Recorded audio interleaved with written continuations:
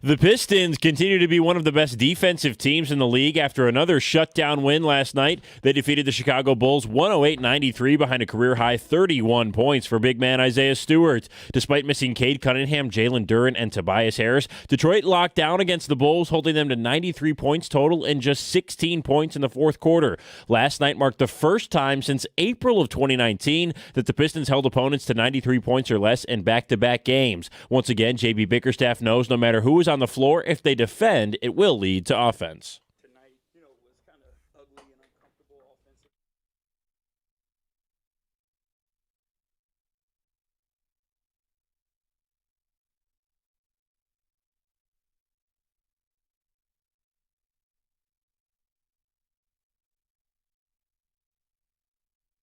It stops, and then let the offense come.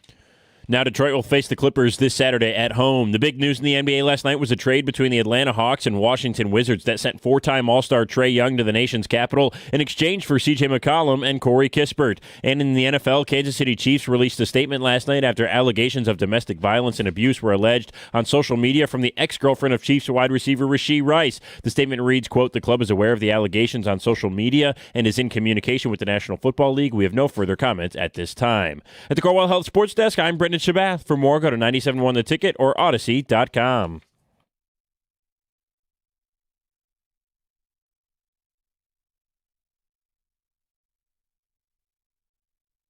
Good morning, 97.1. Jim Costa, John Jansen, Heather Park, Gov, and Greg behind the glass. It's a Thursday, which means we've got Dear John.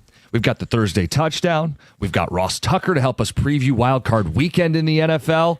And happy Brad Holmes Day to all that celebrate. His press conference will be today, and it will be carried live right here on 97.1. That's at 4 o'clock. John, good morning. Good morning.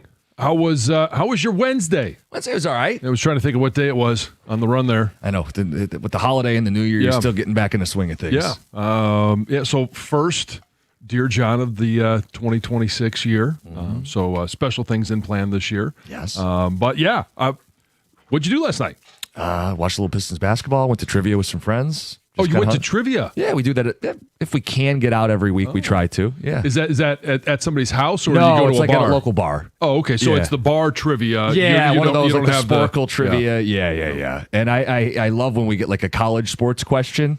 That's like when I get to step out and shine. And Oh, you showing off. And the question was, two teams from the Pac-12 are now in the ACC. Can you name one? Bonus point if you can name both. Layup, Am I right? Yeah. Layup. Are you just sports guy with this, or do you have what's your second category?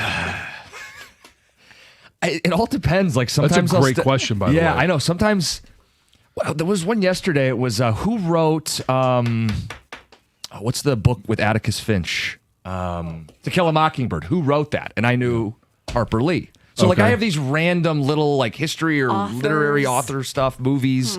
Huh. Yeah, but I still feel like it skews older than our group. Like we're late 20s, early 30s, and I feel like a lot of questions end up skewing like 40s and plus. Well, I would probably say that I think the trivia game is probably played more by the older crowd. Yeah, but they're not going to the bar on a Wednesday night, you know? Yeah, I mean, yeah, we are home with our kids. Yeah. You got this whole nurturing thing going on.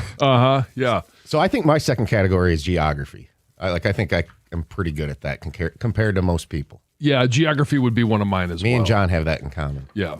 Where's Bronner's? Yes. Yeah, Mew. I will say there is, I guess it's a geography question in the True Grand Slam today that is a little tricky. It is. It's actually one where I raised an eyebrow and I'm like, the only reason I knew it is because I had seen something. I don't want to. Don't give it away. Yeah, too many generalities here. I'll just zip it. By the Yes, way, yes. we also have the 2 Grand Slam every Tuesday and Thursday. Another one of our Thursday staples. Heather, how was your Wednesday? It was really busy. Any trivia? No trivia, but I would enjoy a good trivia night. I just don't do that. Yeah. But I would. Maybe I think that might be a show outing. Oh, there we go. Is everyone here and spouses have to show up at what's the pub you went to? So we went to Hopcat. Okay. Yeah. All right. So I'm sure there's plenty of those like opportunities around. every yeah. bar basically does these on like Tuesdays or Wednesdays or middle of the week just to get some extra foot traffic. Trivia night for the show. I think that might actually determine what we would do the next morning on the show. So anyway, I had a good time. We could go against the other shows. Oh, there you go. Oh, we would crush them. I think we have a pretty wide range of knowledge. Oh, we would crush them. Remember, Yes. we got That's what I was gonna say. We got our secret weapon, Greg Hargrave. Yeah. Hey, you think David or Kang could keep up with Greg? I mean, we're just starting from an That's advantage shot. position. Would they show up? Come on. Which team does Kenny Cott play for? Because he helps screen calls for both. Yeah. Well, give them to either one. Give them to both. It's still advantage us. Okay. Anyway, Pistons played last night. Mentioned was watching them too. No Cade Cunningham. Isaiah Stewart steps up, career high. They played defense. That was enough to get the win. John, they just keep winning. They do. And we've mentioned it numerous times. Whether it's Cade, Duren, go right down the list. If they're out, someone else steps in and fills the void. Now, with Cade out, that's obviously anytime you're missing your superstar, that's a completely different equation, and it's not going to be filled by just one guy. It's a group effort, and that's where I think this team really separates itself from obviously the Bulls last night, from anyone else in the Eastern Conference, and most everyone in the Western Conference, is the fact that it's a group effort. Even with Cade, it's a group effort, and that's what separates them on both sides of the court from so many other teams. Yeah, there's no nights off, and that's why we talked about 60 wins being a real possibility, because it's only happened twice in the history of the Pistons franchise, and some really good teams didn't. You go back to the going to work era, it's not like they rattled off 60 every year, but it's a different game back then. You didn't have load management, you didn't have teams resting guys, coaches decision DNPs, and now those are all across the league. So, Yeah, look, when Detroit shows up to play every single night, they're going to steal a couple games that would be losses for most teams. And a great example was that back-to-back stat we gave people. Most teams have a losing record on a back-to-back. The Pistons are 6-1 on back-to-backs. Like, it's the little stuff like that that's going to help boost up their win total and put them in a 1 seed. And honestly, if they're going to win the Eastern Conference, they're probably going to need 60-plus wins. Typically, it's right around that, yeah. Yeah, because, 2 years ago, it was the Celtics at 64 wins. Last year, there were two teams. It was the Celtics at 61. Cleveland was at 64. Sure. So it feels like, I went 2 years, but Hey, big sample. if you're going to win the Eastern Conference, it's going to be 60-plus. Yeah. And I think they're pacing right now for 62. So, right there. And again, when you don't lose games when Cade sits, it really does raise what this team's It capable raises that of. number. Yeah. It certainly does. And we talked about it earlier in the year where it was not just Cade, but it was Cade and Duren. And, there's always this and last night it was only Cade. So, that's where this team, if you can rack up wins when your stars are out, that's how you're going to get to 60-plus. Another question from trivia last night. Who was the first host of America's Funniest Home Videos? Oh, Bob Saget? Yes, it was Bob Saget. See, Ding, ding, our ding, our ding, team ding. would be great. wow, We that killing at was this. quick. Yeah. I Celebrity. do think, yeah. I got that. If instead of a Christmas party next year, maybe they the cover is the Christmas party, but Sure. we do shows versus shows. Yeah.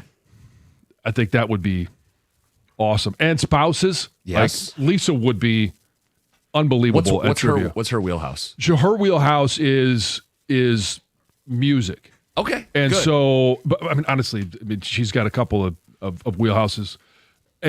But she can basically sing any song, or she'll tell you who wrote or who was the artist of any song. they do like a bonus round halfway through the hour, and it was like they showed us 4 pictures of people who died in 2025, and you had to name who they were. Oh, And I felt like I should have done better because they're always in our news. And I'm like, I can picture like Norm from Cheers. I was like, what is his name? What is his Do name? they show you their Their face? face. but you Oh. can't say just Norm. No, what's the actor's name? So yeah, that's anyway. Who else? Who are the other 3? One was in Kiss that passed this year. Oh, what? Yeah, yeah. I Yeah. think it was slip and fall. One of them was Jane Goodall, which I recognized and was able to contribute. Oh, Yeah. good job. Yeah. Anyway, this is too much of my trivia last night. We got Holmes' press conference later today, John. What do you want to hear when Brad Holmes steps up to the podium? And this is a question for everybody out in listener land. When Brad Holmes speaks today, we're all going to be listening. We want to know how he explains what happened and what his game plan is moving forward. What do you want to hear from him? I think one of the things I want to hear is some self-evaluation, like we heard from Dan Campbell. Hey, how would you grade yourself? Well, I got a freaking F. Like, if he came out here and said the same thing, I okay, now we're starting off on the right foot. And it's, I don't want to hear any defensive things. It's just, there are reasons. He can give reasons, in terms of, hey, the secondary was hurt, blah, blah, blah. But it's, I want to hear what he's going to do. Like, are you going to address the offensive line? Yes, that is a top 2 concern in regards to free agency and the draft. Are you going to do you admit that you need another pass rusher? And don't give me the numbers from Al-Quadin Muhammad, because we all know that the effectiveness on the opposite side of Hutch, whether it was in the run game or the pass attack, it just wasn't good enough. Yeah. And so but number one thing I want fixed is the offensive line. How are you going to do it? Do you even recognize that it was an issue? Well, he said water the garden last year, so it needs to be a little more emphatic, a little more humble. Yeah, a little more humility. Because, John, don't play dumb with us. Yeah. Time to pressure was the worst in the league for the second consecutive season. So sacks aside, it's taking too long for you to get to and affect the quarterback down in and down out. Offensively, you couldn't run the ball in all the big games down in and down out. Both sides of the line of scrimmage are critical. Like DEFCON 5. Like, we are talking about a major issue on both lines of scrimmage, and I want to hear urgency and humility when he speaks. He doesn't have to give himself an F, but I would like to hear an idea of, I didn't do enough. This team wasn't built to go far enough. Yeah. Any of those. Yeah. So, in terms of how much he architects the offseason, these guys never really lay it all out there. Yeah. But I think there will be questions about, restructuring contracts, I would hope. Do you anticipate picking up fifth-year options for Campbell and Gibbs? Are those deals you are going to work to extend? Yeah. Just to kind of set the tone for the offseason, because that's what this effectively is it's a reflection, but it's also a tone setter for the offseason. And I think I got a little excited there about, talking about the offensive line and raised my voice a little bit.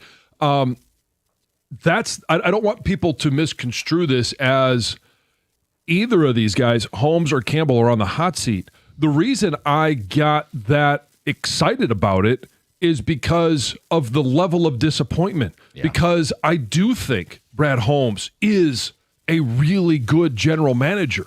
He is certainly in the top 10, and you could make an argument for top 5. Look, he's one executive of the year. Yeah, but that's why it was so shocking and disappointing that they didn't address some of the key areas that they used to build what we came to expect. And I think some of it, Campbell already alluded to, learning the lesson from Frank Ragnow and applying that to Taylor Decker for this offseason. I'm sure that will be asked or will come up. Again, Brad Holmes will speak at 4 o'clock later today right here on 97.1. We're going to get to all of our Thursday festivities as the show rolls on. The Thursday touchdown is at 6:35. It's 97.1. Hey, if hair loss has been on your mind, Dr. Berkowitz at Michigan Hair Restoration is the doctor you need to go see. I mean, he's not going to donate his hair, but I guess you could because he's got a full head. Anyway, he's just been named the top hair restoration surgeon in the Midwest. The award obviously reflects his patients and his own family. And Dr. B, he's had the procedure himself. He's restored his son's hair and his nephew's hair too. So when it comes to trust, it doesn't get more personal than that. Dr. B is a board-certified surgeon and the only physician in Detroit offering both SmartGraft and NeoGraft, all performed by his full-time in-house medical team. There's no traveling techs, no shortcuts, just real natural hair you can run your fingers through. And if you've been waiting for the right time, this is it. Don't put it off another year. Make 2026 the year you look like yourself again. Schedule your free consultation today, and when you mention 97.1, you'll receive $1,000 off your procedure. Dr. B treats every patient like family. Visit MichiganHairRestoration.com.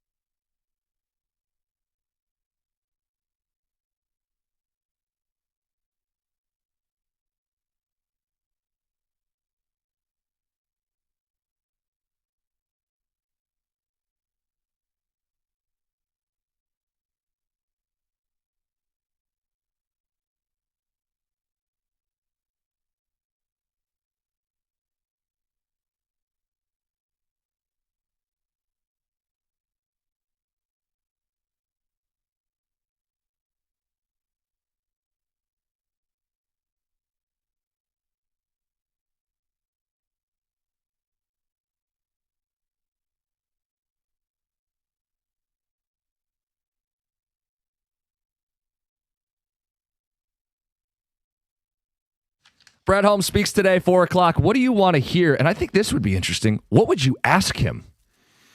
What would you want to know? You get one question. You're in this media scrum. You're at the press conference. They're passing a mic. You get one question. 248-539-9797. What do you want to hear? First text says, no matter what he says, everyone will freak out and fall for GM speak and overthink whatever he says.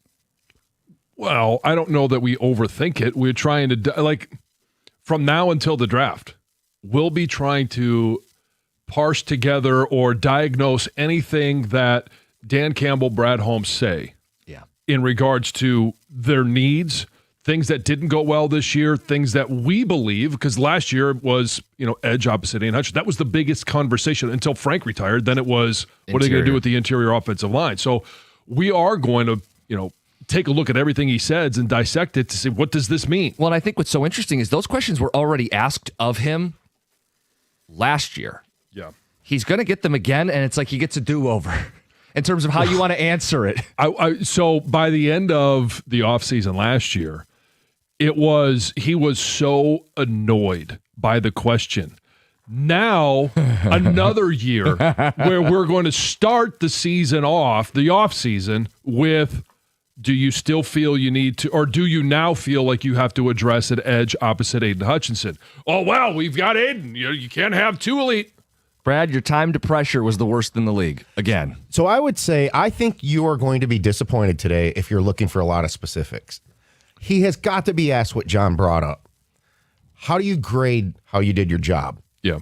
Because Campbell owned it. Yep. And he has got to be answered that. Your coach, and it needs to be phrased this way. Your coach gave himself an F. What grade do you give yourself? What grade do you give yourself? Yeah. And then maybe a follow-up to that instead of somebody going in a different direction is, well, can you get specific on how you grade yourself? Like, can you talk about Davenport, Onwuzurike, Pascal? Guys that you doubled down on that didn't contribute this season along the defensive front. And that's when he might pause a little and get a little more general, Yeah, I understand. I think some of the backdrop here is he's done a phenomenal job. He's won Executive of the Year. At the same time, he's the same man who came out and wanted to cash receipts before they played in the Super Bowl. They're cashing receipts when you lose in the NFC title game. When I didn't even make the playoffs. So I do think there needs to be some humility today on his side. Not only what he says, but how he says it. And I also think there needs to be there doesn't need to be any agitation. Like there could be agitation because he's upset with his performance, yes, but not agitation at the questions. I don't want to see him getting frustrated with the edge or the offensive line or, the injuries that keep happening defensively. Like I don't think he will get agitated or lash out. What I would be careful of is I hope he doesn't downplay or dismiss or everybody's favorite term, gaslight. Don't tell us, that's not really the problem you guys think it is. We had all these sacks. Right. It's not really the problem you think it is. Look what Al-Qadim Muhammad did. Yeah, or spin it where, okay, it took us a long time to pressure because our secondary was doing such a good job that we were able to get these sacks or pressure late. And I also don't want to hear, and it could be a factor, but it shouldn't be a crutch. Well, we lost Kirby Joseph and Brian Branch. So that's why you're not in the Super Bowl? You know what I'm saying? That can't be a crutch today. You can't lean on the injuries. But I'm okay with him mentioning the injuries. Yeah, it's a reason. Okay, you lose your entire secondary. Your secondary is not going to be as good. But you can't. I don't want him to continue to revert come back to it. Yeah, but again, guys, as we said, we just for the second year in a row didn't have our guys, and we have our guys. Your guys aren't good enough, and if that's something we can't agree on, it's going to be a bad offseason. Yeah, or the question of, okay, the secondary was banged up. We get that. Yeah. Where you didn't have a lot of injuries was up front. And against the best rushing attacks, you couldn't stop them. Or even against average rushing attacks, a.k.a. Pittsburgh. Injuries are a fact. It's part of the story here. But, you can throw in there with that. Yeah, Brad, we understand injuries, but every team does. Explain how the L.A. Chargers have survived their offensive line injuries. Yep. Or how the Niners. The defensive injuries. Yeah. Yep. And the quarterback for a good chunk of the season. And when we say the defensive injuries for the Niners, it's not like they've put in other guys and they're lighting it up defensively. They're still struggling defensively, but they've done enough. Guys, I like Brad Holmes to address what are some of his downfalls from this year, and is he going to be open to adding players that aren't from the draft? Yeah, I mean, okay, it's a great way of phrasing that because obviously that means trades or free agency. Guys, great show. Problem about Brad Holmes is whenever you ask him a question, you don't get the right answer or the answer the way it should be. Let me ask you this question. Yeah. What's the one thing this offseason that absolutely has to be fixed? The offensive line. And some of it's a moving target because I don't know what's going to happen with Taylor Decker. But regardless, the interior is a primary focus. Like I know the name Tyler Linderbaum has been thrown out a lot. He's going to be a high-priced, high-ticket center. But he's young and could be here for a long time. Yeah, you sign him to a first contract and you plan on signing him to a second contract. He's young enough. Yeah. He's coming off his rookie deal. Center out of Iowa. Mm-hmm. Stop me if you've heard about Iowa offensive linemen and their track record. And he instantly puts the Lions back in a position to do the things they did well under Frank Ragnow, where you can run the ball, spearhead the middle, get to the second level, play action pass, makes your life so much easier if you're Goff and you're not, Lamar Jackson or Josh Allen. The pressure up the middle is the most important to stop. You've already invested draft capital into Tate Ratledge. Now you make him better. Yep. Because the center is better. Guys, and just quickly, is Ragnow off the table? And actually, we can still revisit what happened, by the way, with him today. There needs to be an explanation about how this went down with trying to bring what was the thought process? Why did you were going to bring him back and then he failed a physical? But I don't think it's off the table yet that he plays next year. He has not said he's not playing. Goff hinted it. But Goff kind of poured cold water on it with the midday show last week. Frank wanted to come back. That's why he made the effort. A hamstring injury is not career-ending. I also just want to be very careful that they don't bank on him playing because then you're making the same mistake twice. Right. Yeah, and you know what? Campbell, we asked him about it 3 weeks before he tried to come back, and Campbell said the ship sailed. Yeah, so anything quote. that anybody else says doesn't matter. Right. 248-539-9797. We've got the Thursday touchdown coming up at 6:35. We've got the $2 Grand Slam, a chance to win $2,000 with us at 7:25. Dear John for the first time in the new year. But first, Heather with the news. All right, guys, I'm sure by now everyone has seen or heard about what took place in Minneapolis yesterday. A 37-year-old mother of three identified as Renee Nicole Good was fatally shot by an ICE officer during a federal immigration enforcement operation. According to federal officials, ICE agents were approaching her SUV when they say she tried to run over officers with her vehicle. The Department of Homeland Security says that the agent fired in self-defense to protect himself and others. Witnesses and local leaders, however, are kind of pushing back pretty hard against that version. There is video from the scene and eyewitness accounts that suggest the woman was just trying to drive away, not attack the agents, and that she may have been blocked in while receiving these conflicting commands. The mayor of Minneapolis has called the shooting reckless and is demanding ICE leave the city. Following the incident, hundreds of people gathered near the scene. Protests formed across the city. Tensions are high there. For the first time in 6 decades, the number of homicides in Detroit dropped below 200. Oh, all right. Yes. Good news. According to city statistics, there were 165 homicides in the city of Detroit last year, which is the fewest number of homicides since 1965. Well, not just a little bit under 200. It's a lot under 200. It is. So that's a 19% drop from 2024 when there was 203 recorded. It's a 35% drop from 2023. Back in 1965, there were 188 murders. So that's awesome. Yeah. Last year, non-fatal shootings also declined. In 2025, there were 447 non-fatal shootings, which is a 26% drop from 2024. Carjackings also down. That's great news. Yes. Yeah. Things you want to hear for Yes. sure. An employee of the Oakland County Road Commission is accused of hitting a pedestrian with a plow truck. Oh, no. On January 1st, around 8 a.m., a 68-year-old Macomb County man was found unconscious, lying on the side of Middle Belt in Farmington Hills. He later passed away at the hospital. And investigators determined that this man was struck by a road commission for Oakland County plow truck. I guess there's evidence that they were able to recover from the truck that confirmed that this driver was the one responsible. I might be saying his name wrong, but I couldn't believe his name. Brian Derryberry. It's a unique one. Am I saying it wrong, or is it just rhyming? That's the driver, or That's the driver of the plow truck. Oh, okay. Derryberry. Yeah, maybe wrong. Maybe I'm saying it wrong, but I was I think he goes by Dinkle. Dingleberry. I'm sure he does now. He's been charged with failure to stop at the scene of a crash, which is a 5-year felony. He'll be back in court later this month. This is pretty cool. You can win Super Bowl tickets if you go donate blood. This is awesome. I'm sorry. Are you still laughing at Dingleberry or what? What's going on, John? Yeah, sorry.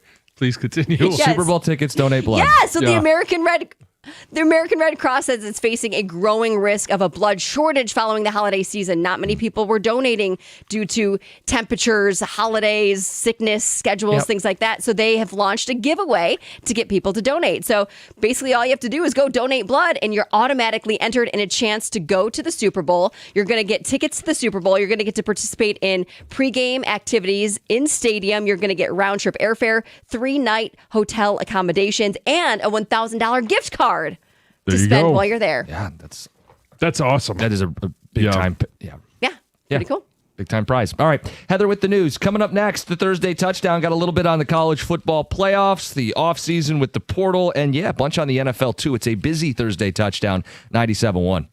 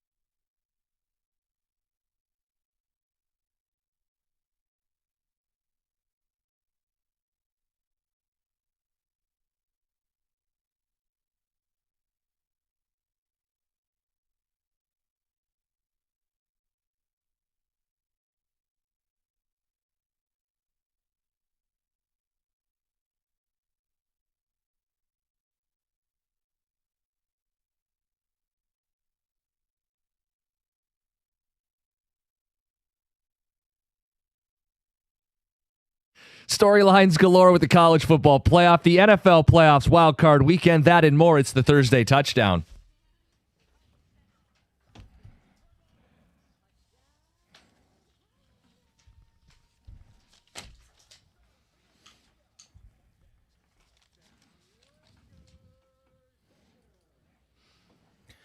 All right, guys, we're down to the Final Four. We got a game tonight, Ole Miss, Miami. Final Four in college football playoff with Indiana versus Oregon, Ole Miss versus Miami. Who are you rooting for to win it all right now out of the four? I go back and forth between two teams. And, Jim, I don't know which one you're going to say. Originally, it was Indiana, but now I'm going to say Ole Miss. And I'm going to say Ole Miss because their coach left them. He is now taking more of their assistant coaches. We got a kid that, hey, cut his teeth here in the state of Michigan in Chambliss. Like, I think it's a great story. And everything that went on yesterday with Damon Williams, Lane Kiffin, like I couldn't dislike someone more. And the fact that Ole Miss is playing Miami. I hope that it is a last-second, heartbreaking, heart-wrenching, rip it right out of your chest loss for Miami because I can't stand Miami. Like it's the ultimate spite petty play to root for Ole Miss. They get the last laugh, put Lane Kiffin in a world of hurt. But I'm going to stick with Indiana. The great story that is this Hoosier football team, Kirk Cignetti, the undefeated Hoosiers, and another title for the Big Ten. And it still feels like, even though they're the number one team in the country, they beat Oregon on the road, they've done so many good things, it still feels like they're the underdog. A little bit. Yeah, and it kind of, for them, they need to win it to kind of just, put the stamp on this complete change in college football and one of the worst programs ever being able to become competitive in this era and how Cignetti did it. If they don't win it, then it's like, okay, is this going to produce championships? I got to tell you, part of me wants to see Oregon win it to just solidify this era of they've had a dominant program, a very good program for years now, but they haven't won the Natty. Well, look, a local kid, Dante Moore, there's a reason to root for them. Definitely. Speaking of local, Michigan and Michigan State will both enter the next season with new coaches. What are your minimum expectations for Kyle Whittingham and Pat Fitzgerald record-wise? Michigan State bowl game, got to get to 6 wins. For Whittingham, you got to make the college football playoff. That's the standard at Michigan. It's a tougher schedule, but you got a young team coming back. You need to see the fruits of that labor. For Michigan, that means you're going to have Oklahoma, Indiana, Oregon, Ohio State, and Penn State. Got to win 3 of the 5 A-level games on their schedule. I agree. For Michigan, this is a 9-win team this year with a freshman quarterback that didn't get better throughout the course of the season. 3 redshirt freshmen up front. You had a young backfield, especially when your number one tailback went out. And all of these guys are entered the portal. They're all coming back. So if it was a 9-win team last year in a dysfunctional year, then I expect at a minimum 10 wins and the college football playoffs.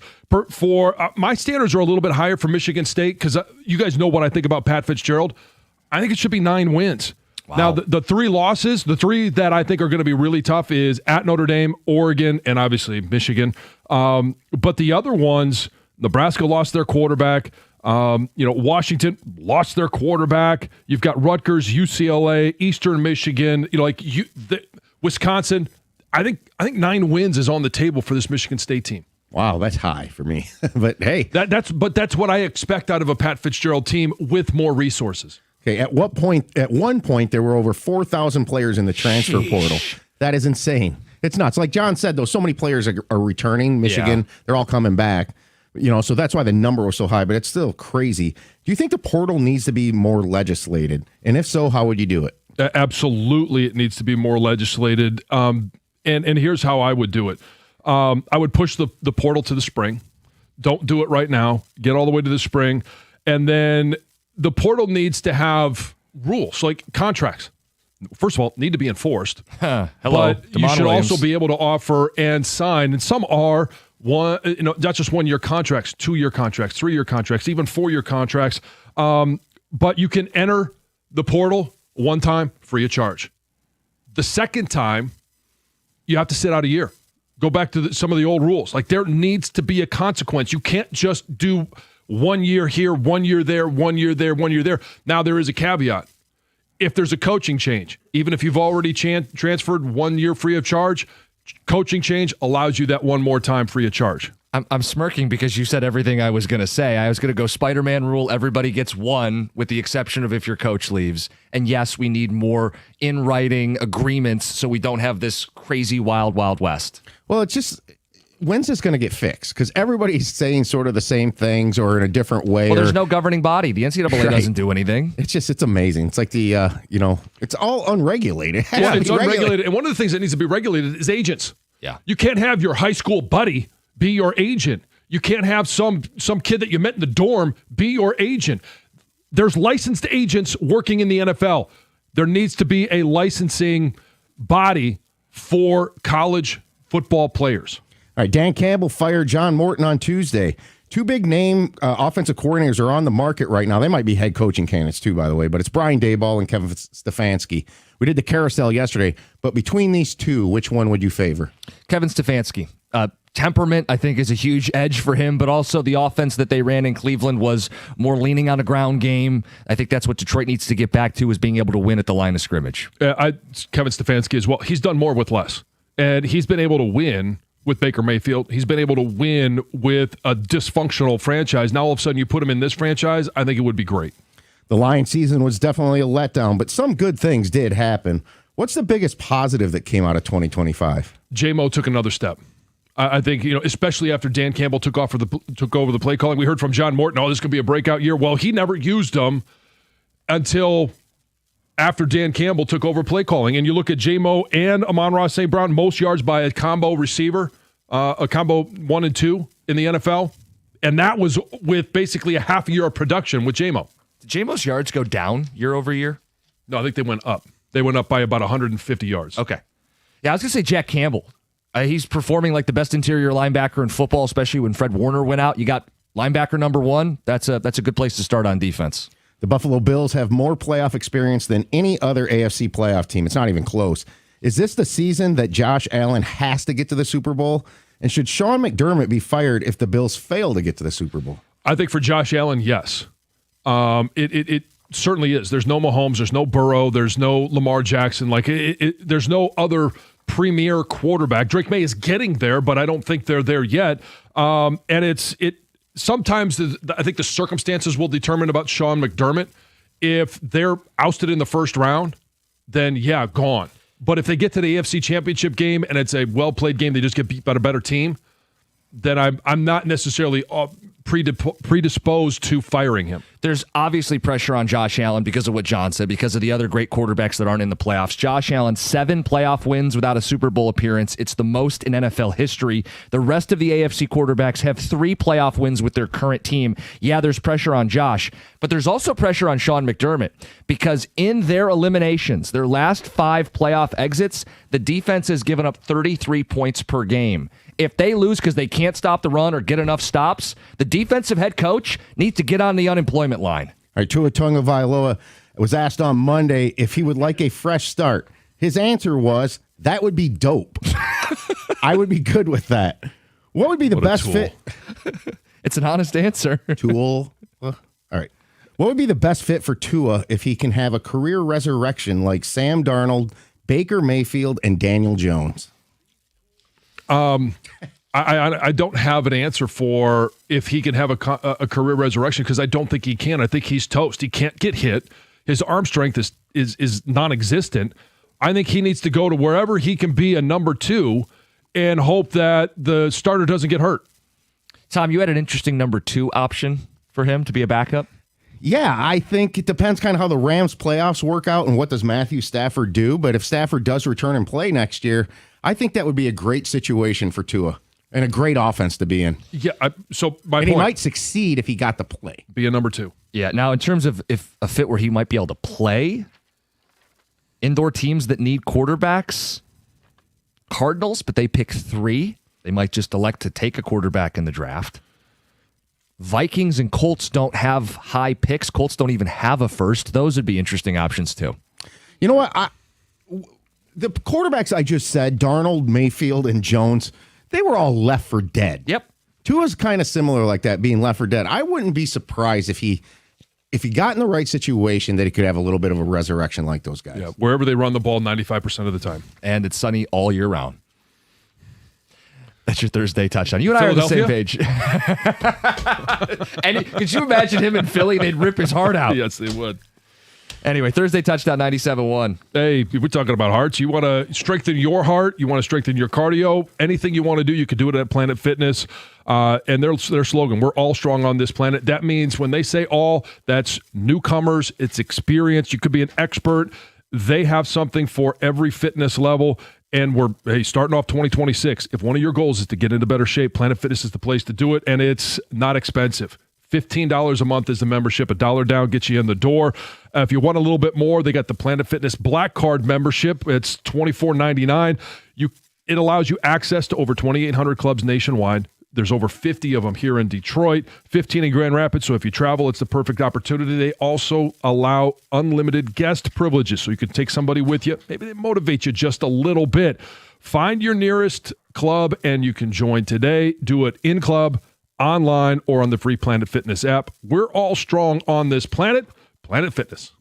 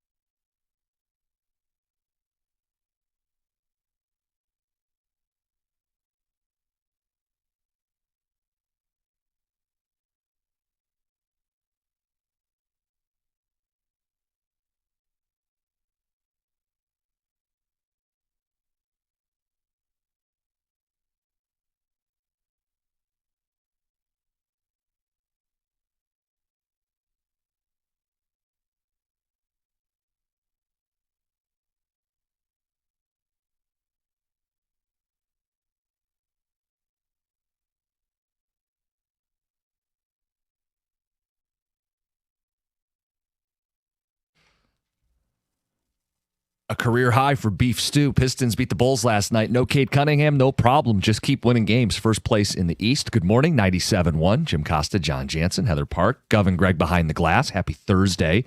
We've got the 2 Grand Slam coming up at 7:25. Chance to win $2,000 in the new year.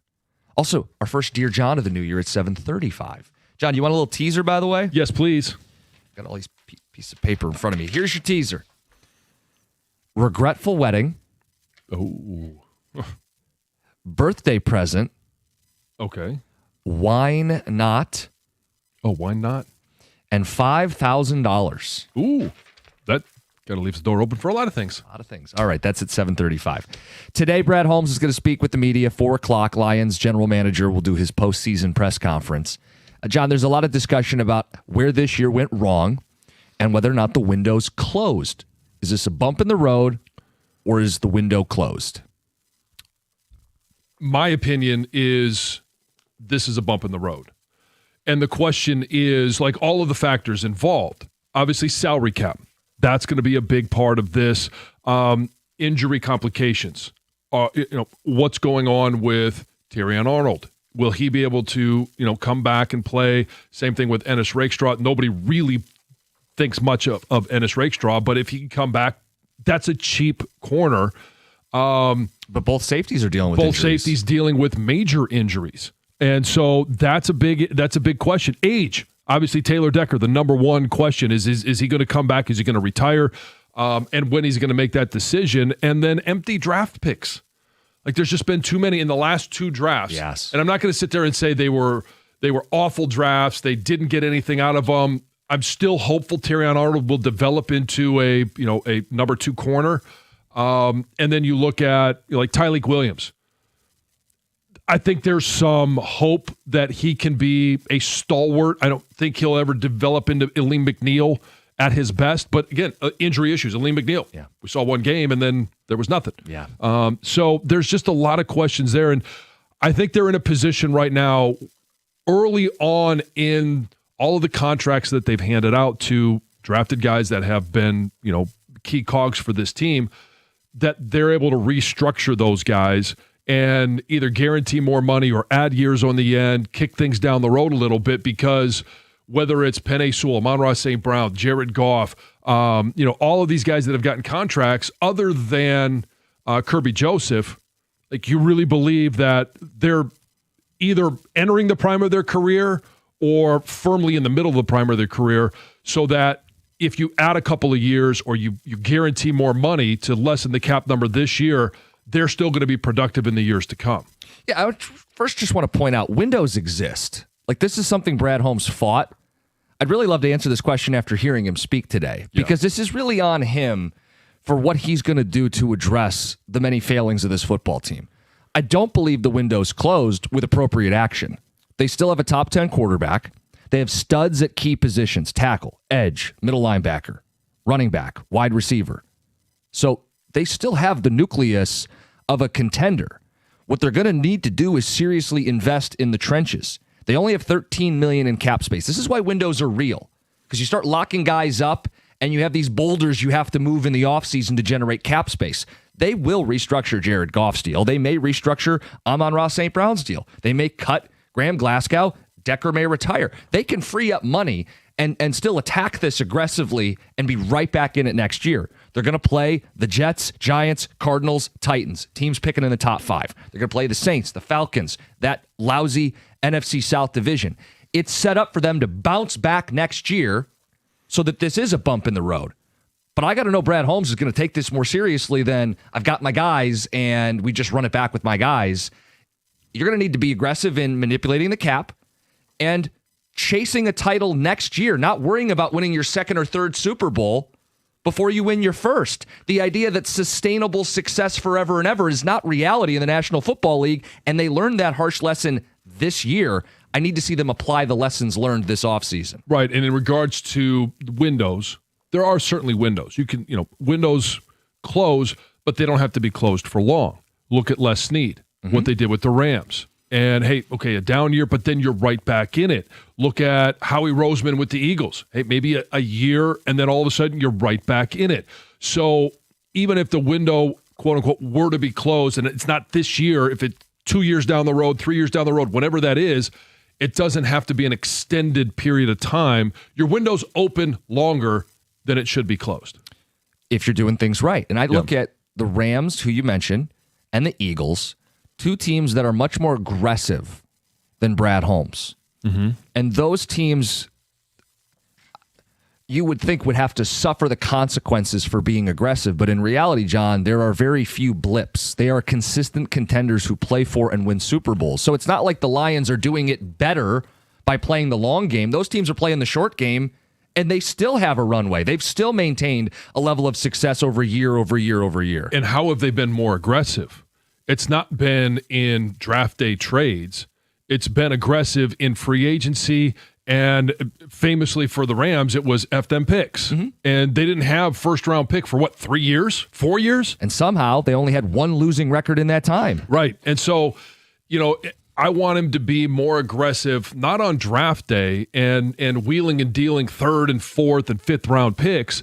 I want him to be more aggressive in free agency and in trades. And I think we also need to have a conversation about what we're doing with these third and fourth round picks. Special teams aces and 2 and 3 year projects. Save that for the 6th and 7th round. Third round picks are supposed to be contributors on the field that season. Right? Yes. So obviously Tesla was a much bigger contributor than Giovanni Manu. Right. And Manu was a guy they took in the 4th, but I believe they gave up a 3rd to go get. Right. Broderick Martin. Another example, yes. Hendon Hooker. Yes. Those are all great examples of you got zero.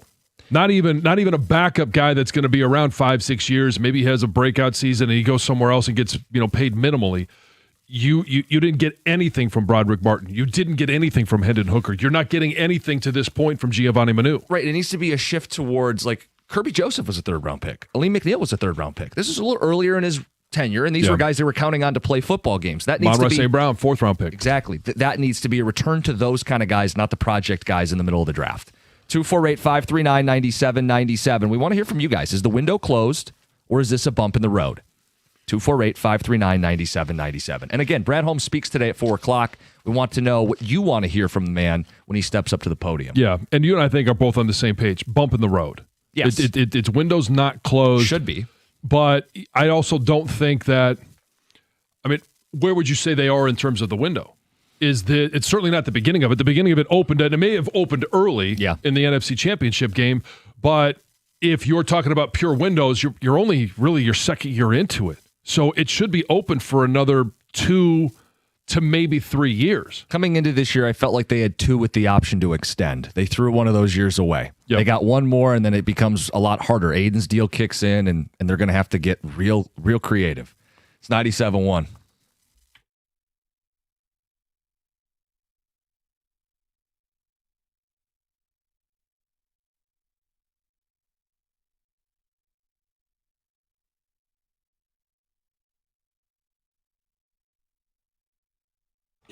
Brought to you by Michigan Hair Restoration. The Pistons were bolstered to a 108-93 win over the Bulls last night behind a pair of career performances from some unsuspecting members. Both Detroit and Chicago were going to need big games from someone other than their stars, as the top 5 scorers between the two teams combined were injured last night. Detroit was without Cade Cunningham, Jalen Duren, and Tobias Harris. The Bulls were missing Josh Giddey and Kobe White. So the Pistons leaned on Danish Jenkins, who had a career-high 15 assists and steadied Detroit's offense in the second half. Jenkins' efforts helped pave the way for Isaiah Stewart to drop a career-high 31 points on 14 of 17 shooting. Beef Stew said this was never something he really envisioned for himself.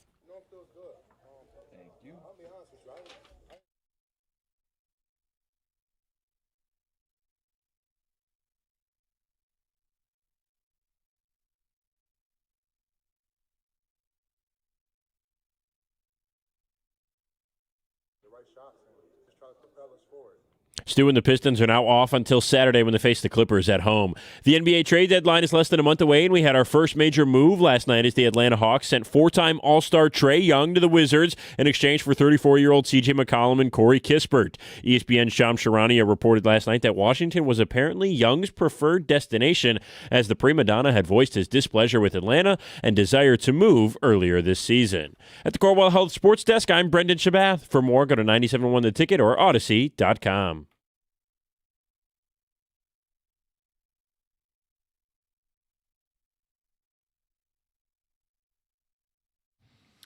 Some of the responses coming in. We've got spots on the phones. We got texts coming in, 248-539-9797. Window closed or bump in the road? How are you feeling about the Lions as the offseason gets underway? Brad Holmes speaks today at 4 o'clock. Guys, I would love someone to address Holmes' draft strategy the last 2 years, drafting majority injury-prone project players, Ryan in a truck. That has to change if they're going to get this thing going again. Guys, the Eagles had a 4-win season between Super Bowls, and Howie's aggressive deadline move has been a ghost. I want to reread that text for people. The Eagles had a 4-win season, which is supposed to be the gotcha point of this text, right? Mm-hmm. The Eagles had a 4-win season. What a bunch of losers.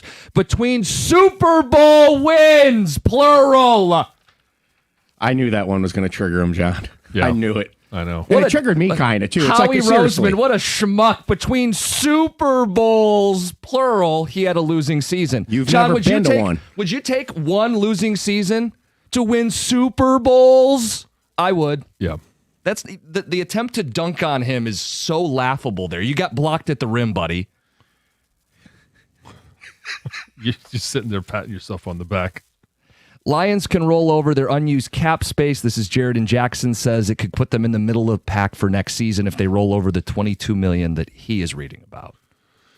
Yes, that's a fact. And that's why neither of us are sitting here saying the window is closed. Shouldn't because be. with the rollover, with the cap that they have, with being able to restructure, because you're not going into this season with Jared Goff taking up, $65 million on the cap. And I know that it's in that ballpark. No, it is. You're spot on. So it's just so people understand, this year Goff counts $32 million. Yeah. It more than doubles to $69 million for the upcoming season. Yeah. That's untenable if you're going to try to make major moves this offseason. So what they'll likely do, and I'm sure this was the plan all along, is you convert more, and John, you know this better, but you convert more of that to guaranteed money. Yes. It spreads out over the years that are right there already in the contract. You can also add a year. A void year Yeah. if you need to. But yeah, you're going to guarantee him more money, and you're going to kick that money over more seasons, and it will free up their ability to maybe add a center or a tackle or an edge player.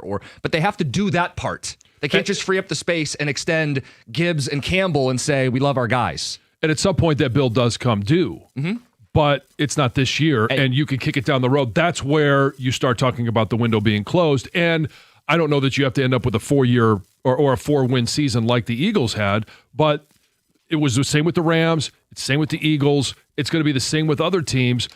But like I said, that window should be closed for a much shorter period than the window is open. Yeah, once you pay your quarterback, things get dicey, but you still have remedies, and one is going to be restructures. Now, eventually, to John's point, Aiden's deal will kick in. You'll have already restructured Sewell and St. Brown and Goff, and Aleem McNeil got paid, and Kirby Joseph, and then you throw in Jack Campbell, and you throw in Jahmyr Gibbs. The cap will go up, but only so much. Eventually, you'll run out of space. They have not run out of runway right now, and they still have all these guys in the primes of their careers. It's just about making sure you don't forget about who you are. You need to be a tougher, more physical football team at the line of scrimmage. You achieve that with this schedule, you'll win 10, 12 games next year. You'll be in the playoffs. You'll be competing for a championship. And when you do that, and you are in that part of the window being open where you're paying your star players, that's where you need really good, cheap talent. How do you acquire really good, cheap talent? You've got to nail the draft. The first 3 rounds of the draft have to be players that are contributors. Yeah, it's really killing them is the 2024 draft. Yes. It's early on 2025. Tyleek could turn into something. Ratlich, a year under his belt, could get even better. They could get some reinforcements in the trenches from the 25 draft. They just were asking too much of rookies for a team competing for a Super Bowl. Yeah, well, I mean, we could look back at the 2025 draft and say, all right, Tyleek Williams, looking down the road, all right, hey, nice pick. Tate Ratledge, nice pick. Isaac Tesla, nice pick. So it doesn't. No, again, it's still too early to be determined. To grade that draft, I agree. But do you get what I'm saying? Is long term that may pan out, but they were asking too much of rookies. They were asking too much of their internal guys who had never played professional football before. Mm-hmm. And they can't make that mistake again of leaning on their own and thinking we're good. They're going to need to make sure those can be supplemental pieces. Those could be minor. If Tate Ratledge was the worst offensive lineman on the team this year, okay. Well, he wasn't, but that's my point, though. Is if his rookie year he was the 5th of 5, that's good, but he wasn't, right? Because they had other weak links around him. That's just not a formula to be successful for a rookie, right? But if you go in the draft and I talk about contributors and you acquire a left guard or a left tackle, that's great. But then you need to go in free agency and address the center position, right? And so there, it's got to go hand in hand. So I think it's a bump in the road too. But where I see it maybe being closed, I am a little concerned about this secondary. And what if Joseph can't play? What if Branch isn't coming back until 4 games left in the season next year? Right, Thanksgiving. And your 2 rookie corners from the draft a couple years ago, what if they're not good? What if one of them doesn't contribute? That secondary is a mess. So you have 2 messes then. You have an offensive line mess and a secondary mess. I don't know if you can clean up both. Well, okay, but priority's got to be the line of scrimmage first and foremost. Yes. And if I take a little bit of a hit in the secondary, then you know what I'm going to do? I'm going to drop more into coverage. I'm going to play a little more zone. I'm going to try to help those guys out. And it's going to put extra pressure on my front 4 to win. But guess what? I'm going to invest in the trenches so I can do that. Well, and think of where we were at the start of the season, looking at Terrion Arnold. Terrion Arnold and DJ Reed, the replacement for Carlton Davis, along with Kirby Joseph and Brian Branch. You're looking at that going, that's a pretty damn good group. And then all of a sudden, Terrion Arnold is not at all the player that you had hoped he would be. DJ Reed was good till he got hurt and then could never play the same level. And that was early in the season. And then the injuries happened to the safeties. Now all of a sudden, that star-studded secondary has no stars. Right. Yeah, what if both are kind of broke? Well, there's possibility. That's a scary so, John, place to go. You dealt with an Achilles, but it's different playing in the trenches versus playing in space. Right. And I mean, so this is why when we talk about Pistons, we talk about the Celtics and Jason Tatum. Like, an Achilles injury for an offensive lineman is much different than it is for somebody that's quick twitch, explosive. And when you're thinking about Brian Branch, I still think he's going to be a really good player. A lot of that has to go to mentality. It has to go to, his football IQ, all of that stuff. But instead of being the Swiss Army knife in the secondary, now maybe he is just simply the strong safety. Some of the text coming in. Guys, the window slammed shut, nailed down, painted it closed when they signed J-Mo and Joseph. We were a team that was acquiring talent and assets. Now we're shedding it. Another one, the window is closed unless Brad goes and gets 4 free agency moves, an all-pro center and tackle, an all-pro edge rusher, and another defensive lineman. Then he could redeem himself of his stupidity. Okay, well, in one offseason, it's not happening. It's not happening. No. A message to those that think the window's closed. Windows are made of glass. If you're doubting the Lions, get ready for us to break through that closed window. Well done, Costa. The blowhards all calling the Eagles out. Guys, you're not the Philadelphia Eagles. Go Birds, Ben in Farmington. No, we're not. We haven't won a Super Bowl. We haven't won a Super Bowl. I know. Let's get to Jacob in Plymouth. Jacob, good morning. Hey, guys. Last year, Holmes laughed about getting pressure from the defensive end or addressing the front 4. Outside of Adrian Hutchinson, Brian Branch had more sacks than anyone else on the defensive line in the front 4. They have not addressed that in years. Let's back up, because I think Al-Quadin Muhammad had double-digit sacks. He was a linebacker. I'm talking front 4, a 3-down defensive lineman, a defensive end. You can look at the stats. He had 2. The next guy is 1.5 sacks. And I forget who it is off the top of my head. Al-Quadin Muhammad is an edge defender. He's not a linebacker. But he was going in at linebacker, and they were always having the blitz. That's why they were getting beat so much on 3rd down. They were constantly in blitz, so they were either going to get screwed by blitzing, and if they didn't get to him, and especially when your secondary's hurt, if you can't get to someone with your front 4 ever, You're going to be in that position. Jacob, I don't disagree with a lot of what you're saying, but I just it's that stat's wrong. Al-Qadim Muhammad plays defensive end. He's not a stand-up linebacker. Your point about him not being an every down player, I'd meet you there. He didn't play half the snaps this season. He was a situational player, but he situationally played on the front four. Yeah. So his stat doesn't work, but No. the point is a reasonable point to make. They didn't get pressure consistently with their front. Time to pressure, it took too long to get home. That they didn't have better every down answers. These are all fair points to make. I just didn't want us to get hung up on, is he a linebacker or a defense? He's a defensive end, but he played only situationally. Well, yeah, I mean, it rose a red flag when he said it was Adrian Hutchinson. I just wanted to just gloss over that and try to get to the meat of the point. But yes, you and I did exchange a look.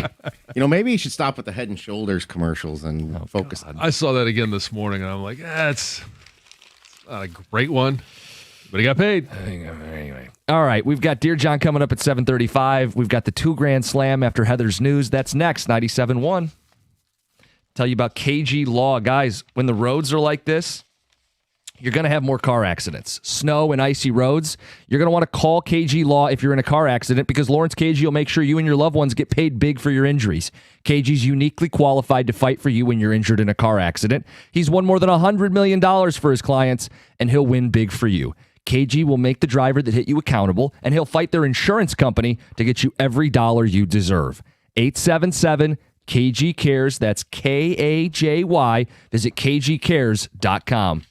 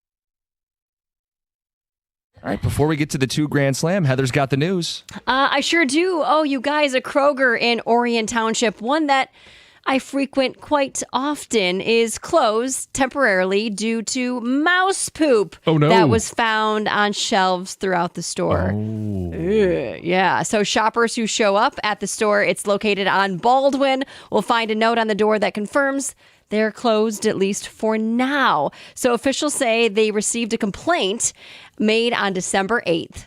And an inspection found mouse droppings on multiple aisles, including the pet food aisle, the bread aisle, and other sections of the store.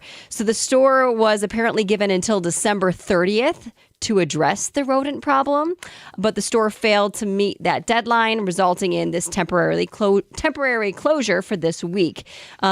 Shoppers there, some are surprised, some are kind of grossed out, saying like, "Oh, I'm going to avoid the store for a while." Others are saying, "Hey, stuff happens. They're taking care of it. It's going to be okay." And Kroger has released a statement. They say, you know what? As soon as we found out, they addressed the problem immediately. They're working with a pest control company. They have implemented strict sanitation protocols, and the safety of everyone is of the most importance. You just close the store down for one night. Roomba will take care of it. No. Yeah. That wasn't the report originally. Yeah, I was gonna say, will Roomba take care of it actually, or I don't know. Last year, the number of murders in Detroit dropped below 200 for the first time in 6 decades. Wow. Yeah, according to city statistics, Detroit recorded 165 homicides last year, the fewest since the city had 125 in 1964. Also a 19% decrease from 2024. Also, non-fatal shootings declined, carjackings plunged, violent crimes dropped, and property crime fell as well. And during a press conference on Wednesday, Police Chief Todd Bettison said that what they're doing in Detroit is working, and in 2026, they're going to double down. They're going to continue to invest in crime prevention, enforcement, and technology. So to ask a question I'm sure there's no answer for. Oh, boy. In those decades, does it say which year was the highest? Oh, I'm sure there's this article does not. Okay. But I'm sure you could data's easily available. go and see that. Okay. But I could probably look that up for you if you'd like, Okay. John. No, that's next, okay. Yeah. Next news segment, I'll have that. Hey, with the Super Bowl and the Winter Olympics right around the corner, it's going to be a busy month for sports fans and also for Mike Tirico. He is going to be busy. So in his first Super Bowl play-by-play assignment, he's going to call Super Bowl 60 from Levi's Stadium in Santa Clara, California. And then basically once the game is over, he's going to shift into Olympic mode. And then he's going to host NBC's Primetime in Milan from the field. And then obviously continue on from there. And he's done this amazing. before, this like double dipping Oh, yeah. He's talented. hosting duty. Yeah. But this time as well, though, he is also the network's lead NBA play-by-play announcer. So he is going to be even busier. Just keep putting more on his plate. But he does a great Can't job slow with him everything. down. Yep. Good for him. 1974. There you have it. Thanks, John. See, I told you could. I'm sure if you just a simple Yes. Google, you could easily find it. yeah. What was the number then? Some report 801. Oh wow. And there's another one that is 714. So somewhere in that, 714. 7 No, range? Okay. don't say it. Somewhere in there. Hey, U.S. shoppers went all out this holiday season. Online shopping and spending hit a record high, with customers spending $257.8 billion online from November 1st to December 31st. That's a 6.8% increase over last year and also sets a new e-commerce record. I mean, it doesn't surprise me. Everyone is shopping online. Yeah. They also say mobile shopping hit a new milestone, bringing in more than $145 billion. That's where most people are doing their shopping. I mean, which is, I felt it. I wanted to go to the stores, and I did. I did do some shopping.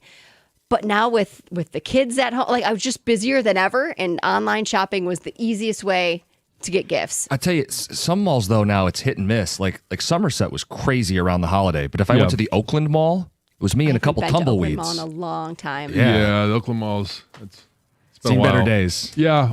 Which is sad. Yeah. But it's because people are doing because the online this. stuff. Yeah. Yeah. This is some odd news. The world's oldest Twinkie is turning 50 years old. Oh, wow. Happy birthday. Yeah, so a chemistry teacher in Maine opened a Twinkie as an experiment for his class. This was in 1976. They were studying like food additives, and a kid asked how long a Twinkie would last. So they opened it, and it was sitting on his, by the chalkboard for years. And now it's in a glass case, and it's still at the school. So when the teacher retired in 2004, he handed the Twinkie down to a former student of his who now is like the dean of the same school. So that Twinkie is in her office, and it doesn't look Edible? No. I mean, it's still, you can tell the shape of it is a Twinkie, but it is it's discolored, it's dried out, it's Shriveled up a little bit. It's gross. And actually the teacher kind of joked that they're a lot alike. Yeah. Old, gray, and flaky. Yeah. That happens with age, I guess. Yeah. Hey, this is your chance to win $2,000. Give us a call now at 248-539-9797. I guess I've got another odd news story if you want to hear one quickly before we play the $2 Grand Slam. I guess this is a huge thing thanks to whoever pours through data, because it must have been a pain in the butt, because there's a writer at defector.com that went through the government's official database of ER visits to find the funniest things that people got stuck in their butts last year. And I'll give you a couple. So this is a government agency. It is. So this is official. It's official. A turkey baster. A shampoo bottle. Is that a slip and fall? Sure. Nails and screws. Yeah. Well, yeah. A highlighter. A baseball. A baseball. A coat hanger. Ouch! A pair of pliers. A penny. A sandal. A doorknob. A doorknob. A corncob pipe. And a button nose. An egg. Frosty, that's not where it goes. Yeah, exactly. I was going to say, Santa and Mrs. Claus getting a little freaky. A bunch of uncooked pasta. Uncooked pasta. It seems like it would break. Depends on the kind, John. Marfalay. You silly Jerry. Oh, my goodness. I mean, the list goes on and on and on. It's quite extensive. Who are these people? A turkey baster. Really? thank you for that. That's welcome. Heather with the You're news. welcome. It's time to give away some money.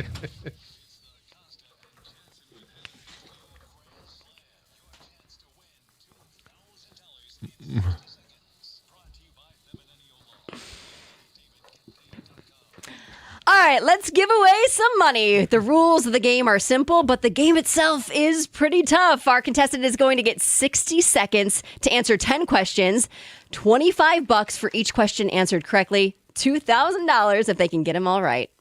Let's get to Jason in Harrison Township. Jason, good morning. Morning, guys. How are you? Doing well.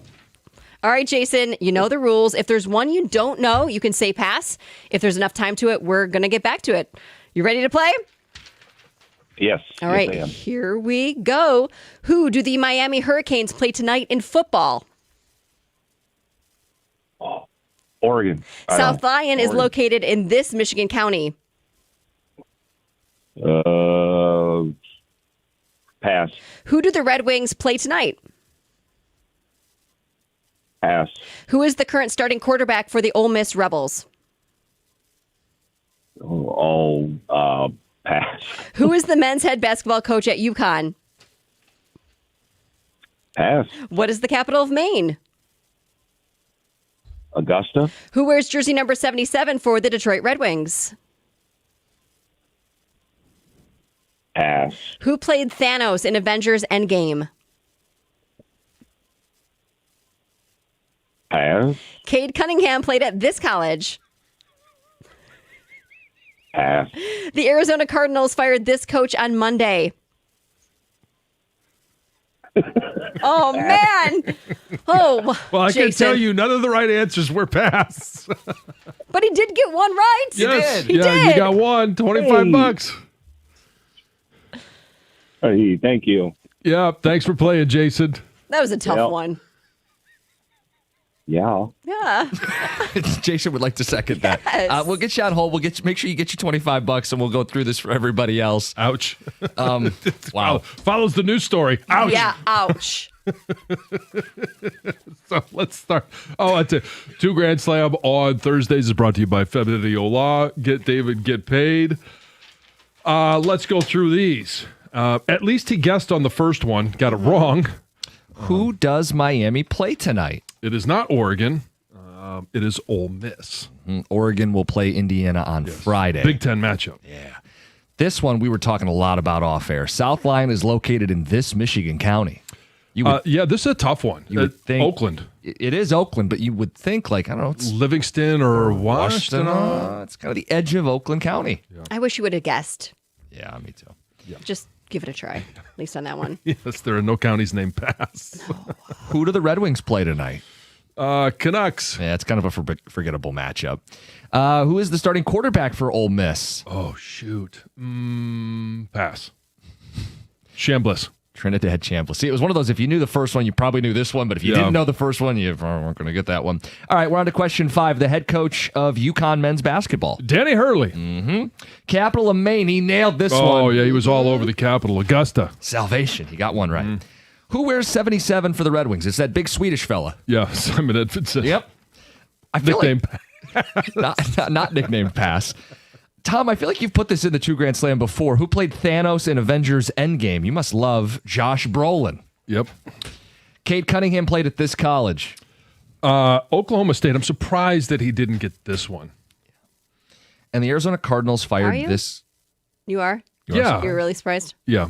Yes, I am. after he passed Sorry, I didn't see my shock 7 face. times. That's why he passed so much. Are you really shocked? Jonathan Gannon was fired by the Arizona Yeah, Cardinals. that was the final of the 10 questions. You get 10 questions, Tuesdays and Thursdays, a chance to win $2,000. Better luck next time. Your next chance to win is on Tuesday at 7:25. Coming up next, it's Dear John. It's 97.1.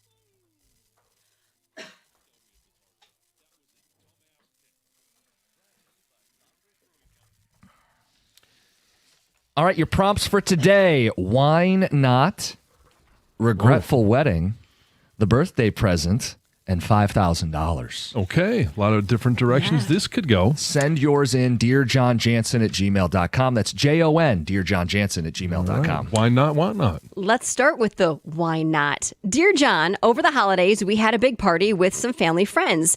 I brought over a bottle of wine. Sorry, I was trying to understand if they were hosting or they went to a party. Anyway, I brought over a bottle of wine as a thank you for hosting. It was a hosting gift. It was good stuff. My brother-in-law is a sommelier who gave it to us last Christmas. We're not really wine people, to be honest, and we wouldn't really fully appreciate it. So at the party, my brother-in-law noticed the bottle on the counter and kind of cracked a joke about us giving the same bottle last year. So I laughed it off, but I think he could tell that we regifted it. Did we do something wrong? Is that a faux pas? Oh, so his Sorry, I might have read that really poorly. The brother gave it to them, and they then they regifted regifted it to someone else as a hosting gift. Yes. No, I don't think it's wrong. If you're not like, I would think the brother would know, even though he's the sommelier, that they're not wine people. And maybe he's trying to give them something special. Hey, if you want to get into wine, this is something really good.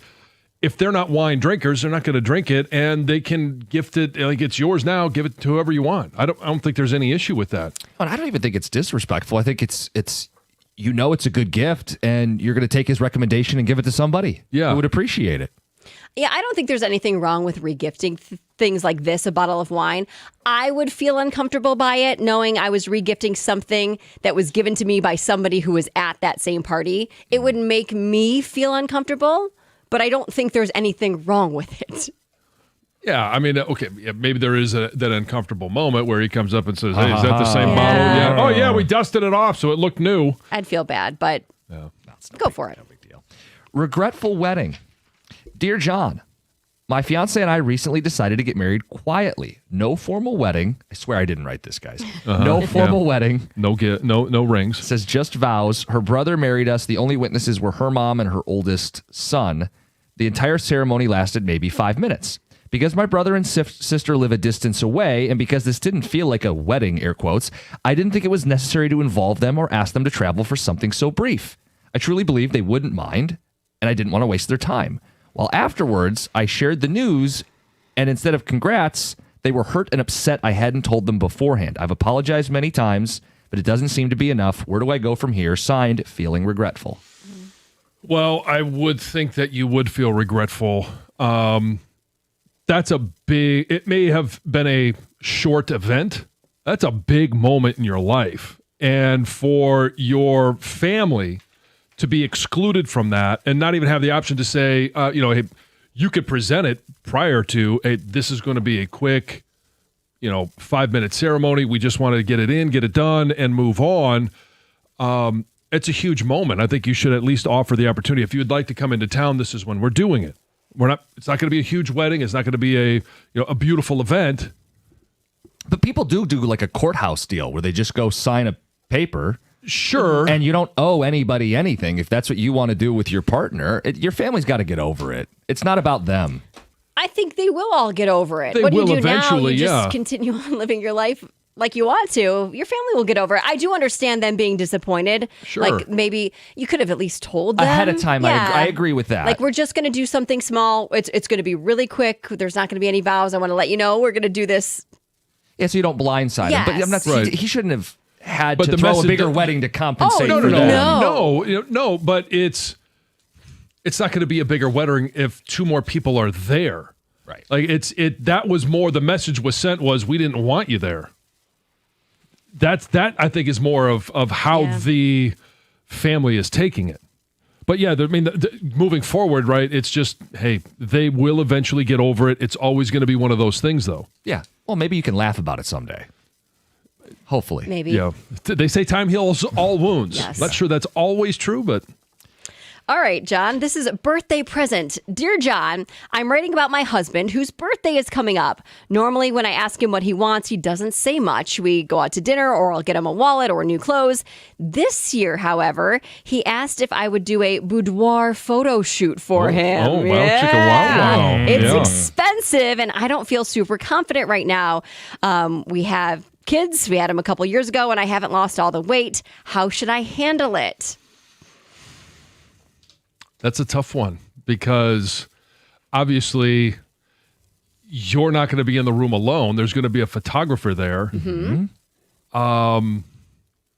Wow. Well, I mean, I guess the initial question is she hot? Is she hot? John. She doesn't feel hot. She does- But her husband thinks she is. Right. Maybe he could be the photographer, But now you're talking. right? Like, why? Like, Yeah. Save why? the money. okay, Yeah. I'll put on this outfit for you and you can take some pictures or just take a picture in your mind. It'll Yeah. last I longer. don't know. Then again, yeah, I don't know. I understand the request. It's a weird request. I don't know. It's a weird request, I think. I think it's normally a Yeah. woman would go do it and then be like, look at what I did, sweetie. It like, normally comes from yes, her. like her Yeah. idea, It's a her weird wanting ask. to. Yeah. It is. Well, Like, then, John, I would yeah, never- But then the dude is going to ask, well, who took the pictures? Maybe. Yeah, but But it's it's a professional photographer Yeah. who does it as a business. No, then I know. But I wouldn't ask as a guy. I wouldn't either. I mean, they had the way that you put it, like that would be unbelievable. yeah. You know, I did this for you, Yeah. and but yeah, I mean, you can ask, but the conversation has to be, I'm very uncomfortable doing this, and then he would say, okay, hey, then don't. I don't want to understand. make I don't you wanna pressure uncomfortable. you. Yeah. Heather, how would you react if you got asked? I would be shocked if Colin asked for this. He would. He doesn't need to ask for a photo shoot. He's got the real thing. Like, it's just ridiculous, Oh, right? boy. Like, he doesn't need the pictures. Right here. All right, we got one more. Yeah. The last one, $5,000. That's a lot of money. Dear John, over the holidays, our in-laws were very generous and gave us a gift of $5,000. Wow. Spend it as we want. My first thought was we could pay off some of our debt. We owe a few $1,000s in unpaid credit cards. It could be a nice reset for the new year. My wife wants us to get out of the cold and take a family trip to Mexico instead. It's her family that gave the money. She wants to do something fun instead of something practical. I think it's a mistake. How should I approach it? So something fun versus something practical. I think with $5,000, you could do both. Good. I really think that, and you should. Life needs to be enjoyed. Not everything has to be practical. And I understand if there is something coming due and you don't have the money for it, yeah, you're going to have to take care of that. And it saves you. And now maybe you're able to save money instead of paying credit card fees. You're able to save money to do something fun. So one can set up the other.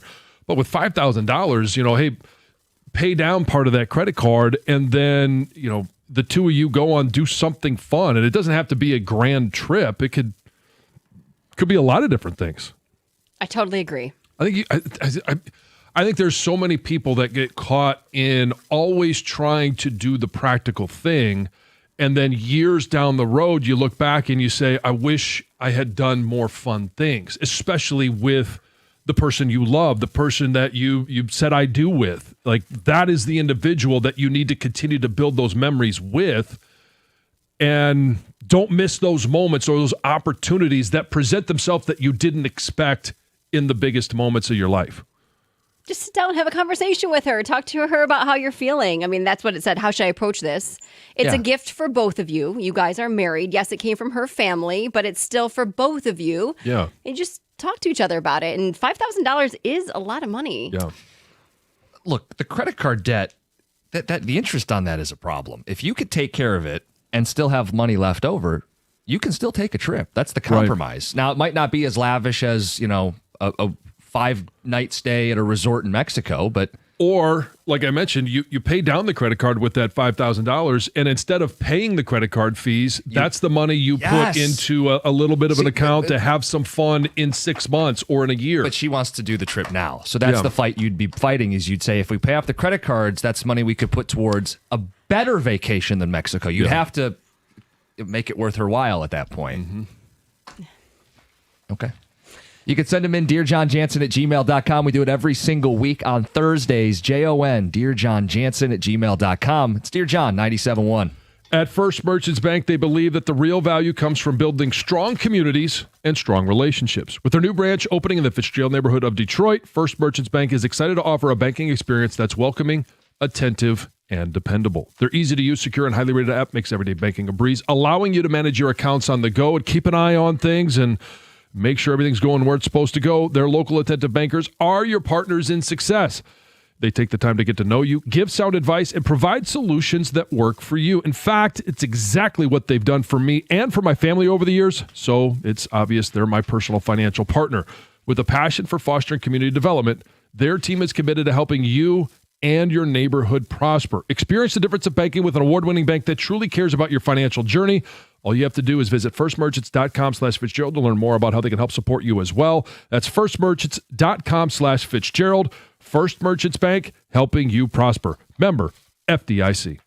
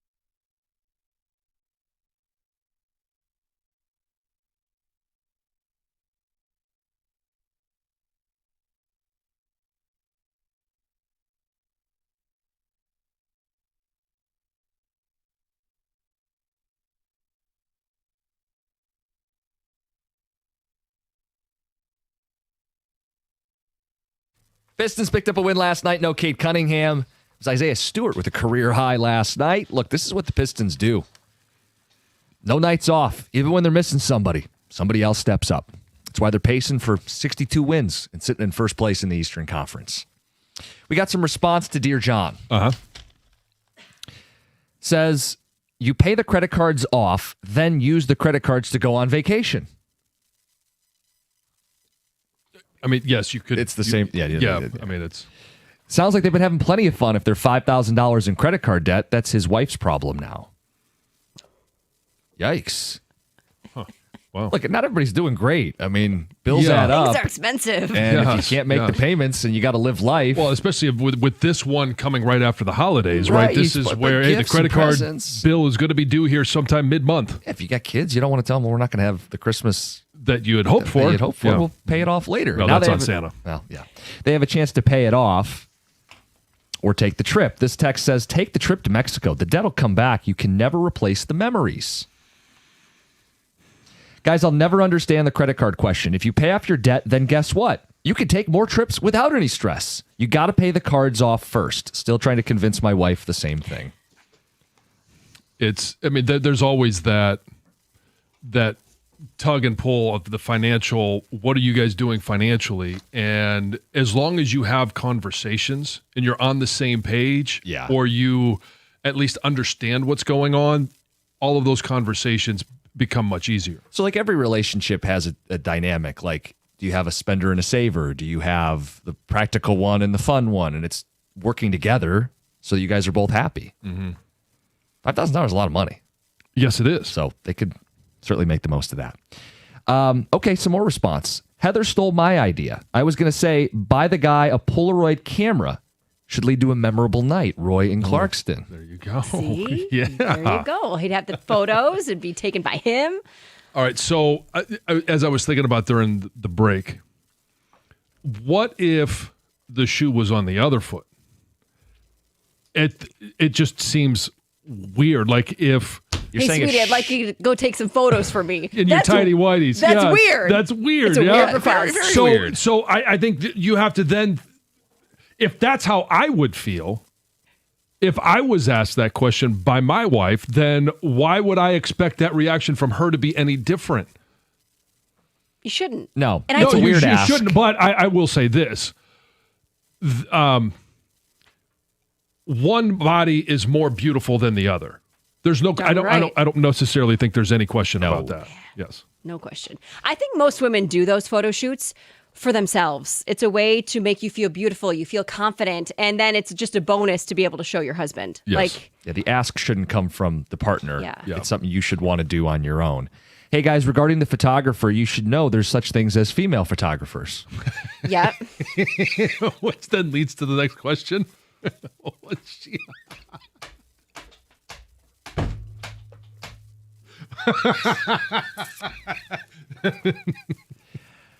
Another response on the wedding. The very small wedding that they regret because the family's upset they didn't know and weren't invited. Yes. Says, I agree with Costa. People elope all the time. What's the difference? Family needs to get over it. Dennis and Allen Park. My wife and I had a small wedding. My uncle, who was a judge, married us, and my aunt was there. My mom and our two girls, that's it. We told everybody about the wedding ahead of time, but said it was going to be small, and we would FaceTime live it. Worked out well, Paul in a truck. Is the difference that you gave him a live heads stream up? it. Yeah. Yeah, the difference Don't is that you spend give the a head money. up, that it's not a surprise. But I do think like you could also say if money is the big issue, that why you want to have this small wedding. I think everybody in your family would understand that and say, hey, if you want to travel in here, we're going to the JOP. If you want to stand on the courthouse steps with us, that's great. But we're not doing a big event. You just want to be in the loop. You want to know. Yeah, you want to know. You don't want to be surprised. surprised. Hey, we got married yesterday. Really? Post on Facebook, just married. Wait, what? That's exactly. When did that happen? Literally yesterday. Anyway, send them in. We talk about it every week. Dear John. For the new year, I can't wait to see what people come up with. Oh, I know. Yes, it's. We always get a little boost at the beginning of the year with some of those emails, and there's a lot of things that have happened over the holidays. new relationships, maybe, family situations. So, hey, send them our way. We got Ross Tucker coming up at 8:02. Get some of his thoughts on what the Lions have to do this offseason, and also preview Wild Card Weekend. John, we talked about it. Wild Card Weekend's going to be great. All these close games, it's expected to be close games, and a wide open field. So we have the college football playoffs tonight, and we have college football playoffs tomorrow night. And then on Saturday, we have the NFL playoffs, again on Sunday, and again on Monday night. There are 5 days of all the best teams at every level of football. And stakes. They're all elimination games. Yeah. Win or go home. And there's no shortage of storylines. Like tonight, Ole Miss Miami, we're talking about Trinidad Chambliss. Can this insane run continue? Without their coach, without half of their coaching staff. The distraction and guys who are working at LSU and all of this. And on the other side is Miami, who's a 10 seed. Is Miami back, right? The fantastic defensive front they have that overwhelmed an SEC school in Texas A&M and Ohio State in the last round. So you have a great storyline tonight. Then tomorrow it's a showdown in the Big Ten, albeit a rematch, but these two teams that are on a collision course, these Neutral juggernauts. site. Yeah. Yep. And Indiana obviously went out to Eugene and won that first matchup. So it's what has Dan Lanning done between then and now to make his team better and more competitive in that game? What is Indiana going to look like as the stakes continue to raise? They've got the Heisman Trophy winner, the Big Ten champs. They beat Ohio State. They beat Oregon. All of these different things are leading up to it. And let's not forget, in terms of the Miami Ole Miss game, the days before the final poll came out, Miami wasn't even in. Right. They were 10 seed, but they weren't even in. It was a final day. Will they, won't they? Yeah, they jumped over Notre Dame, and Notre Dame decided to opt out of everything. Mm-hmm. But you're going to get a great title game either way. Like if it's Ole Miss, it's a great story. If it's Miami, they weren't supposed to be here, or didn't think they'd be here, and then you're getting Indiana, who's undefeated, or Oregon's quest for their first national title. Dante Moore, local kid. Like there's so many storylines. I would love to see Indiana Ole Miss. Me too. I think that involves.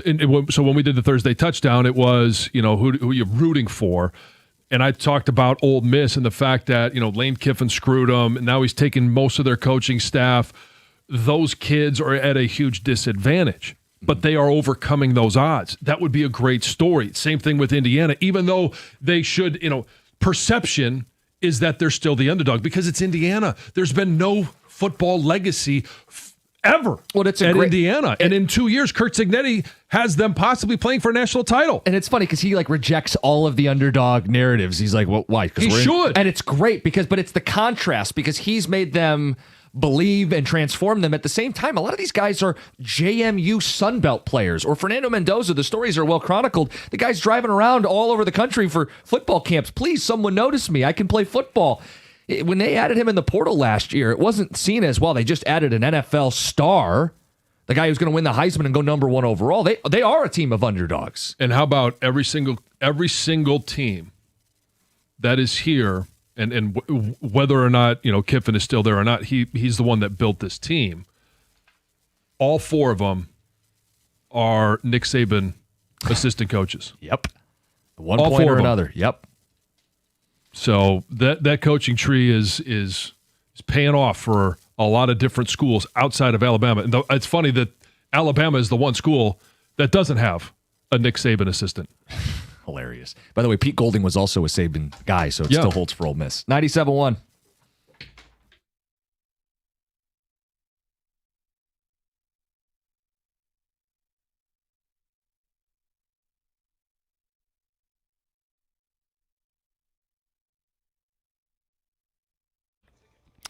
The Pistons blew past the Bulls 108-93 last night for their 3rd consecutive win and 4th in the last 5 games. Despite missing all of their top 3 scorers, the Pistons were able to come away with a convincing win thanks to a career night for Isaiah Stewart with 31 points on 14 of 17 shooting. Stewart's big night was aided by another career-best performance from Pistons guard Danis Jenkins. Jenkins came off the bench for only 2 points but contributed a career-high 15 assists. Without Cade Cunningham and Jalen Duren, the Pistons struggled to find rhythm offensively in the first half. J.B. Bickerstaff said that's exactly what Jenkins remedied in the second half.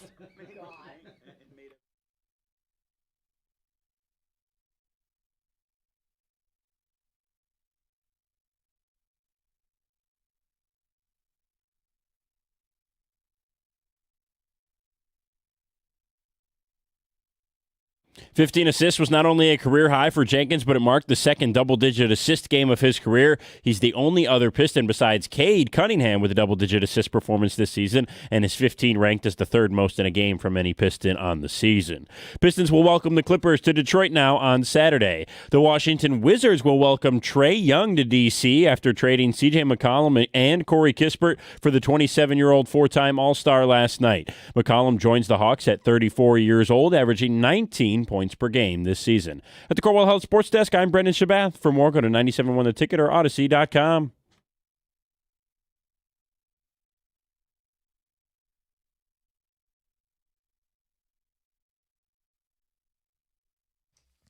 Brad Holmes is going to speak later today, 4 o'clock. We'll carry it live right here on 97.1. Joining us this morning, Odyssey NFL insider Ross Tucker. Check out the Ross Tucker Football Podcast on the Odyssey app or wherever you get your podcasts. Ross, good morning. Morning, guys. How are you? Good. We're doing all right. I'm going to go off the board here just a second. I know we normally talk NFL football here, but who's your favorite to win the national championship in college football? Yeah, I mean, I think it's Indiana. I think it's kind of an Indiana all year. Incredibly impressed, amazed, whatever you want to call it. You know, I keep thinking, okay, this is the game. You know what I mean? Like, when they played Oregon, I thought, okay, you know, they're not going to go out to Oregon and win. I thought they might even lose to Penn State. Certainly did not think they would beat Ohio State in the Big Ten championship game. And I even was curious to see how the Alabama game would go. But those guys just keep answering the bell every week. And it's kind of crazy because a bunch of their players are from James Madison, you know, and came over with Signetti from James Madison. I mean, when I was in high school, James Madison recruited me. So it's kind of crazy. I was 1AA. I was an FCS guy, so it's just bananas to see a bunch of JMU kids and some other transfers, and obviously Mendoza and the whole deal. But you know, I keep thinking they don't have that good a player. They don't have 5 stars, and then every game, you know, the quarterback is awesome. The receivers make ridiculous catches. The O-line's terrific. It's one of the craziest things I've ever seen. Yeah, we're absolutely captivated by it, and they'll play tomorrow. We'll get to the NFL weekend, but let's start with the Lions. They've got an offensive coordinator opening. What should they be looking for? Well, by the way, first, tonight's Ole Miss Miami, right? Yes. Mm-hmm. All right, so I think my one nephew is 3 years old, so we're all rooting. I hope we're on the same page on this up in Michigan. We all need to root for Miami tonight. Oh, whoa. No, I'll tell you why. Listen, I like the Ole Miss story. It would be hilarious. Either way we win, okay? If Ole Miss wins, it's kind of like, oh, really, Lane Kiffin? You couldn't win a national championship at Ole Miss, but these guys are playing better without you? Yeah. If Miami wins, I'm going to post on social media that the SEC has not been in the national championship game since my nephew was born. I like that too, Ross. Yes, that's a good point. I Good can accept recovery. that as well. Yeah. When's the last time the SEC was even in the game? It hasn't even been in the Ross, game in 3 years. It's crazy. We talked to you a little bit about it last week. We got the varsity up here in the north, and we got the junior varsity in the south. So let's get back the to Lions. the OC. What should the Lions be looking for, and who do you think's at the top of the list?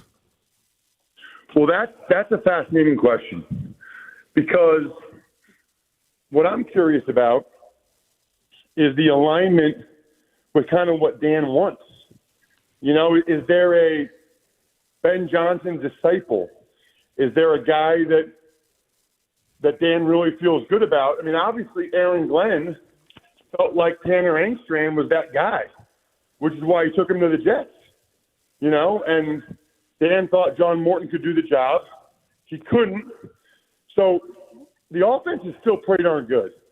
And Jared and Amon-Ra, like I don't want to bring somebody else in that's totally revamping what they've done. I mean, I want to try to build on, you know, what they've done the last 4 years, you know, under Ben Johnson, and then even a lot of good things this past year. I know it wasn't quite the same, and injuries were part of that. Certainly the offensive line taking a big step back was part of that. But I'm not looking to bring somebody in that's totally bringing in a new offense and making these guys start from square one. So, you guys probably have the candidates in front of you better than me, but I want someone that's kind of from that Ben Johnson tree, if you will. Yeah, I would agree. And the question is going to be, how do they find it? How does he ascertain if this coach, whoever it is, has those qualities like he sees in himself and obviously like he saw in Ben Johnson? Well, and part of that, Ross, is does Dan want to call plays or does he want to hand it off to someone to do what Ben Johnson did, right? That's going to be part of his decision. Well, that's a huge part of it because if you are a coordinator candidate, it's funny because I was on with the guys in Kansas City yesterday, the Odyssey station in Kansas City, and they said, well, how attractive of a job is it in Kansas City if you're not actually calling the plays? And I said, I don't know, man. I still think it's pretty attractive because think about how many head coaching interviews Eric Bieniemy got. Nagy got the Bears job, and now Nagy today and tomorrow has 3 head coach interviews. So if you go somewhere good, if you go somewhere where they're doing things right and impressive, you don't really have to call the plays in order to get head coach interviews. It probably helps, definitely helps, but it's not a mandatory thing. I'm sure there will be some coordinator candidates that won't be interested if Dan still wants to call it, but there might be others that say, you know what? They took a step back last year.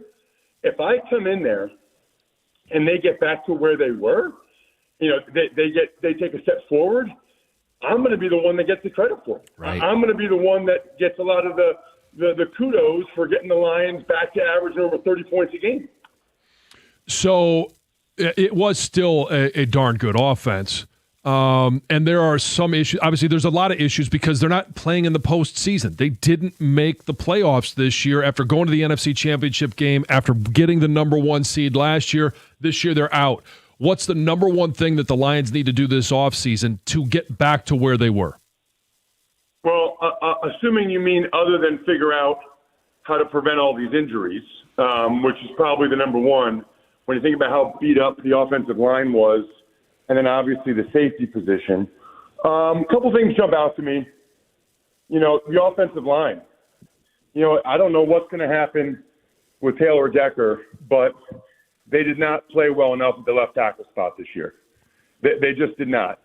I do think, Ratledge and Mahogany are going to be fine at guards.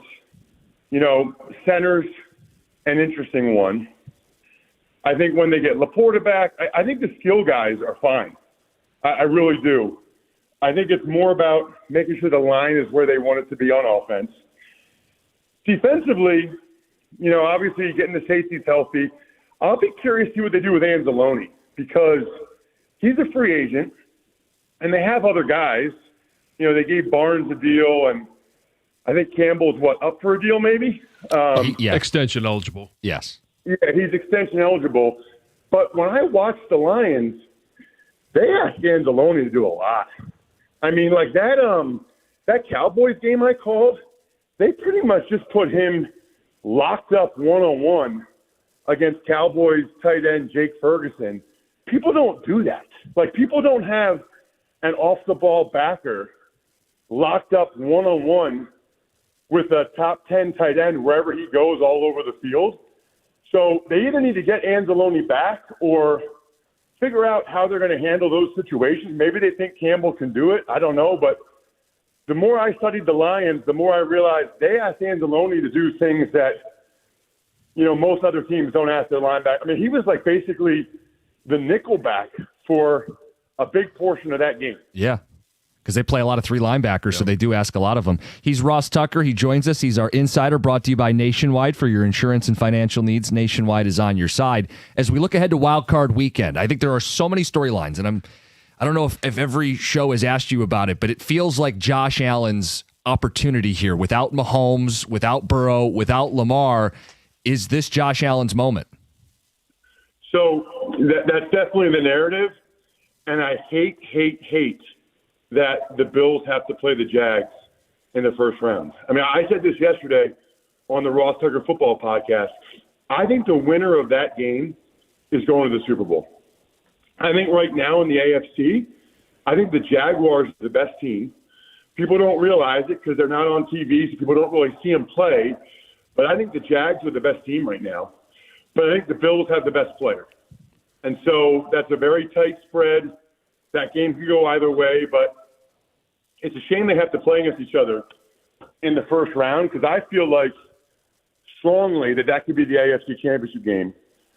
And think about whoever loses. Like if the Bills lose, it's, oh, my gosh, do they fire McDermott? And even without Burrow and Lamar and Mahomes, they couldn't even win a playoff game. Meanwhile, if the Jags lose, everybody's going to say, see, I told you the Jags weren't good. See, I told you the Jags were frauds, without realizing that they're actually a really good team. So I'm picking the winner of that game, the Sunday 1 o'clock Eastern game. The winner of that game, I think, is going to the Super Bowl. Let's shift to the NFC and just talk briefly about the Bears and the Packers. The Bears, we saw them obviously last week. A lot of people talk about they get down early. They've been able to come back. They weren't against the Lions. Is this run over for the Bears, or are the injuries that the Packers have suffered too much for the Packers to overcome? Yeah, I think it's a toss-up game, but I lean Packers because it's a short week.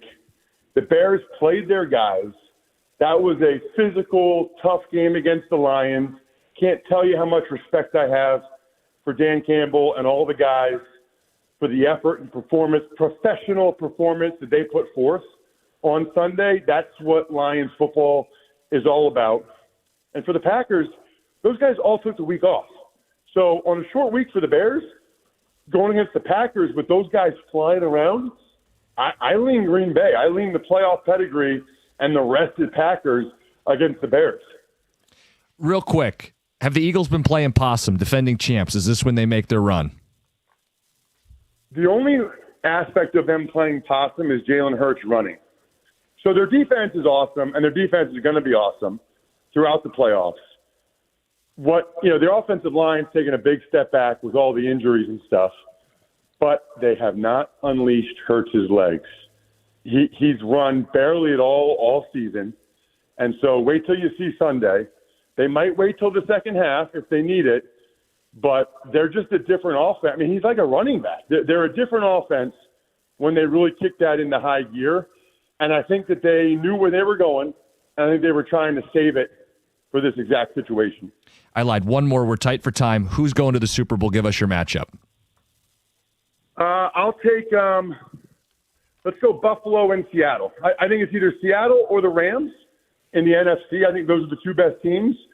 Seattle looked awfully good the other night. Man, I love the way they fly around. I'll take Bills Seahawks in the Super Bowl. He's Ross Tucker, Odyssey NFL Insider. Check out the Ross Tucker Football Podcast on the Odyssey app or wherever you get your podcasts. We'll talk again next week, Ross. Thanks. Thanks. Sounds great. See you guys. Hey, coming up next, we have some audio that we want to play for Tom Milliken. He doesn't know about this. He's making a face. It's next, 97.1.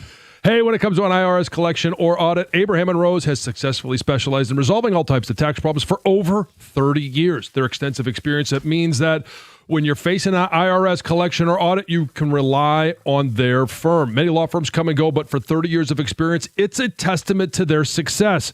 Their experienced team is ready to evaluate any underlying federal or state income taxes or payroll taxes. All you have to do is visit abrahamandrose.com or call 248-539-5040 so you never personally have to deal with the IRS.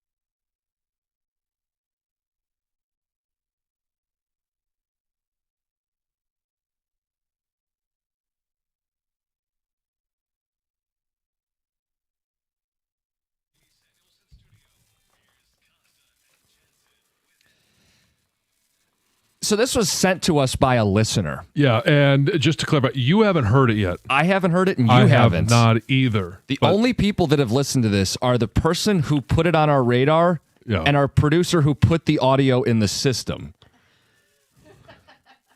So, yeah, it'll What be... are you guys doing here?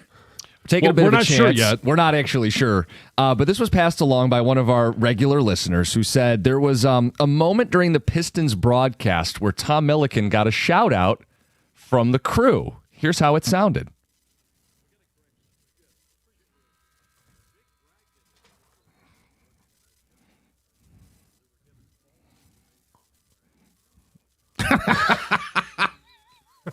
As usual. As usual. Rick is so great. I love him. They are right. I gave them false information. We've had some significant scheduling challenges around here for a super variety of reasons, and I sent Mark a list before I found out that Jenny wasn't coming back for another week. Per usual. And the stack is just so high of things, I forgot to remind him that it changed. And now I'll have to do that for, when do they play again? Tomorrow? Yeah. That's so I can't remember how it was sent to us. Obviously, it was on Twitter. It was Tom and Flat Rock. Tom. Okay, Cavanaugh. yeah, and it was 7:20. They even time stamped it for us. 7:22 p.m. Pistons broadcast. They say they were given bad information by Tom Milliken. As always, would be a great addition to the drop board. Now I don't know if we're going to necessarily put that in the drop board. Yeah, but it's a nice little surprise this morning. You know, make one mistake and all across the other state. 81 games times how many seasons? Anyway, they had some fun with it. I'll take it. I love. Champion is has a different sense of humor. Rick is fantastic. Rick's awesome. Yeah. So we got Thursday Touchdown coming up at 8:35. We're going to have a conversation about Brad Holmes. He's speaking with the media today at 4 o'clock. We'll carry it live on the station. But we want to know about, is this a bump in the road or is the window actually closed? I think some of what he says today will help that answer. But we want to talk about that at 8:50. John, you have been, obsessed is the wrong word, but you've been very interested in what's going on with Damon Williams at Washington. We have a couple minutes here. Do you want to just set this up for people and what's going on? So everything in college football, because the transfer portal is open right now, is bizarro world. There are no rules.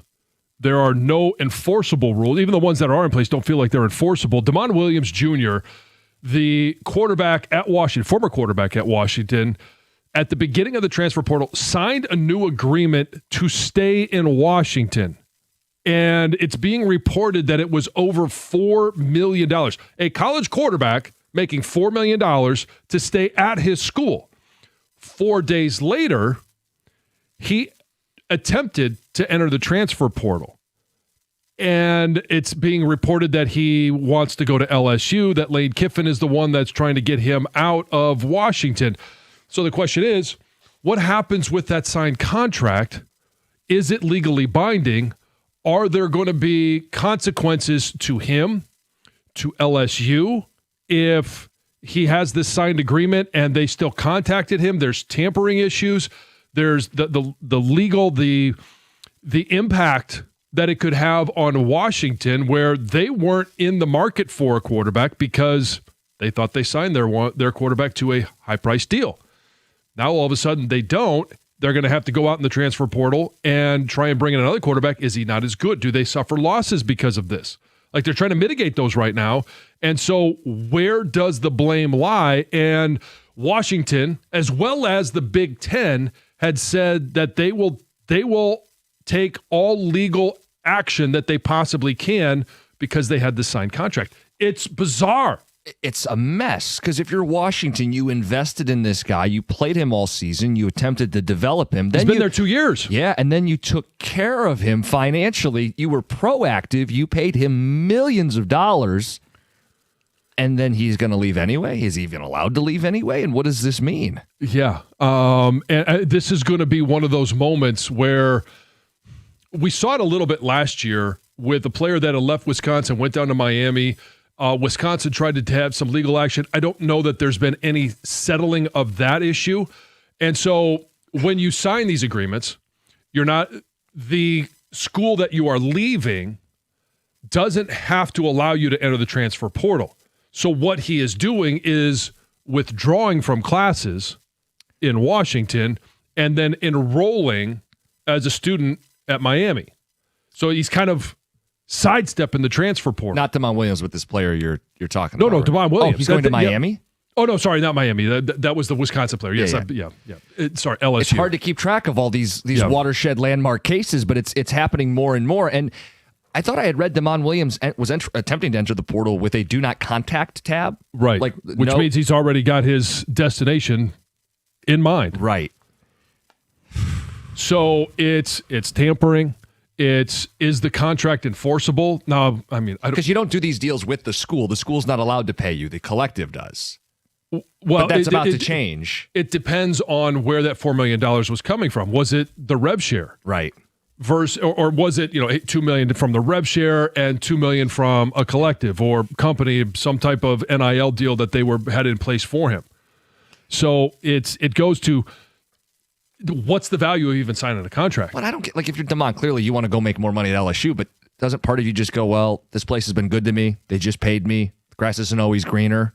Or is it, hey, there's from the guy that says, hey, go get paid? Well, I'm asking, once you've signed a contract. No, trust me. Yes, you sign a contract. I think I'd have no issue with the wandering eye during the portal. That's what it's made for. But once you've made your decision, signed on the dotted line, and got compensated millions, you've made your choice. Right. And I mean, so I'm good with the handshake. Yeah. But this one actually was signed on the dotted line. It's a mess, fiasco.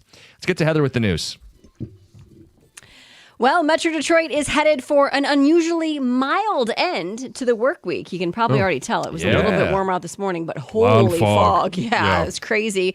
Temperatures are expected to surge to near record levels by Friday. So highs Friday across Metro Detroit are forecast to reach the mid to upper 50s, running about 20 degrees above normal. So the average high for January 9th is 33 degrees. And obviously, it's going to be much warmer than that. The record was set back in 1949 at 55 degrees. So we could get right there. Today is going to remain mostly cloudy during the day. Highs reaching the upper 40s to around 50 degrees. Some rain is expected to arrive late tonight, remain maybe into Friday morning. It will cool down on Saturday and Sunday, low to mid 40s, more chance of rain. And they say by Saturday night into Sunday, it could get cold enough for some light snow. So warm up, then cool down. Pretty wild. Yeah, there's a Kroger in Orient Township that's closed, and it's closed temporarily due to mouse poop found throughout the store. Something you don't want to see while you're shopping. But if you show up to the Kroger on Baldwin, you're going to be hit with a sign that says the store is closed. Apparently somebody called and complained early December. An inspection was done. They found mouse droppings in multiple aisles. The pet food aisle, the bread aisle, other trying to sections. send a message to all those cats. Yeah. The store was given until December 30th to address the problem, but failed to meet that deadline. So now it is closed at least through this week. People say, obviously, they've got a lot of thoughts. They're grossed out by it. They're kind of scared to go back. Not scared, but maybe I'll avoid the store for a while. Others aren't worried about it. They say, things happen. It sounds like the store is doing what it needs to do. They are working with a pest control company. The state has also confirmed that. They say they've implemented strict sanitation protocols, and they're looking out for everyone's safety. Just saying, if you close the doors, give Roomba a night, he'll go through it and he'll catch those rats. Yeah, bring them home to you. Yeah, exactly. No thanks. I don't need him to come home. A 36-year-old Lincoln Park man who was shot by police over the weekend after he charged at them with a box cutter has been charged. Stephen Strickland was charged with felonious assault and resisting a police officer. Officers say when they found him, they commanded him to drop the weapon. They also used a taser and a shotgun with non-lethal ammunition, but it didn't really deter him. They say he started to approached the officers, and an officer opened fire, striking him in the arm. He is expected to be arraigned on charges Wednesday. Oh, I guess he maybe already was Wednesday afternoon. Yeah. Finally, flu cases. We've talked about this are Soaring. on the rise. They're rising rapidly in Michigan, and pediatric hospitals are really seeing a massive influx in their intensive care units, especially, obviously with children. Some are struggling to breathe or on ventilator support. You can look at the map the CDC has provided. It shows that we are at the high risk level in Michigan. It estimates that there has been at least 11 million flu cases as of Saturday, December 27th, as well as at least 120,000 hospitalizations and 5,000 deaths. And this is nationwide. They're surging, but particularly high in Michigan.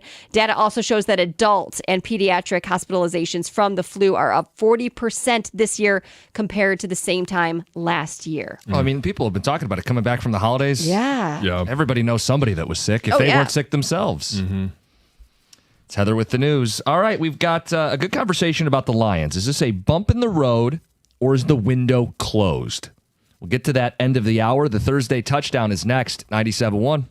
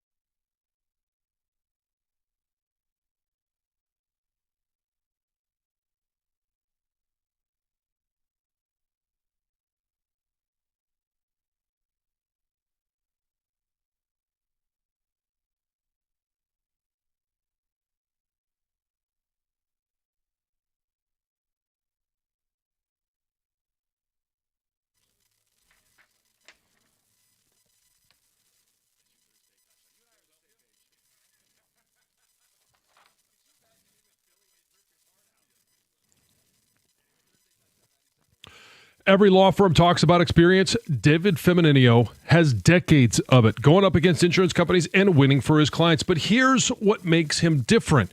He knows the only experience that really matters is yours. When you're in a car accident, you care about your well-being. You want someone who's going to listen to you, someone who works hard for you, and someone that's going to get you paid.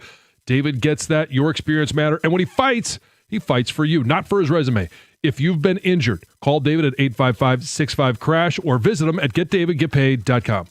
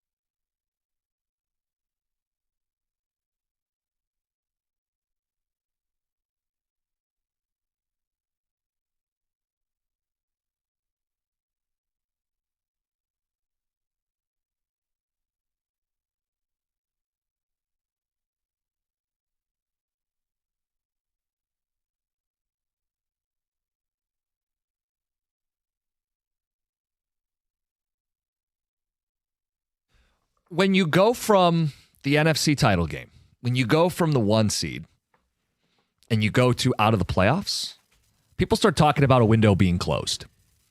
Is the window closed or is it a bump in the road? I don't think the window is closed. It doesn't have to be. You've got a top 10 quarterback. They've got studs at key positions, tackle, edge, middle linebacker, running back, wide receiver. They've got a nucleus. The window doesn't have to be closed. Now, I'm very curious to see how Brad Holmes approaches this, what he says today, and more importantly, what his actions are. But, John, it doesn't have to be closed.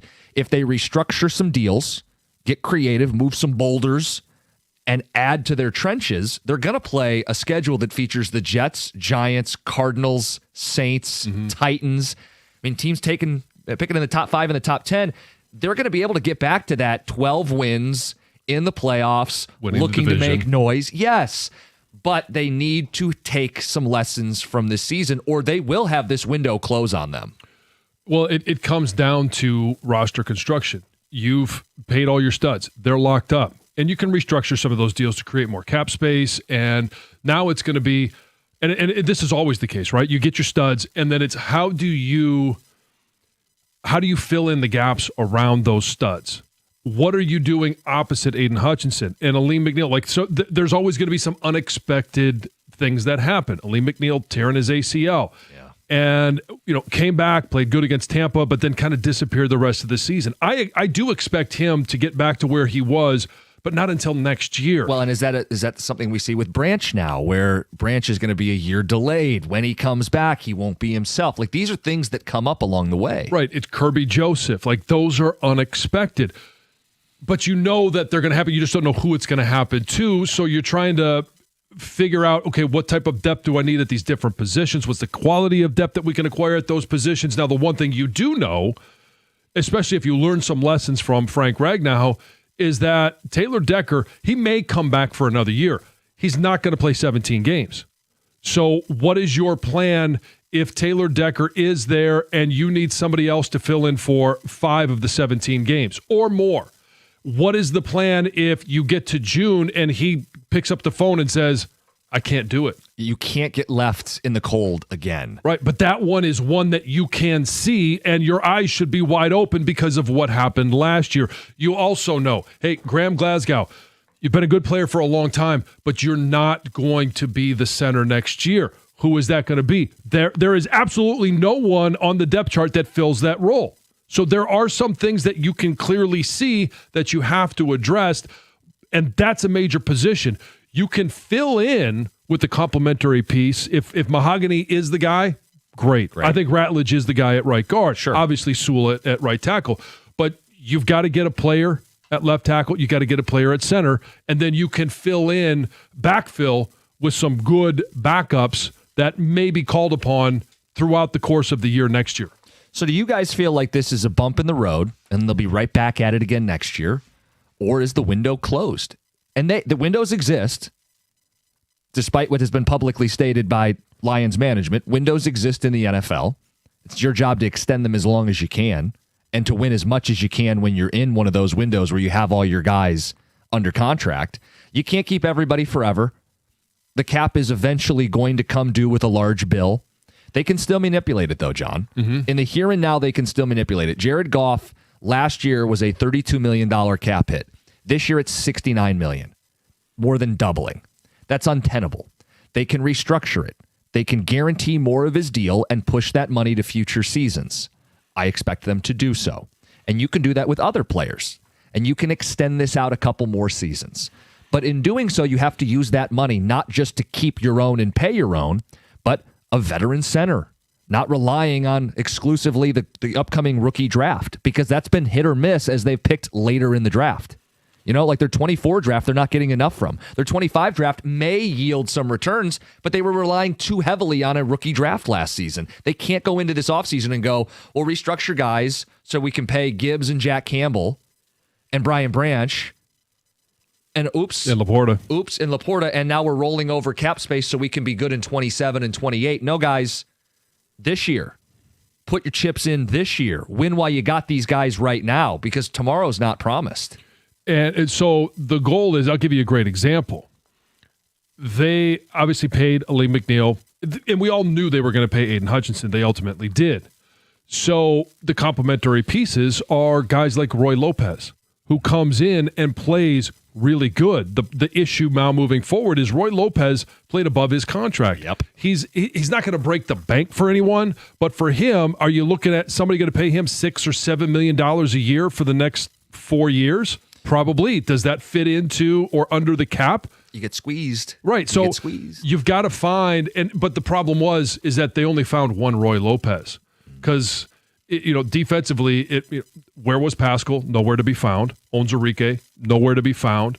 Davenport. Okay, he may have been out there for more games than he has been in the previous years, but nowhere to be found.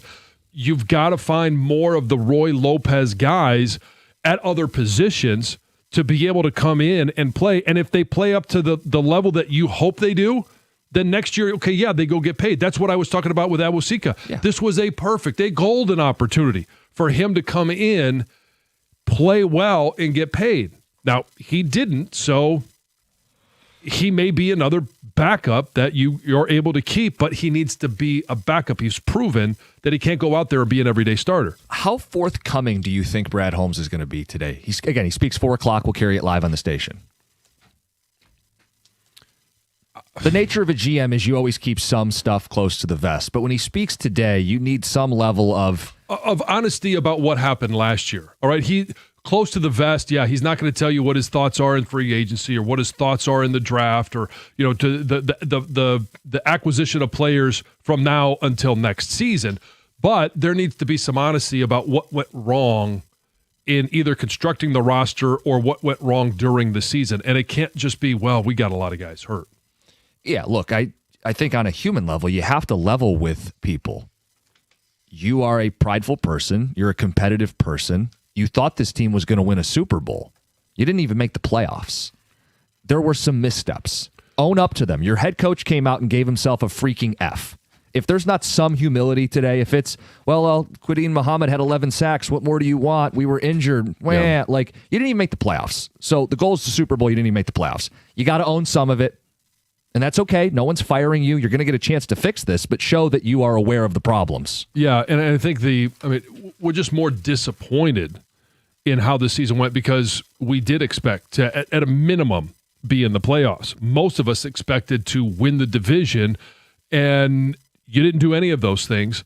And we're disappointed because I think everybody does believe that Brad Holmes is a really good general manager, that Dan Campbell is a good head coach. So now you've got to go out and find a way to get better. Dan said it. Yep. And now we need to hear it from the general manager. Yeah, not the press conference from 2 years ago where you're calling out media members by name and cashing receipts. I would expect a different tone. I would hope for a different tone today. And I would hope that he would understand the fan base by now. This is an educated football fan base. So don't just give us the cookie cutter answers. And yeah, if you want to give team sack totals, cool. Let's look at time to pressure. How long did it take for you to impact the quarterback down in and down out, right? So there's a lot to talk about with Brad. We want to hear from you guys. Is the window closed? And what do you hope to hear from Brad Holmes when he speaks later today? What's a question you'd ask? 97.1.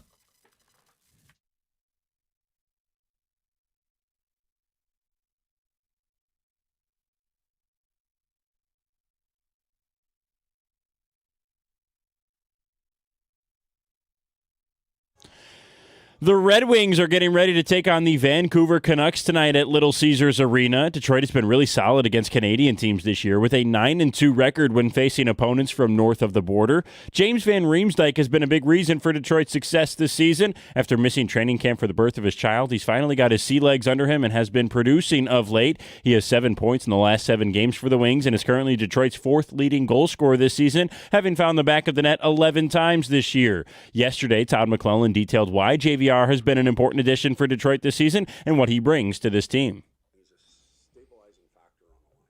May not be the fastest guy, but he knows who he is.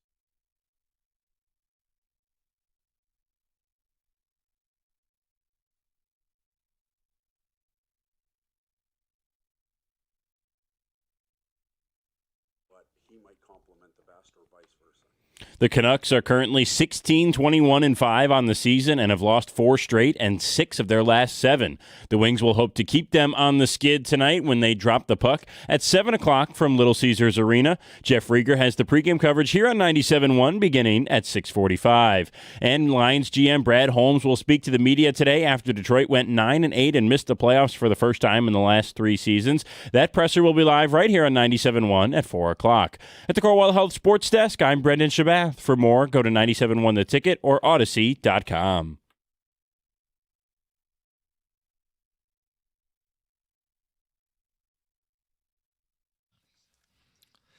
Yeah, I think that's another way of attacking this. Is like, what would you ask? What do you want to hear when Brad Holmes goes to the podium today?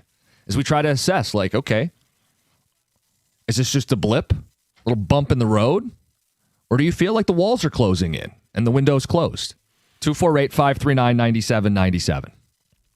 Some of the early responses on text. Window will be closed until they move on from Goff. John is rolling his eyes. That's the appropriate response. Yeah. Come on. He is a top 10 quarterback. And what's easier, finding a top 10 quarterback or adding a guard or a center or a tackle? Or all three versus finding a starting quarterback. Yeah. Man, I don't understand. They could not run the ball well this year. They didn't protect him well. He was sacked the most times in his career, and it's not like he was a stiff. No, he had one of his better years in terms of yards, touchdowns versus quarterback interceptions. Rating, all of it. So we know what the guy looks like when you protect him. Do we not remember them winning playoff games? Well, yeah, and he was a finalist for the MVP last year. I know. Guys, the window's currently closed. They need a tackle, guard, and center, defensive tackle to replace Reeder, linebacker, corners, safety depth, and decide who helps Gibbs. So it's not going to be as difficult as I think people think to replace DJ Reeder. Like, what type of impact did he have? Yeah. I mean, some of that is you have to bank on a second year. I'm more worried about Roy Lopez than I am DJ Reeder. Yeah. Some of this is second year for Tyleek, second year from the ACL from Aleem McNeil, and you can't solely bank on it. I would like to bring Lopez back if possible or replace him in free agency. They will need some external guys. Like when you talk about tackle, guard, and center, I think I'd like a veteran center, whether it's Tyler Linderbaum or McGovern from the Bills, some guys who are set to be free agents that play the center position. And tackle, you probably need to be a year early, even if Taylor Decker comes back. And he says, who helps Gibbs? What do you think happens with David Montgomery? Because I was looking it up. They could cut him and save $4 million, but if you have to use that money to go sign somebody else for another battering ram running back too, you probably just keep David Montgomery. Keep him. I would imagine Graham is a cut candidate if he doesn't out and out retire. There are ways to free up some money, and they're going to have to be more aggressive than they've been willing to be. I think that's the key, right? Like if Brad Holmes comes out today and he's like, what are you guys talking about? We're like a game away from the playoffs. I don't need to make any wholesale changes. Yeah. Well, then I would worry about the window starting to close, John. Because without them taking a crowbar and prying it open, that's the way it's headed. They've gone backwards 3 straight years. Yeah. 248-539-9797. Hank Fraley got a lot of credit 2 years ago, guys, for the offensive line, but not nearly enough heat this year for guys not developing who we needed to be replacements. That's from Matt. What do you make of that? Well, we saw Giovanni Manu for, one game? And then he was hurt the rest of the year. Mm-hmm. Now, is it on Hank because Tristan Colon is just not a very good player? I mean, like, I don't know what more you're going to get out of him or Awosika or anybody else that filled in. I thought Miles Frazier, actually, when he went in, played well. Mm-hmm. Mahogany, when he was healthy, I thought he played, as a second-year player you would expect to play. Tate Ratledge got better throughout the course of the year. Yeah, so guys with the ability did get better. Guys without the ability, you kind of throw up your hands and be like, this is what it is. They're just not good enough. Yeah, I mean, I would defer to you more on this, obviously, but the way I look at it is young players on the offensive line are going to get better. They were just asking too much of young, unproven players this season. Like, they may blossom into good players in the next couple seasons, but they're not. The Lions aren't a developmental team anymore. They're supposed to be contending for a Super Bowl. So when you count on too many of the question marks, there's only so much you're going to get. Yeah, but I mean, I'd still go to, in terms of coaching an offensive line, did Tate Ratledge get better throughout the year? Yes. When Mahogany was in there, was he getting better throughout his time? Yeah, I mean, the end of the year, yes. he came back and didn't look very good, but I don't know if he was still dinged up and gutting it out. Right. Yeah. But Owosika, Cologne, have those guys reached their maximum? Have they reached their ceiling? Yes. Graham, another one of those guys, yeah. Graham just reached his ceiling in terms of age. I know, he's what he is. But that's what I'm saying is it Hank's fault? And maybe to a degree it is. I'm not trying to take the heat off of him. It's his position group. But how much of it is it Brad Holmes, who said, hey, I need you to keep up the play you got from Ragnow and Zeitler with a rookie and some vets who have been tapped out? I mean, isn't that more on Brad asking Hank to whip up something delicious with limited ingredients? Like if you gave Hank 2 or 3 years to get this offensive line up, that's a different story. But when you throw it all on him in one offseason and say you got to replace 2 veterans up front, it's not a wonder to me or a surprise that even if those guys are getting better, they're just not good enough right now. Yeah. 248-539-9797. We both think that this is not a window that is shut, but a bump in the road. Yeah, I 100% think it's a bump in the road because while Branch, when he comes back, I think he's going to be just fine, but he may not be the same player where you saw him play nickel, you saw him play corner, you saw him play free, you saw him play strong. Like, he's probably going to be in one position. He's probably going to be that strong safety position. I think the bigger question is, what are you doing with the other safety?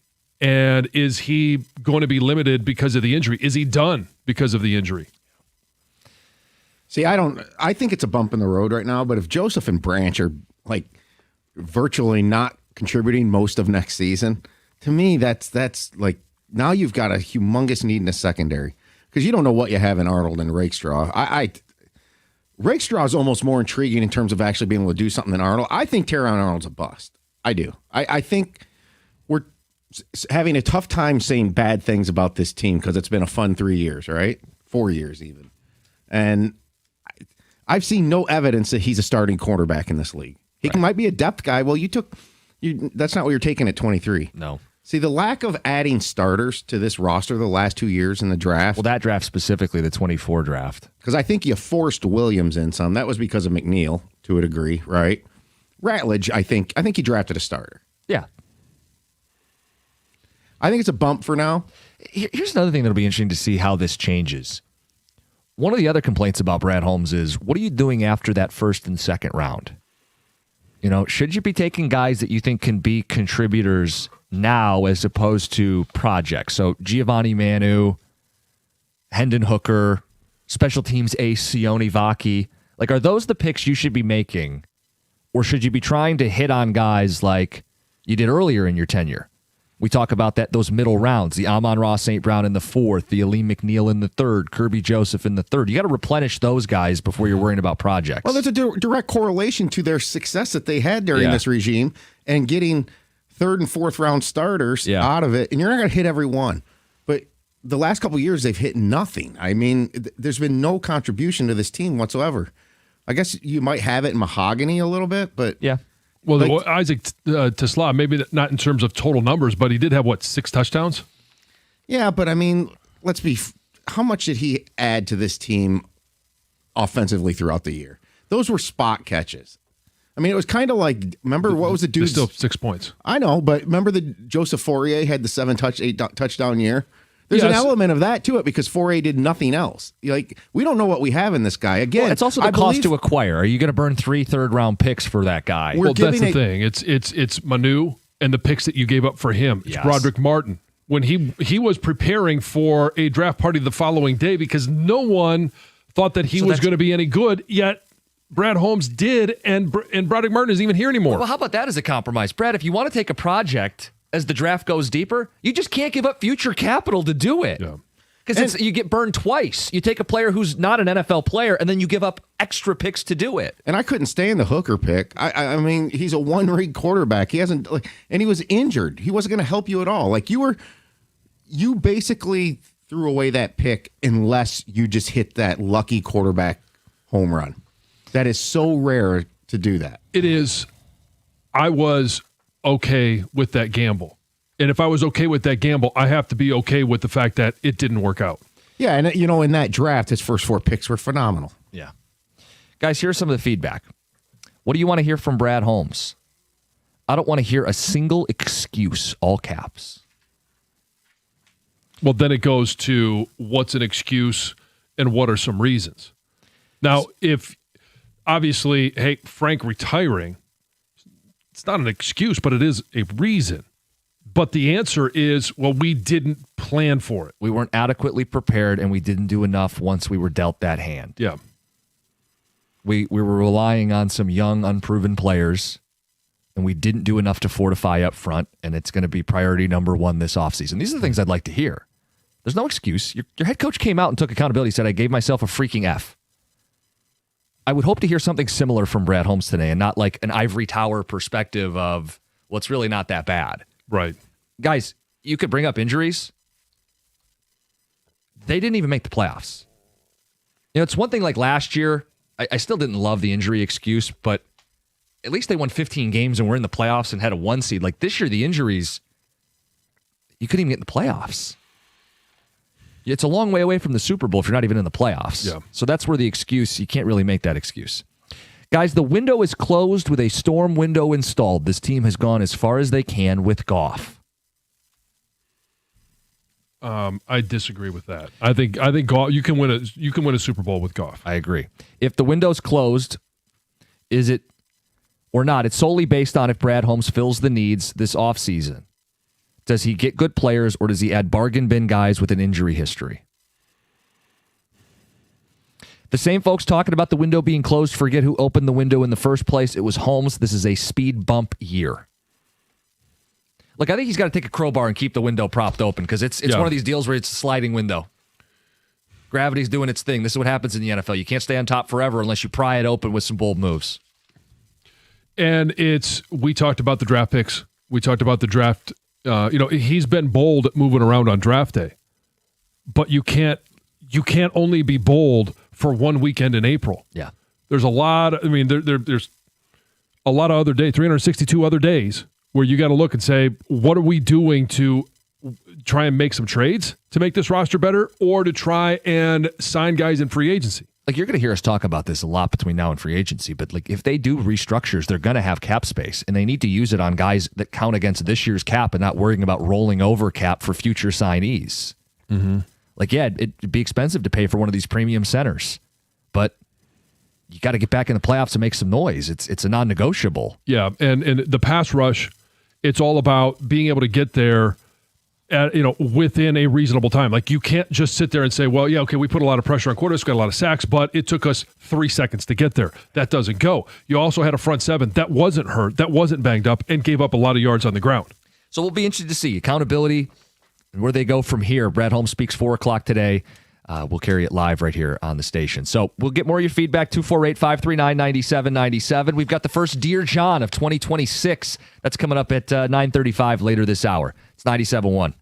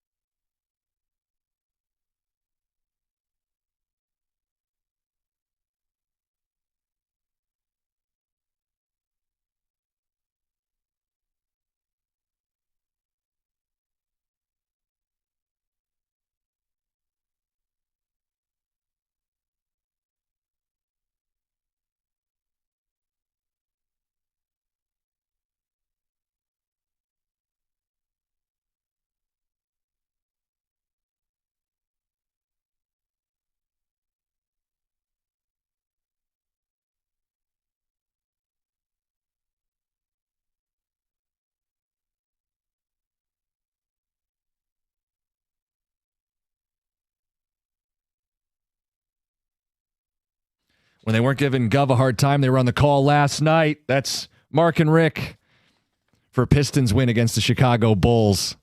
No Cade, no problem. Isaiah Stewart stepping up with a career high. 31 info, points. no problem. Yeah. Some of the response on what do you want to hear from Brad Holmes today, and this question about is this a bump in the road or is the window closed?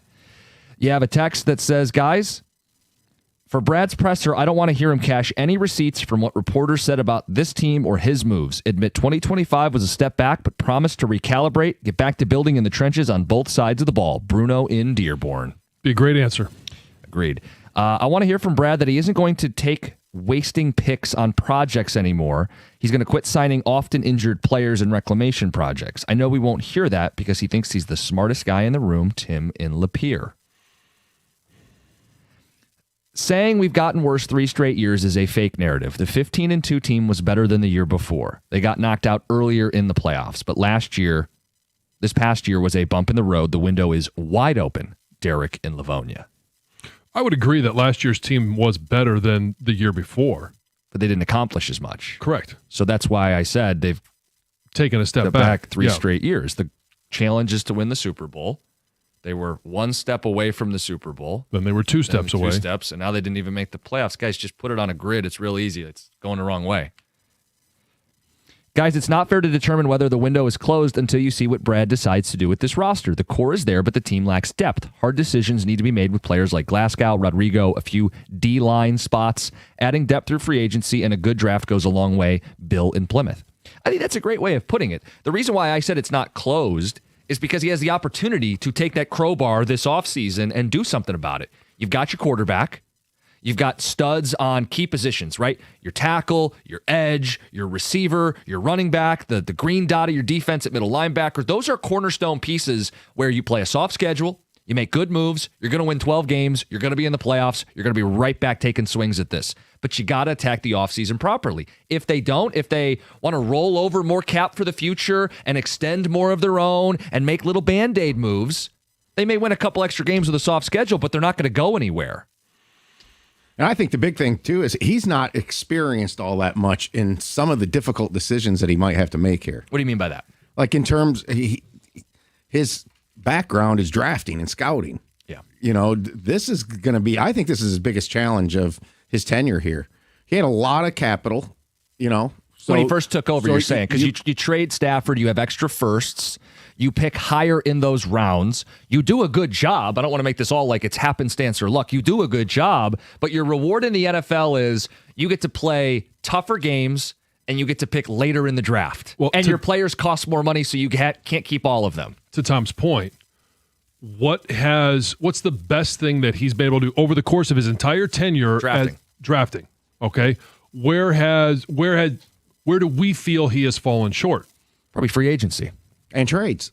And free agency trade. Player acquisition outside of the draft. Pro side evaluations. Yeah. Like I'm living in a world personally where if I can get something of value for JMO, I would do it. Because if I'm him, I believe in that receiver I drafted last year to step in. You got to see, these are difficult things to consider. See, if you're him, you have to consider them. Well, so there's a couple things just to point out, and I don't have it in front of me, but I'm pretty confident. I know Aleem McNeil and JMO, and I think Kirby Joseph all have a higher dead cap than their upcoming cap hit. So any trades or cuts, you will pay them more to not play for you than to play for you. This was always the thing. When you paid these guys early, you had to be right because the first few years where their guaranteed money is there, they're your dudes. Like JMO's their guy. Yeah. Aleem McNeil's their guy. Kirby Joseph, wonky knees and all. He's got to be their guy. They made those decisions already. That's the bed they have to sleep in. And you know what? He bet on himself doing that, right? And yeah. You could argue 2 of the 3 are bad. I think you could argue all 3 are bad, personally. It wasn't necessary to do it. The only way it's necessary is if Aleem McNeil was in the last year of his deal, and he signed an extension. And at that time, I think we all looked at it and said, that's a good extension. So the counter without argument, being able to see. Right, the counter argument was they could have let that year end and then pay him more in free agency? Yeah. Yeah, or let him walk and you draft his replacement. You can't keep everybody. It's one of the great things that the Philadelphia Eagles have done with Roseman. They know when to let guys go. Who went to Arizona last year? I can't even think of the passer. Sweat. I made the comparison. He was like Larry Brown from the Cowboys years ago that made all this money because of his playoff performance. Where's he? Right. What's he doing? Yeah. How'd he help Arizona? Oh, his coach got fired. Well, they also lost Milton Williams, who I thought played well for the Patriots. But the point is, it's not like the Eagles' defense fell apart. They just rolled another stud into the front seven. Or added at the trade deadline. Now, he didn't do much. Right. And now he's a free agent. Yeah. Guys, bump in the road, but my main concern is the offensive line. If Graham and Decker retire, what will Brad do? The draft, free agency, both. We have to rely on a young offensive line. That is the concern. Well, if Decker retires, yes, what will Brad do? I don't think you're sitting there waiting at the edge of your seat to see if Graham retires. You shouldn't be. No. All right, let's get to Heather with the news. Well, there are several local restaurants that are feeling the effects of customers downsizing their orders. Specifically, Tanya's Pizza in Royal Oak says that customers are ordering smaller pizzas with fewer toppings. There's another pizza shop just down the road that's also saying they're noticing the same thing. People are not buying the large pizzas anymore. They're going for the smaller options. And a lot of it has to do with how expensive pizzas are, the cost of them.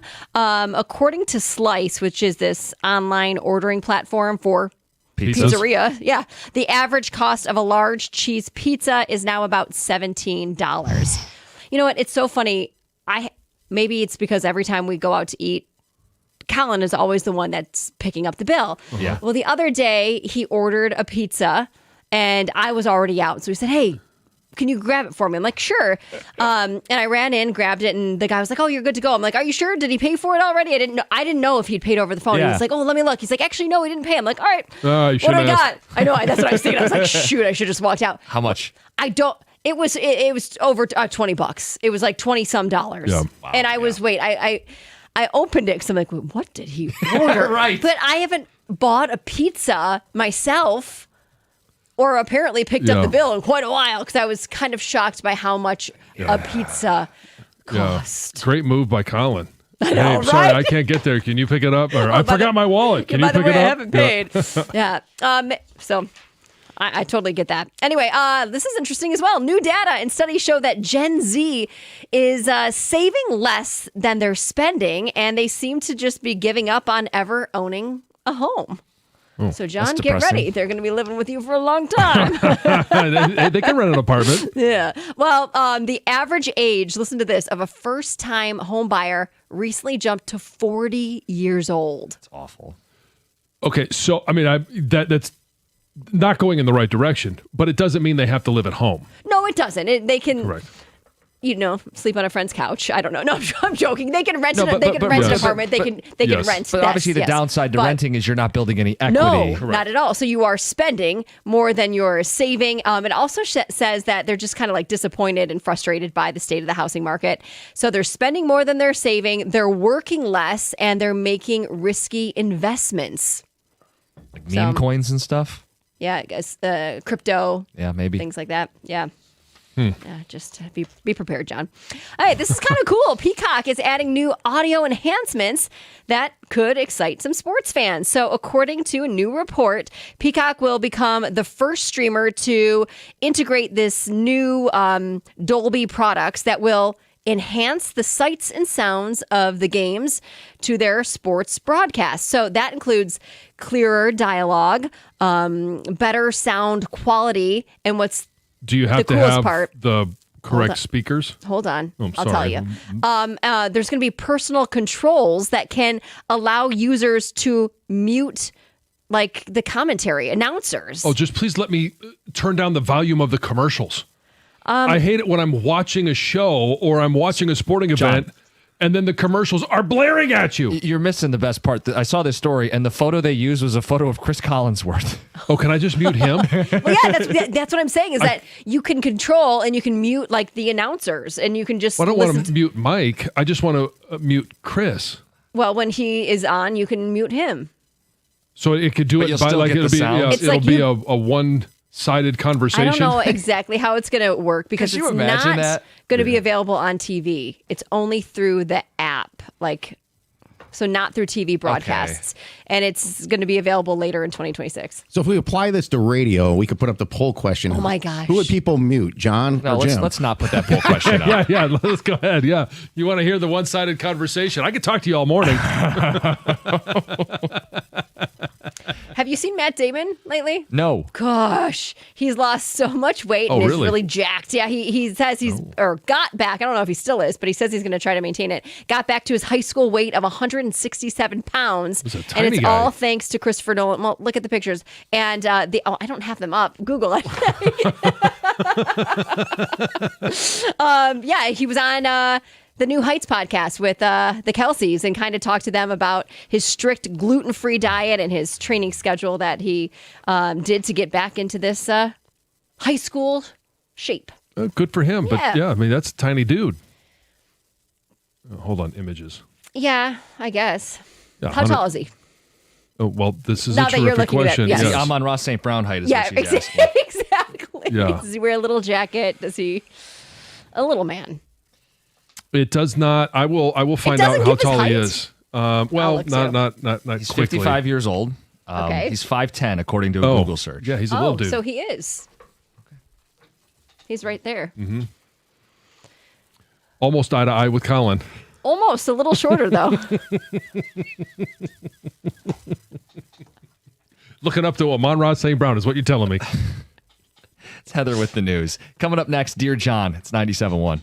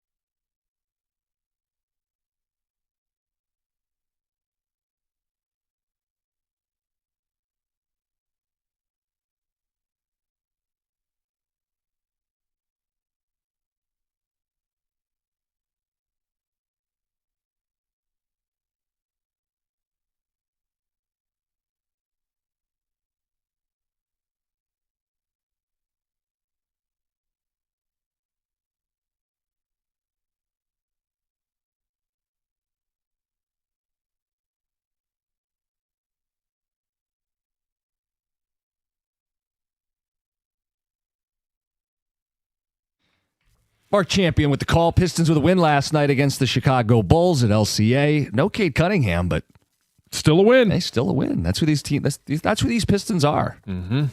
Isaiah Stewart, the big standout performance, career high, 31 points. Always having someone step up. Yeah, look, and that's the difference. The Pistons haven't had a lot of 60-win teams in the history of this franchise. Only twice. They're on pace to do it a third time. I think they had teams that were good enough in previous eras, but teams didn't take nights off. The Pistons are going to win a lot of games because they don't take nights off and the other team does. Mm-hmm. The Pistons are 6-1 on back-to-backs. That's a great, stat that reflects that. Most teams lose.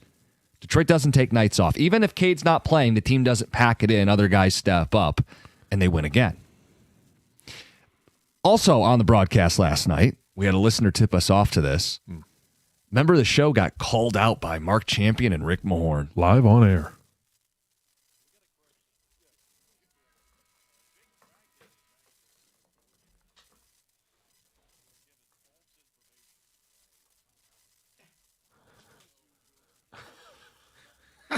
As usual. I do need to get false information from Tom Milliken as a drop. I think that could work. Uh-huh. That does happen occasionally. I'm not perfect. None of us are. Right? So what happened? We've had a lot of scheduling issues here at the station for multiple reasons, and Jenny was supposed to do the game, needed another week off, so I did not get the communication to Mark, basically because I forgot. So more disrespect for the Pistons broadcast, Tom. Yeah, exactly. No, it's just been a pile of stuff going on here over the holidays. Mm-hmm. And, I left that one. Is that a reason or an excuse? It's a reason and an excuse. So. Just setting us up for 4 o'clock. Yeah, exactly. They can do that in the afternoon when the press conference is done. We're going to play you the following audio. Mm-hmm. Reason I or did excuse? get that lined up right today to air on. Good. It's out of my hand, and now people have to perform. Guess who's taking the equipment down? Is it Rieger? Yeah. Okay, so if it doesn't air at 4 o'clock, yeah, you can direct all ire and frustration at Jeff Rieger. Exactly. We do have some response to Dear John. Oh, okay. And, okay, this one says, regarding Dear John, that sommelier was probably given the bottle of wine free by a rep anyway, or at minimum got it wholesale. Don't feel guilty giving it away. Yeah. Says the guy was actually being lazy by giving wine to non-wine drinkers to begin with. Don't feel bad. I also think wine is easy to regift, right? It's also nice to have at your house, even if you're not a wine drinker, when you host. Sure. Because other people like to drink wine, right? So it's always good to have wine on hand, even if it's not for you. Yeah. Yeah. And then you get the snob that walks in and you're like, well, basically my question is red or white. Right. All right. Because I got one or the other. And they'll be like, oh, yes, do you have a Merlot? Do you have a Pinot? I'm like, hell, I don't know. Crack into this one. You tell me. I tell you what, I'm not going to tell you what it is, and I'm going to let you drink it. You tell me. I always love playing that trick on them because most of the time they're like, well, I don't really know, but it tastes good. Okay. I'd love to see cleanse your palate. Yeah. Something I can't imagine is John Jansen opening a bottle of wine. Oh, I can open a bottle of wine. I know that you can do it. I know that you would. I just to see the image of it. The image, yeah. Yeah. I picture him swirling the glass in his nose, Oh, trying to get the. gosh. I'm getting the yeah, some the oak. bouquet. Yes. Mm-hmm. Yes, it's very oaky, smoky. Hints of chocolate. Sure. Take your word for it. This one says on the credit card situation, when you get the gift for the holiday, pay your debt first always. It's irresponsible not to. It's not fun, but it's a responsible thing to do. Then you can save up for your trip without the debt hanging over your head paying the interest. Yeah. I mean,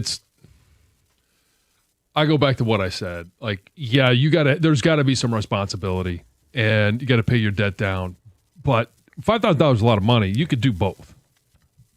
Yeah. It's a gift. Have some fun with it. I think that's part of it. Right? From her perspective is like, it's not fun to get this gift, and the gift is debt relief. It's not. I mean, it sounds like her parents could just easily pay your debt if they wanted to. But this was more of a gift. Go have some fun with it. But yes, use it towards both. Yeah. $5,000, of course. Use them for sexy photos. Oh, there you go. That's a lot of sexy photos. yeah. Depends on how many poses you need. How long the photo Wardrobe shoot changes, is. yeah. Mm-hmm. who's taking the pictures. Heather's comment's great. He's got it right here. Uh-huh. Doesn't need the pictures. Uh-huh. I mean, yeah, the live version's always better. And you were saying to us, women do this for themselves. I think a lot of the time, yeah, it's a way to feel empowered. You feel confident, you feel good, and you have the photos, and then you can also share them with your husband, right? Like that's kind of like a bonus. Gator has a smirk on his face. What I walk into. Boudoir photos. From your significant other. Yeah, it'd be nice. Yeah, have you ever taken any of those to give to any significant others?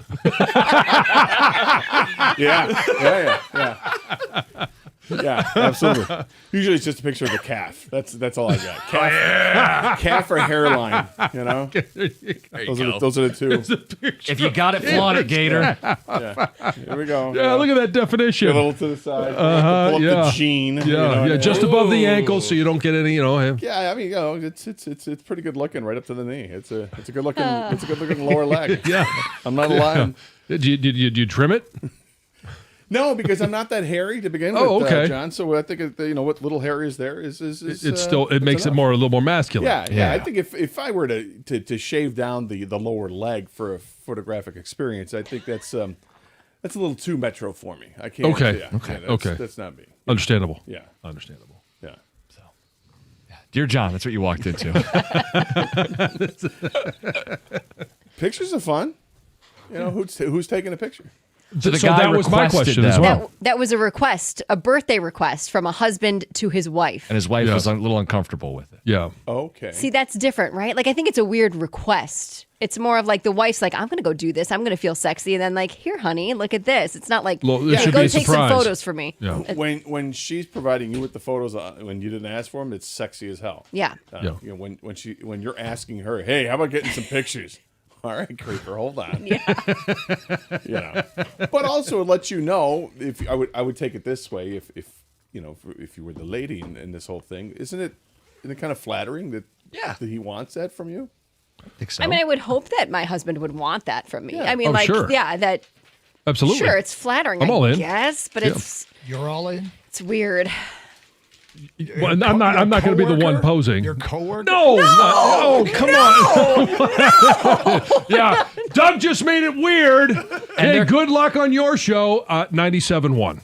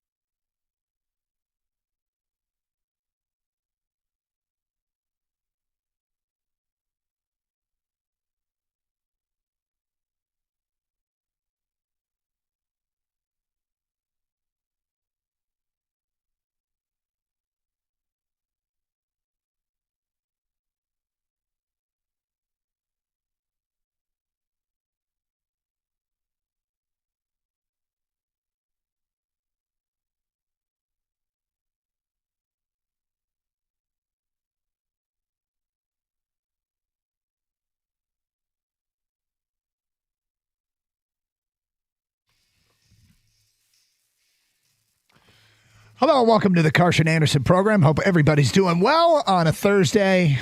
I am Doug Karsh. That is Scott Anderson. Hi, Scott Anderson. Hi, Doug Karsh. How are you? I'm doing just fine. That's good. You have anything exciting happen in the Gator household on a Wednesday? I can't say it was anything exciting that happened in the Gator household on Saturday. There really wasn't. On Saturday? I'm sorry, on Wednesday. Right. Oh, So what'd you do? I'm jumping ahead. It felt like a Saturday. Yeah, huh? you're right. You're right. It was just basketball with the Pistons, watching some of that, and Yeah. a lot of flipping around. It's one of those where you flipped around a lot, and I can't remember really what I landed on. Meaningful night indeed. Yeah. Yeah. Same. Well, the Pistons had. It almost doesn't matter who's on the floor. I guess not. Apparently, I mean, look, the Bulls aren't great,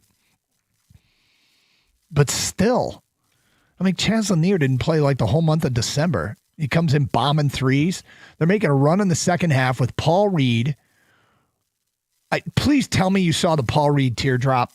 Oh, the one that launched it like 10, Well, 10 the feet one where above Paul the Reed basket. suddenly turned into this 1950s white Indiana country basketball player with that goofy. I mean, that was so funny. It was straight out of Hoosiers, man. It was like a free throw line layup. They ran the picket fence. But Paul Reed's on the floor. Chaz Lanier is on the floor.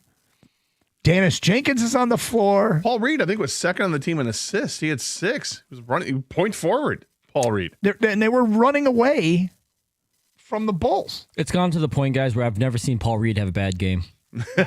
Ever. Like, every time I watch him. You know who's... Like 1998 Kevin Garnett. Right. And you know who's great? And I kind of sensed it from moment one is Javonte Green.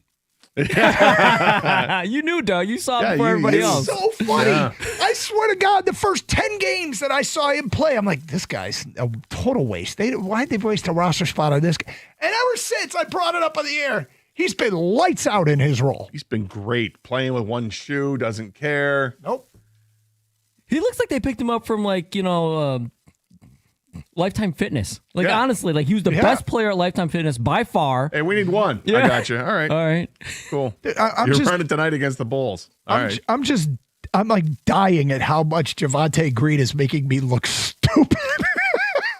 I mean, look, games I watched is a very important metric. It's a huge stat. And at the beginning of the season, you have to understand, in the middle of Lions season and Michigan season, it's hard to catch every game. So you're kind of parachuting in when you can because there's other stuff going on that is more timely. The beginning of the NBA season opposed to the middle and the heart of the college football and NFL season. But so whenever I watched at the beginning of the year, I swear Javonte Green never played well, and now he never plays poorly.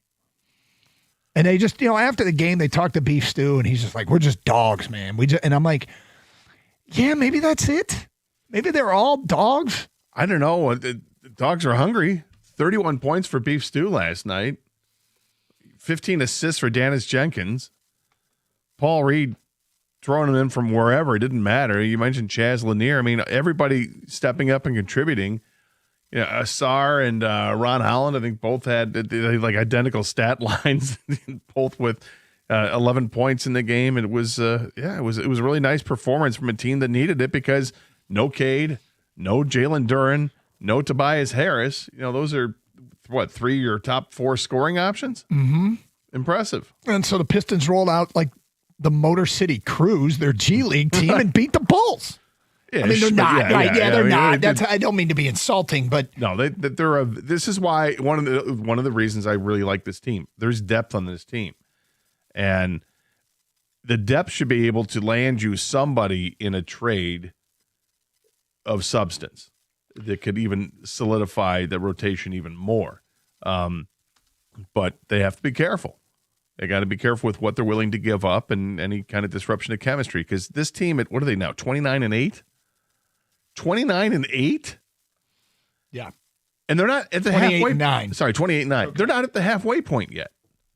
No, math would dictate that they're just shy and on pace for like 58 wins or something. That's crazy. Yep. Wasn't that long ago. And it's funny because I was watching the beginning of the game last night. It wasn't going as well, and the Bulls started, taking, Cade's out and Jalen Duren's out, and the Bulls get out to a 6 or 8 point lead or whatever it was. And I watch it and I'm going, okay, this is out of character. But again, look who's on the floor, and it's kind of understandable. And then they just turn back into the full throttle Pistons where they don't look shorthanded at all, even though they're clearly shorthanded. So good for them. Yeah. It's one of those nights where you saw the roster and you're like, all right, it's a forgivable loss. Like if the Pistons had lost, you'd be like, I get it. But they don't give up losses like that. They don't white flag it ever. I think I call these like culture wins. Like whoever's wearing the jersey is just going to show up because that's how good the culture is right now. Dennis Jenkins, someone hasn't told him he's not the best point guard in the league because that's how high of a confidence he's playing right now. Right? Nobody tell him. Nobody tell He Paul doesn't Reed. know. Paul Reed doesn't know he's not Kevin Garnett. These guys play like they more than belong. Yeah. Like they're going to win the game. So the Hawks trade Trae Young to the Wizards. I mean, how does this impact the Pistons, right? Everything spins back to how does it impact us?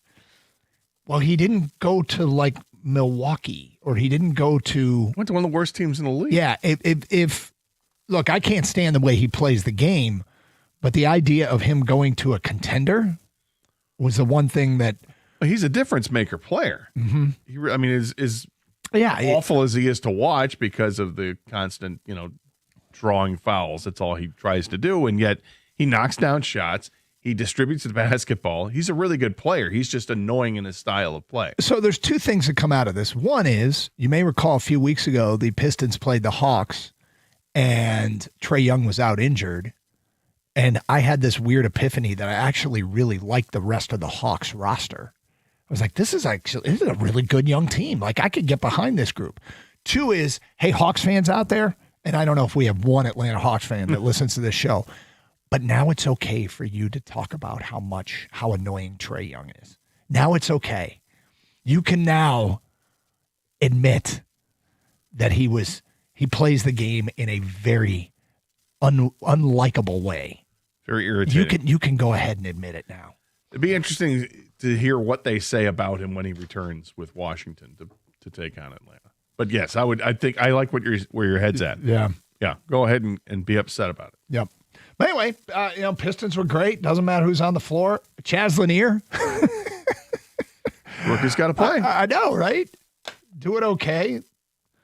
And no Cade last night. And 4-game lead in the East. And now we get trade deadline stuff, right? I mean, it's going to become a bigger storyline with each passing week leading up to the trade deadline. And well, I mean, there are some monster pieces that could be moved that could really change organizations in a heartbeat. What Milwaukee decides to do with Giannis is huge. Do they decide to hang on to him and build around him, or are they going to trade him? And if they trade him, they'll trade others. And be very aware of who he gets traded to if that happens, because that team just added an absolute superstar to the mix, even though he's getting older by the day. But I think that's the key in the East, to see what happens with Giannis. It might be the key in basketball now that Trae Young has moved, and what's going to happen next? What's the next big move? I mean, Anthony Davis is a big name, but is Anthony Davis still a big player? Can you count on him to play every game down the stretch? Not likely. You linked a ESPN story about trades. And I mean, I don't know if you want to. Do you care about what the Pistons are about? No, okay. That one I thought was strange that I'm like, what are the Pistons? Because I'm looking at this trade that was proposed, and I said to myself, what are the Pistons giving up in this trade? It's a 3-team trade where they don't give up anything. They take on Cole Anthony and cut him. So they're really, and they get cash considerations to do so. They waive him. But what in this story by ESPN, the Lakers actually move on from Dalton Knecht, who's a player I've always liked, and isn't having a great year here for the Lakers. And if he's available, coming off the rookie year that he had, I'd be interested in whether or not Dalton Knecht can be had for the right price. Well, they also have, I believe, Michael Porter Jr. getting moved, but not to the Pistons. We discussed the move with Michael Porter Jr. to the Pistons yesterday, which was very intriguing. Yeah. And, of course, you'd have to give up something to get it. But then looking at what was given up, I'm like, do they have to give up that much? We'll see. Well, what were the particulars of that trade? I'm scrolling through it, and I'm not seeing, how am I missing on this? Because they have like all these proposed trades, and I'm not seeing. Oh, it's the trade that has the Pistons getting Cole Anthony and releasing him. Yeah. So it's Kyle Kuzma, Teron Price, and a first-round pick. Yeah, I mean, I think the Pistons could get Michael Porter Jr. I think they could get him, and if they can, I hope that they do. I don't want to see him traded for something that doesn't. Well, look, I'm going to trust in Trajan here for a minute, but he's earned that. I feel like if the Pistons do nothing, I'm okay with it. Are you? Well, they're a 28-9 basketball Do you team. not know what the Red Wings, Tigers, and Lions didn't do, and that means the Pistons better do it? Don't you know? I do. I do. What are you new? I do. I get it. You just feed into the narratives that are GMs. But I would also say this. I'd be surprised if they just sat on their hands and did nothing. I think there'll be some tweaking going on. All right, it's Carson Anderson, 248-539-9797. Piston fans, man, this is your time. Let's go. Let's hear from you. Last night, shorthanded, didn't matter. No Cade, don't care. Still win over the Chicago Bulls. Got trade talk. We have got a playoff edition of the Blitz thingy coming up today at 10:30 on Carson Anderson on 97.1. Turn up the heat this winter with DraftKings Casino. You can get cozy while you play more than 1,000 slots and everything from classics like Cash Eruption to exclusives like Fire Buffalo. New players can wager $5 and get 500 spins over 10 days on your choice of Cash Eruption slots. Download the DraftKings Casino app and then sign up with code WXYTFM. Then choose from 10 different Cash Eruption slots daily and start spinning. The crown is yours in partnership with DraftKings Casino. Now, if you or someone you know has a gambling problem and wants help, call 1-800-GAMBLER. 21 plus, physically present in Michigan. Eligibility restrictions apply. Non-withdrawable casino spins issued as 50 spins per day for 10 days. Valid for featured games only and expire each day after 24 hours. See terms at casino.draftkings.com/promos. Ends March 15th, 2026 at 11:59 p.m. Eastern Time.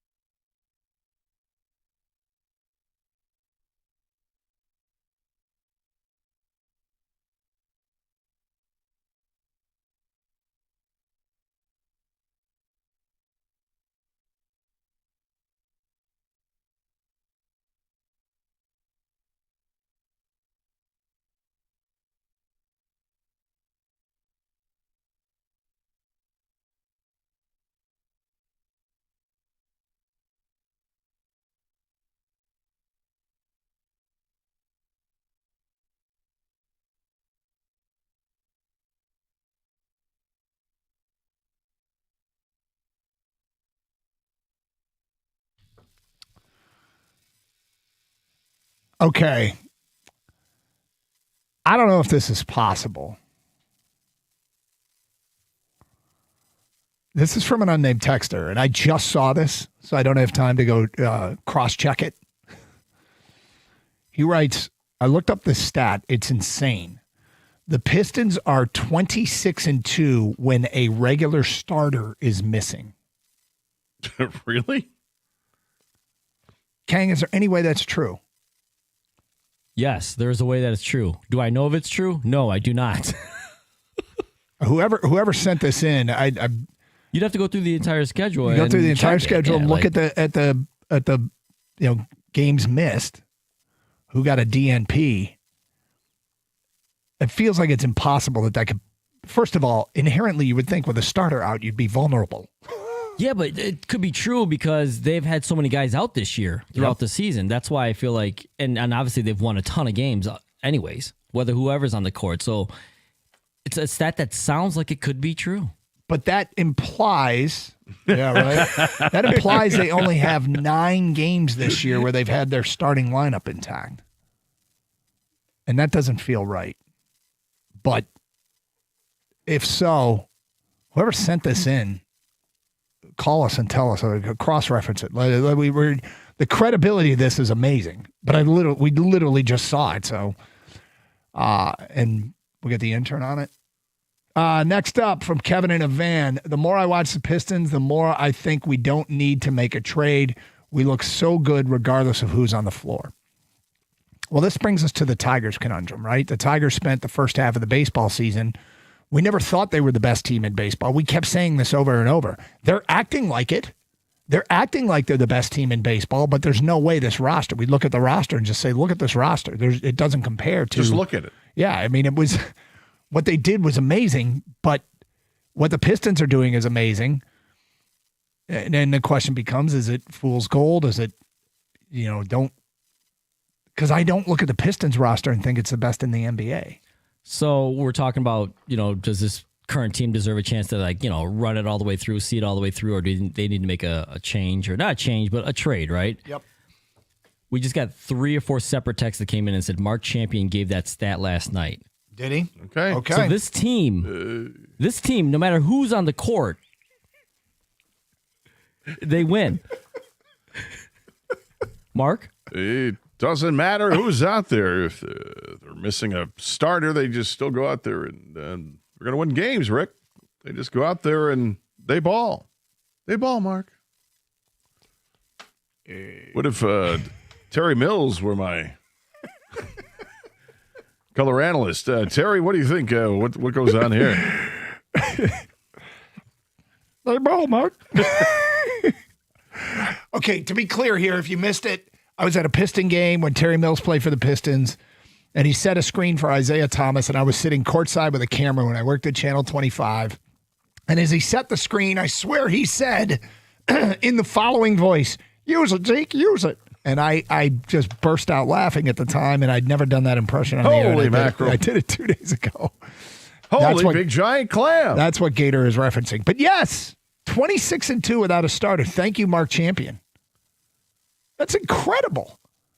It doesn't seem like it's possible. So when the weaker team is out there, they're better. I think we have to trade a starter. Actually. Trade a starter for future considerations. Right. For cash. That's right. Crazy. 248-539-9797. The more I watch this Piston I'm sorry, I just read that one. I sent this last week. I've never seen Paul Reed have a bad game. It's kind of wild. It is very weird. But, I mean, look, you know what part of this is? Part of this is you find guys that are good at their roles, and then you don't ask them to do more than what their role is.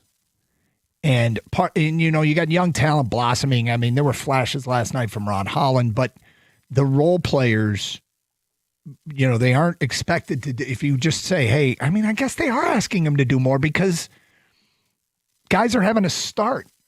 Like Dennis Jenkins, what is his role? Go look like an all-star? Is that his role? Because Seems like a pretty tough guy to find to play a role where here's all we need from you. When you're on the floor, all we need is for you to play like an all-star. That's your role. That's it. Okay. How many guys can do that? So I don't even know if that's it. They're just fun to watch, people. We got a really good basketball team. And I say this with all sincerity because I know topics of the NBA over the course of the last decade with us here on this show have done okay, but invariably when we bring up the NBA, people will get complaints coming in with texts. NBA is unwatchable, blah, blah, blah. This team is not unwatchable. This team is not unwatchable. So there you go. 248-539-9797. Gator, I want to do an exercise. I guess you guys did last week when I was gone, but I want to go more in depth. Do you have a team you're rooting for in the NFL playoffs? Like really can get behind? I think I have a couple teams that I'm liking, and I think it's just because we got some new blood. Yeah. You know, it's specifically in the AFC. The NFC, it's funny, the NFC, that's where the Lions play. This is our conference, and I don't really care so much for the NFC teams. I don't like the teams in the NFC right now. And I don't want to root for Philadelphia. I can't do it. I can't root for the Bears or the Packers. That's not going to happen. The Rams, the Seahawks or the Niners, absolutely not. Can you get behind Carolina? Ish, but I mean, it's just because it's such an underdog, and I really think they have no shot that it's not worth it for me. Right.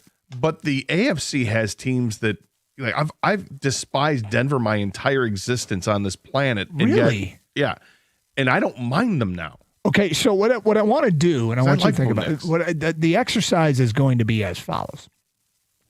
I want to go through, and I just want to start crossing out teams that we can't possibly root for. You know what I'm saying? Mm-hmm. And see who's left.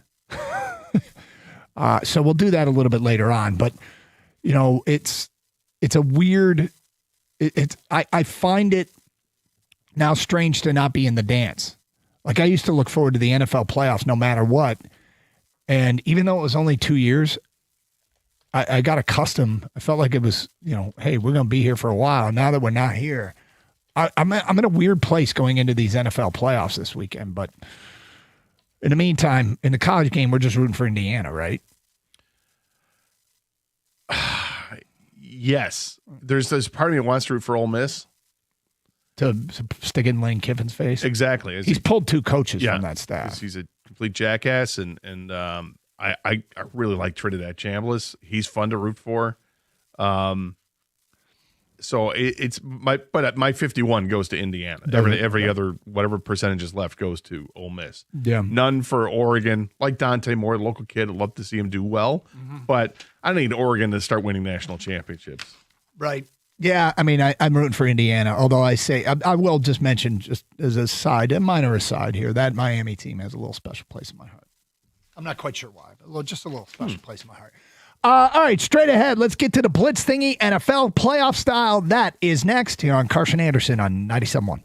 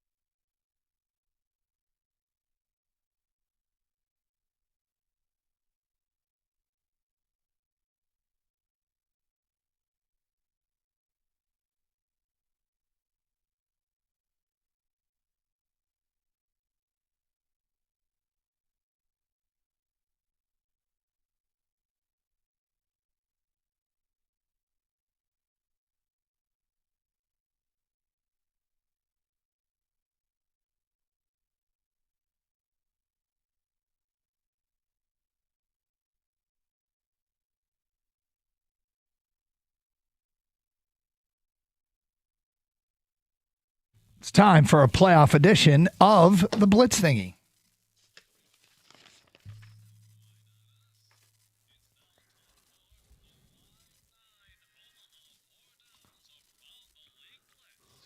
Woohoo! Gator, are you ready? I am ready. Heads or tails? Heads. He calls heads, and it is a tail. I will defer. All right, Gator, you're up first, buddy. Give me the damn ball. All right, here we go. Question number 1. Last week, Myles Garrett, he set the all-time single-season sack record. They stopped the game, basically. The refs let them, everyone acknowledge what had just happened. Are you okay with them stopping the game? I mean, every game, when something like this happens at the end of the season, it depends on what's happening in that game, what's at stake in that game. Is it close? Does it have playoff implications? All that stuff matters. This one didn't matter. There are no playoff implications. You can stop it, but don't overdo it. Just celebrate in a timely manner and move on. You don't have to make this a giant ordeal. I mean, it's the sack record. You had an extra game to do it, and it's a record that you'll own, but it's not the biggest thing in the world. This became a deal because Zach Taylor, the head coach of the Bengals, was mad. And he kind of had a right to be because nobody told him that this was going to happen. So late in the game, they had this prolonged stoppage. And I don't think it's that big of a deal, but they probably should have told the opposing coach, hey, this may happen. Yeah. Other than that, in a stodgy league that is known as the no fun league, and they've obviously allowed more of late, anything you can do to add personality. And by the way, acknowledge that something cool happened in a relatively meaningless game, I think is perfectly fine. But let the other coach know what's going to happen. So I'm a little torn on these because moments like these are really cool, Doug. I agree with that. And they don't happen all the time. I would love to celebrate them more. But I'm a person who likes consistency. And for the quote-unquote, I'll use air quotes, the integrity of the league, there we go. You probably shouldn't let this happen. Because what if they are in a hurry-up offense, like Zach Taylor was saying, or they're out there playing for their lives? I don't think they're playing for their lives, but the guys are playing for jobs, and they're playing for their future, and the game is still going on. This is like a free timeout for no reason. Like what happened here? And they didn't let the other team know. So for consistency's sake, they probably shouldn't let this happen in the future. But I do think it's a cool moment. So like I said, I'm torn, but I'm going to side with the fact that they shouldn't let this happen.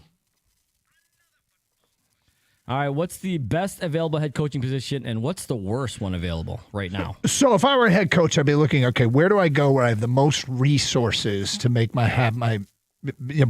be successful and maybe be successful relatively quickly, because you're not given 5 years anymore, are you?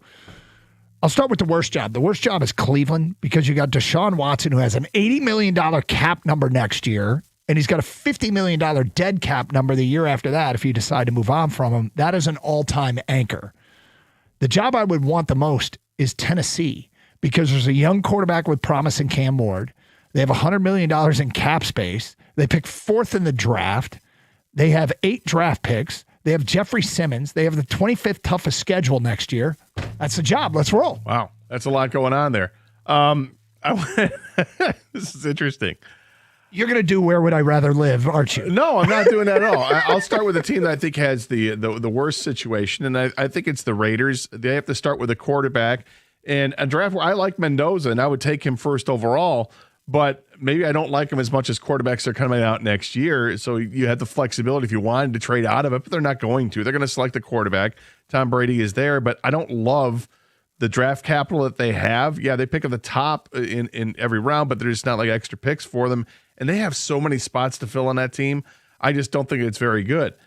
You're going to find this interesting. I think actually the best team that's out there, the best situation to walk into is Cleveland because of the draft capital.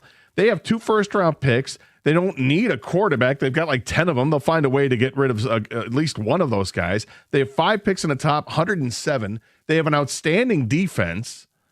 There's a lot to like with that. You're going to have to sort out the quarterback problem, and that's not a small thing. But with all that draft capital and with that all-star defense, I'd like to start there. All right, to me, easily the best job is the Ravens, because I don't like using the term generational a lot, but I do think Lamar Jackson fits that term as far as a generational quarterback where you can run and throw almost equally as well. There was that stat if he had retired like in the middle of the season, he'd be the highest rated passer and have the most rushing yards as a quarterback, which is insane to do both. So I think the fact that they have that tier 1 quarterback, you go in there, that's the hardest position to acquire in this league is quarterback, and you have your quarterback, and not just a quarterback. You have a great quarterback, like I said. It's all about getting the position or the pieces around him to succeed. And I look at the rest of the jobs, and I think the one team that doesn't have a quarterback is Cleveland. I think that's the worst spot. You need a quarterback so badly in this league. They've effed it up with the Gabriel pick, the Shedeur Sanders pick, the Deshaun Watson trade signing, all that stuff.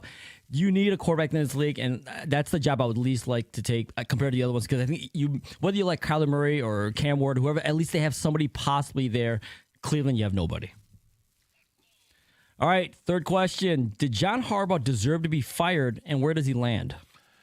No, he didn't deserve to be fired, but if the act got stale and he was unwilling to change, then you got to go. And I think that's really what happened there.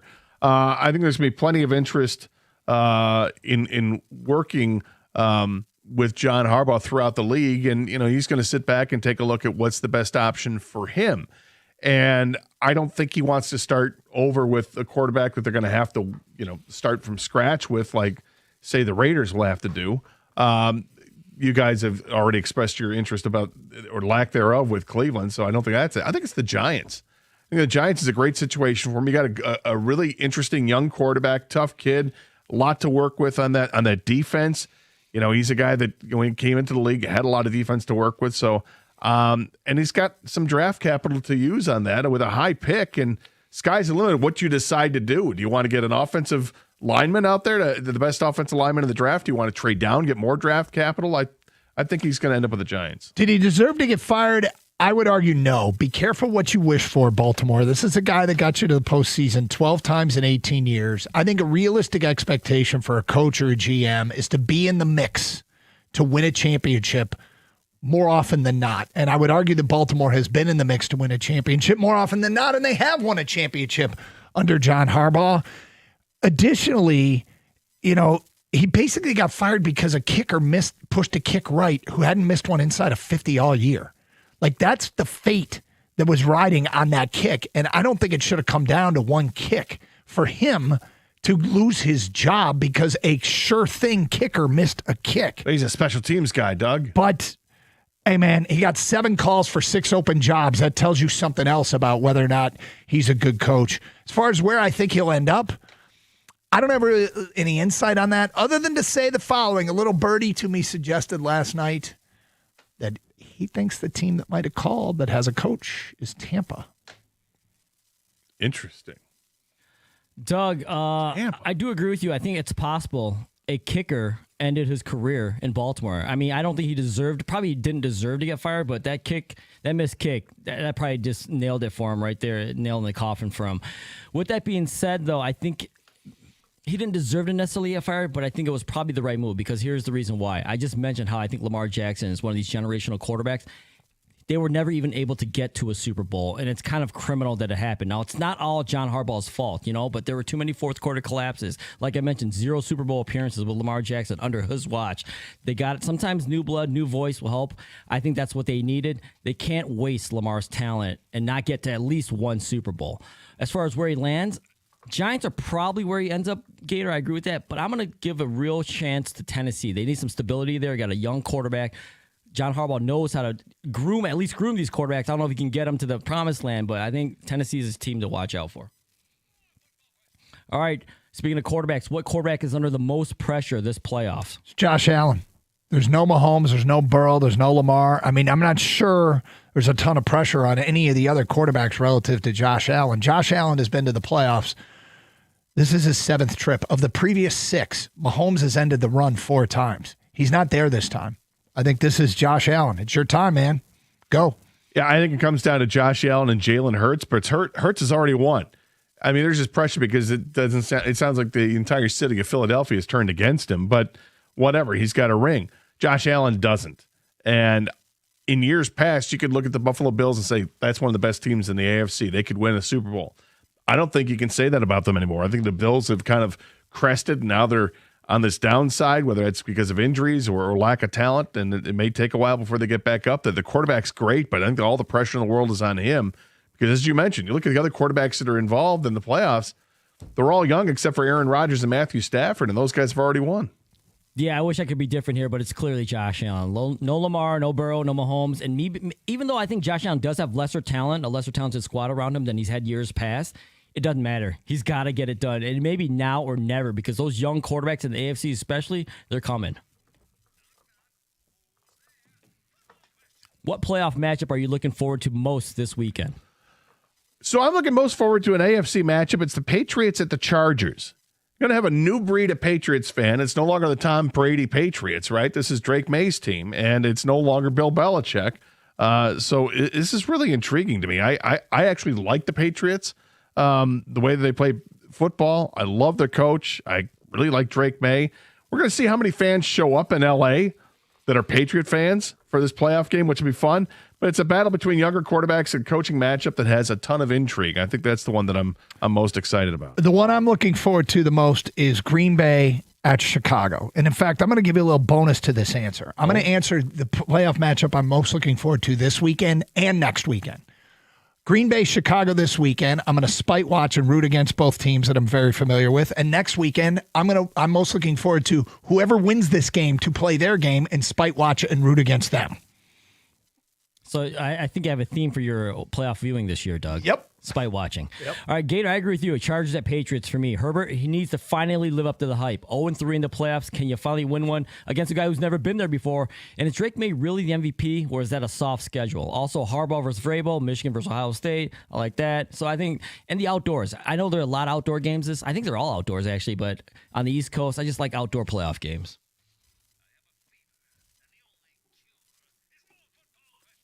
All right, last one. I asked it last week. I'm going to ask it one more time before the playoffs start, guys. There have been 6 different Super Bowl favorites this year. Currently, the Seahawks are the favorite right now. But who's your personal Super Bowl favorite?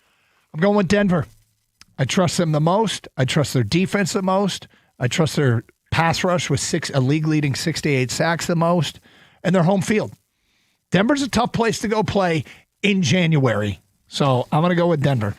Hey, it's the Broncos. They have the bye, so they can stay healthy for another week. They can get healthier. They have a defense that has game wreckers, both in the pass rush situation and guys at the back end that are going to be covering receivers.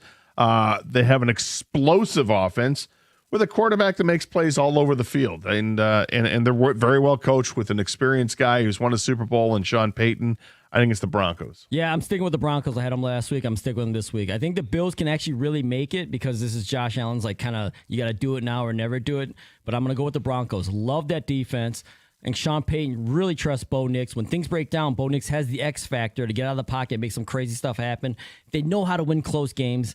And lastly, almost 50% of number 1 seeds have made the Super Bowl since 1990. That's a huge advantage being the number 1 seed. Broncos number 1 seed.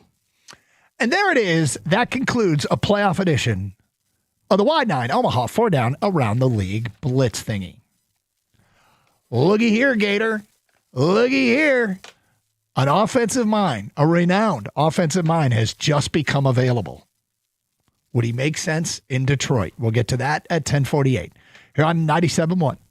Holidays may be over, but your rewards are just beginning. Make your money work harder with the UMCU Visa Platinum Cash Rewards Card. You'll earn a consistent 1.1 cash back on everything you purchase. There are no rotating categories to track and no spending limits to worry about. Just unlimited earnings potential on everything from groceries to gas. Best of all, your rewards are automatically deposited into your account. It's a simple way to earn while you spend. Visit mcu.org/cashback for details. UMCU is insured by NCUA.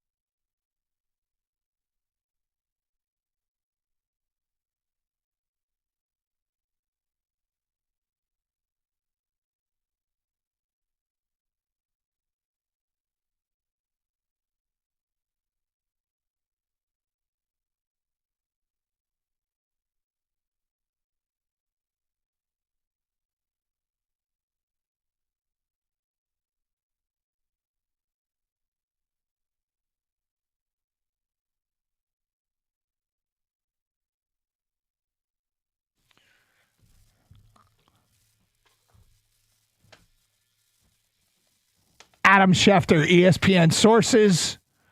Dolphins fire head coach Mike McDaniel. Interesting. Really interesting. Dolphins owner Stephen Ross met with McDaniel this week to discuss the season. After that meeting and reflection, Ross decided to move on. So Mike McDaniel, known as an innovative offensive mind, did some stuff with pre-snap motions that has kind of infiltrated the league.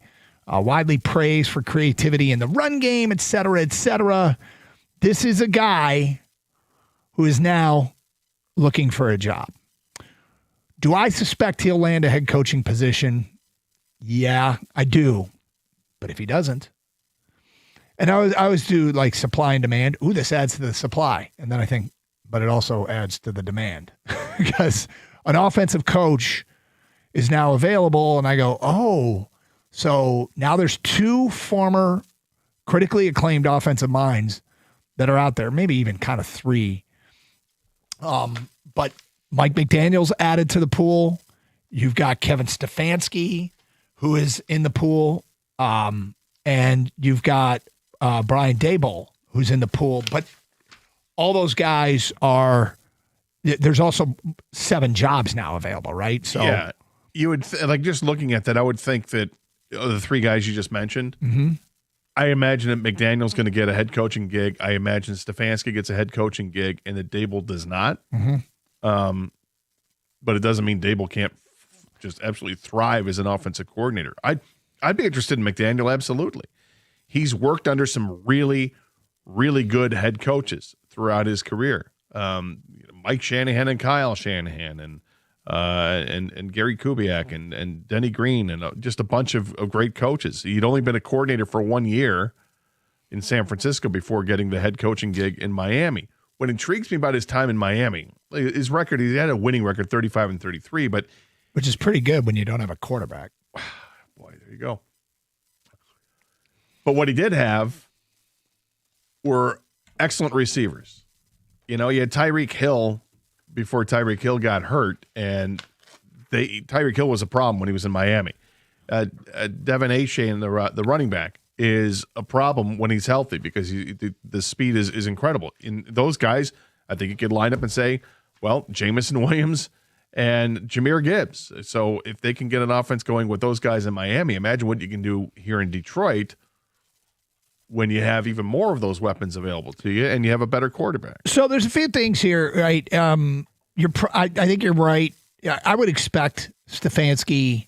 I would expect McDaniel to be the most likely of the 3 offensive-minded head coaches just got let go that are kind of on my radar. I would say McDaniel's most likely to get another head coaching job. Stefanski might, Daboll might, but at the end of the day, you know, if you have interest in any of them, call them immediately and say, hey, I know you're looking for another head coaching job, but we're your safe landing spot. Come work with Jared Goff, Amon-Ra St. Brown, Jahmyr Gibbs, Sam Laporta, Jamison Williams. Come here. Your resume will look golden after a year. And you'll probably, what's your quickest way to get back into the head coaching pool? Come take over one of the most potent offenses in the league. And so if none of these guys get their head coaching job, it's back to Detroit. In the meantime, with news breaking this morning that McDaniel is fired, I can't help but think, did Stephen Ross just go, wait, John Harbaugh's available? Right. You're out. Coach Harbaugh, we'd like you to come coach our Miami Dolphins. And I don't know if you make a move this late, and I don't know if it's all that late. I mean, it was it's Thursday after the final. Yeah, right. What changed between Monday and today? Yeah. Black Monday, as they call it, when coaches get fired, and today. Well, what changed is John Harbaugh got fired. So I think you can connect dots and say, all right, but but do you make that move unless you know that you're going to land him? Or do you stick around for another year? Right? Or was it big simply risk? You could also have a post-mortem meeting after the season, and McDaniel's like, we got to get rid of Tua at all cost, and maybe they're like, well, we can't afford to take that kind of cap hit, and there's a disagreement, or maybe it's the other way. No, I can work with Tua. Let me work with him because he doesn't like Quinn Ewers or whatever the case is. There could have been an argument there, but it does line up literally a day after Harbaugh was released. Kang, what are your thoughts on this news? Yeah, that might have been the 7th team from Florida, not Tampa, though. It might have been Miami. Might have calling been, about huh? Harbaugh. Yeah, how about that? Pretty close. As far as the Lions is concerned, yeah, I'd be very intrigued with Mike McDaniel. Like, he is, I think he's a kind of hire, too. I think when you hire a hot, young offensive coordinator, I think you always worry about losing him eventually because that's just the way the league is, right? But with McDaniel, I'm not so sure because I think he's actually way more suited to be a coordinator than a head coach. Mm-hmm.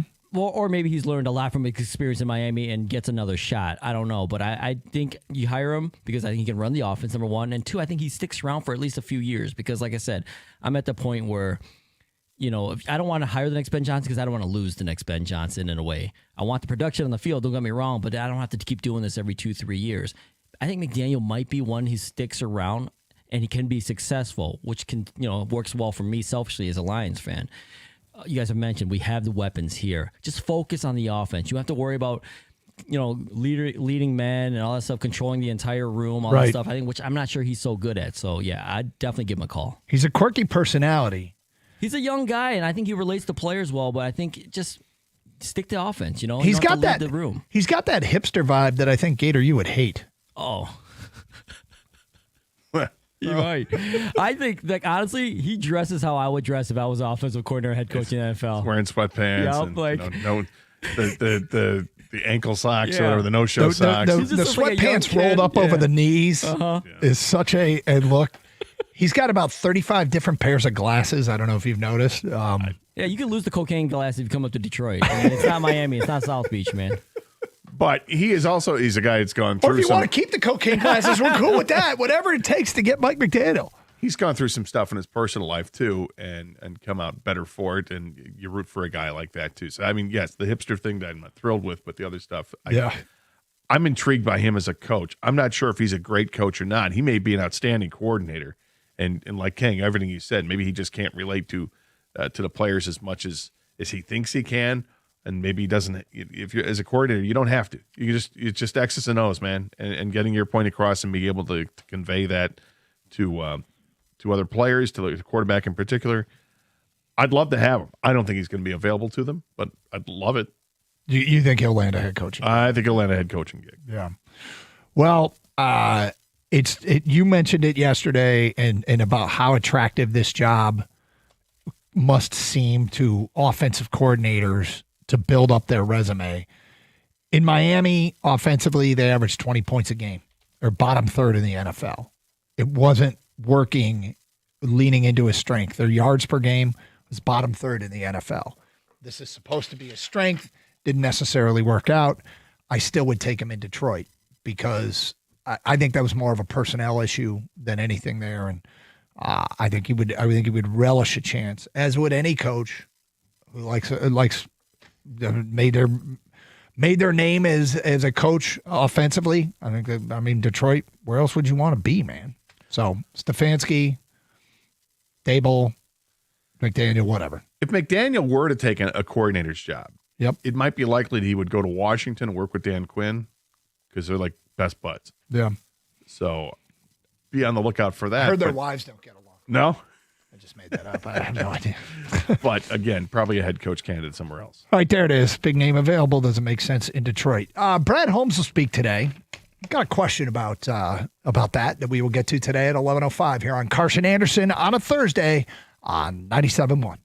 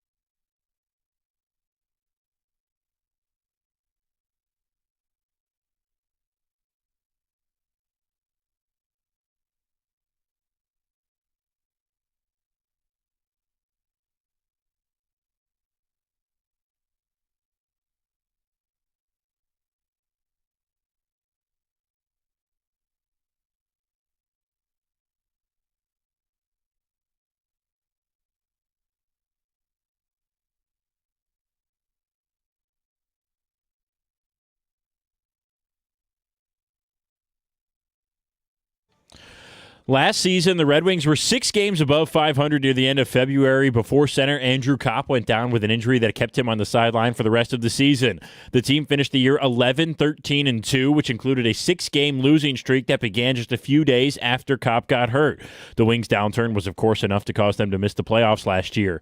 Yesterday, Todd McClellan was asked about Kopp's importance to this team to this season and that injury from last year, and he said they have to be ready to perform in the second half of this season no matter who is healthy or not. While Kopp was playing well last year at the time that he got hurt, and so was the team, that can't be the only reason that they fall off. They have to rely on some of the other guys to still perform no matter who's healthy moving forward. Tonight, Kopp and the Wings will skate against the Vancouver Canucks at Little Caesars Arena at 7 p.m. The hapless Canucks have lost 4 straight games in 6 of their last 7. Jeff Rieger will host the pregame coverage here on 97.1 tonight beginning at 6:45. And breaking news out of the NFL, the Miami Dolphins just fired head coach Mike McDaniel after he had a 35-33 record with the team. That could be important to the man who will speak at Allen Park in a few hours. Lions GM Brad Holmes will speak with reporters today after the Lions fell victim to injuries and a lack of depth, leading to a disappointing 9 record this season. Of course, Dan Campbell will have to fire his 4th offensive coordinator in the last 6 years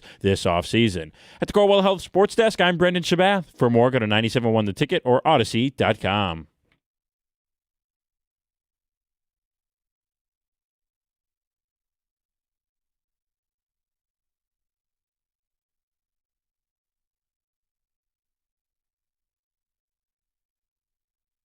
Hello and welcome to the Karsch Anderson program.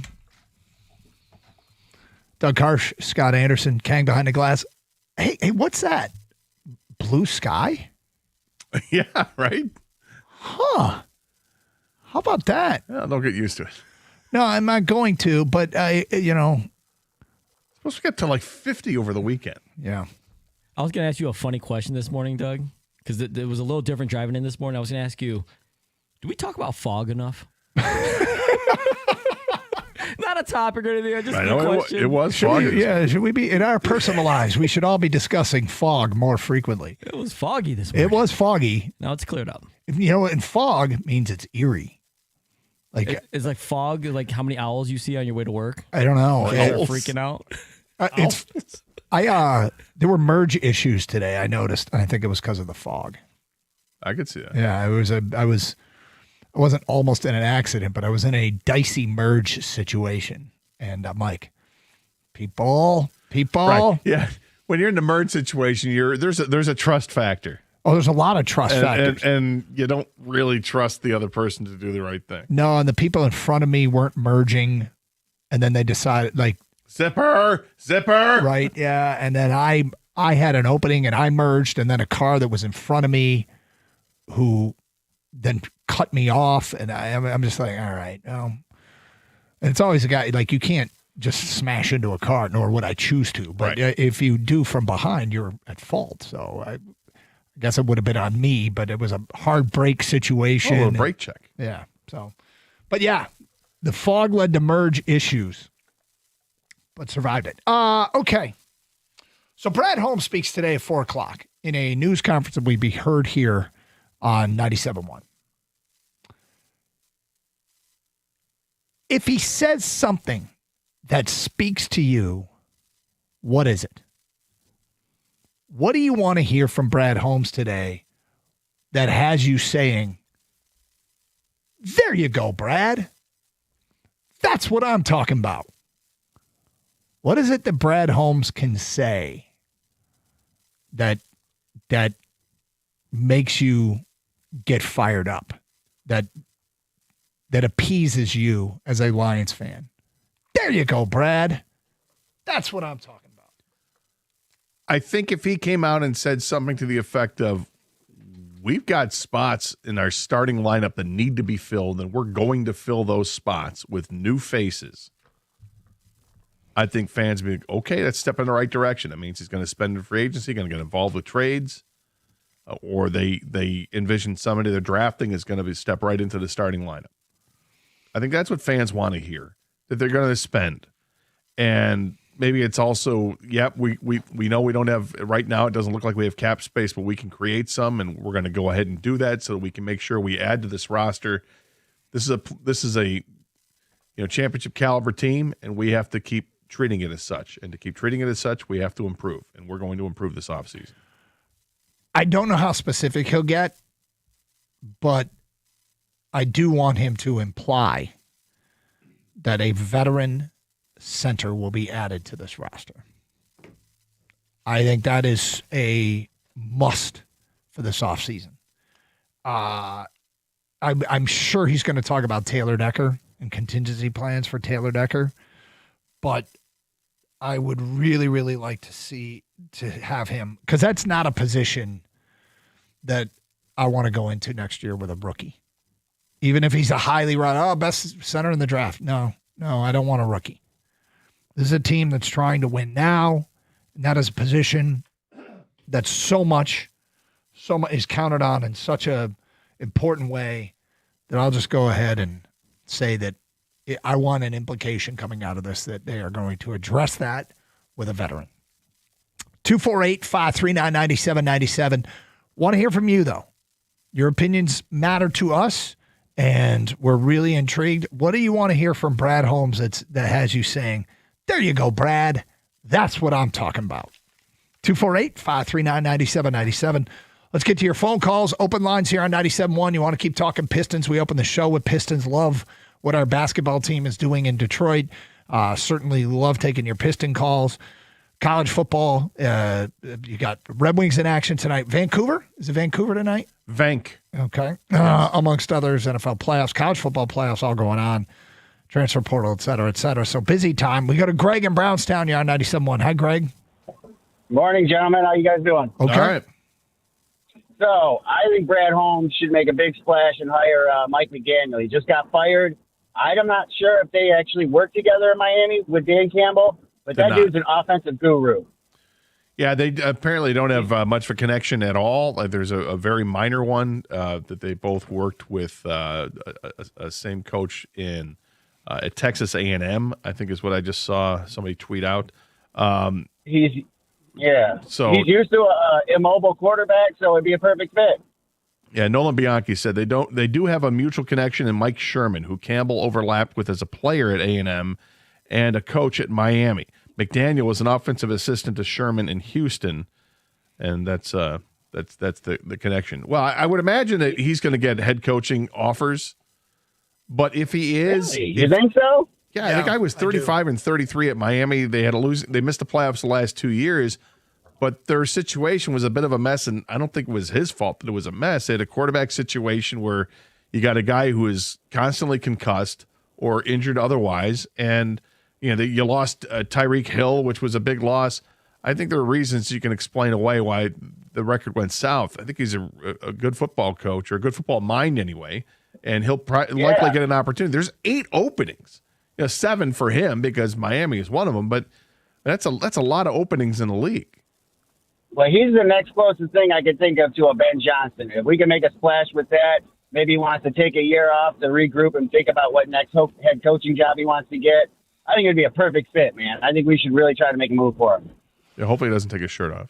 248-539-9797. Feedback coming into the Carson Anderson inbox. If I were Brad, I would cancel today's press conference. I would fly to Miami and camp on McDaniel's porch. That's from an unnamed texter.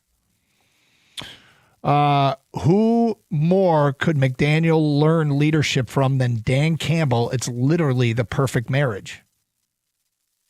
Next text. McDaniel should be our next OC. Pay him what he wants plus 10%. Let's go. That's from Martin at work. Next text. Max from Redford. He's a slam dunk OC at the right price. Detroit has offensive pieces that are certainly appealing to any coach, and they just missed the playoffs this year. Next text. Price shouldn't matter. I mean, if he's gonna be an OC, if he's not gonna take a head coaching job, if he doesn't get offered one, price shouldn't matter. There's no salary cap on coaches. Nope. Next text. This one's interesting. I've never seen a city and a fan base so obsessed with big names and with guys who get fired than Detroit. I don't think Detroit is particularly unique in that regard. Yeah, Detroit's the fan base that's obsessed with big names. Yes, only here in Detroit because big names usually imply really well-established great players. We're the only ones that are obsessed with adding great players. We're the only ones that are obsessed when a big name becomes available, asking the question whether or not he makes sense here. Really? 248-539-9797. Brad Holmes speaks today at 4 o'clock. What could he say that speaks to you where you walk away saying, there you go, Brad. That's what I'm talking about. Just a reminder, you can stream the show using the Odyssey app. Get it for your mobile device today, AUDACY. Then you can listen to this show and all the shows here on 97.1 anywhere in the United States. You can also stream through our website, 971theticket.com, where Evan posted Champ and Chump a couple days ago if you want to see who won Champ and Chump of the weekend. We got video with Twitch and YouTube. Go to twitch.tv and youtube.com. Then you can watch this fine radio product. Just go to the search bar at the top and type in 971 The Ticket.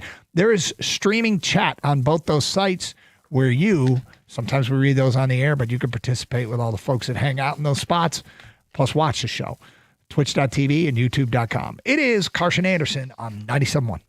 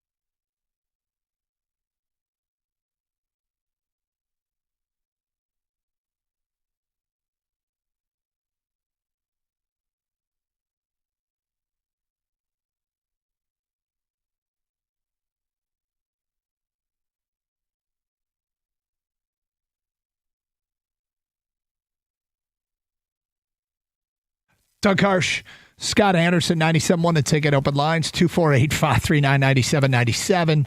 Brad Holmes speaks today at 4 o'clock. What do you want to hear from him? A little more follow-up here on the breaking news in the NFL, which could have an impact on us, and that's how we kind of topic everything, is how does this impact us here in Detroit?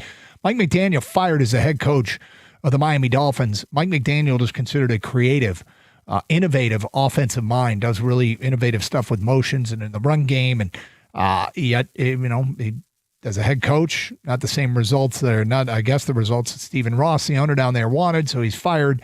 There's some more insight into the firing. But our question, of course, is does he make sense here in Detroit? So we kind of got two things going here, Lions wise. We will take your Piston calls. They're obviously top of mind. Another win last night as they rolled out.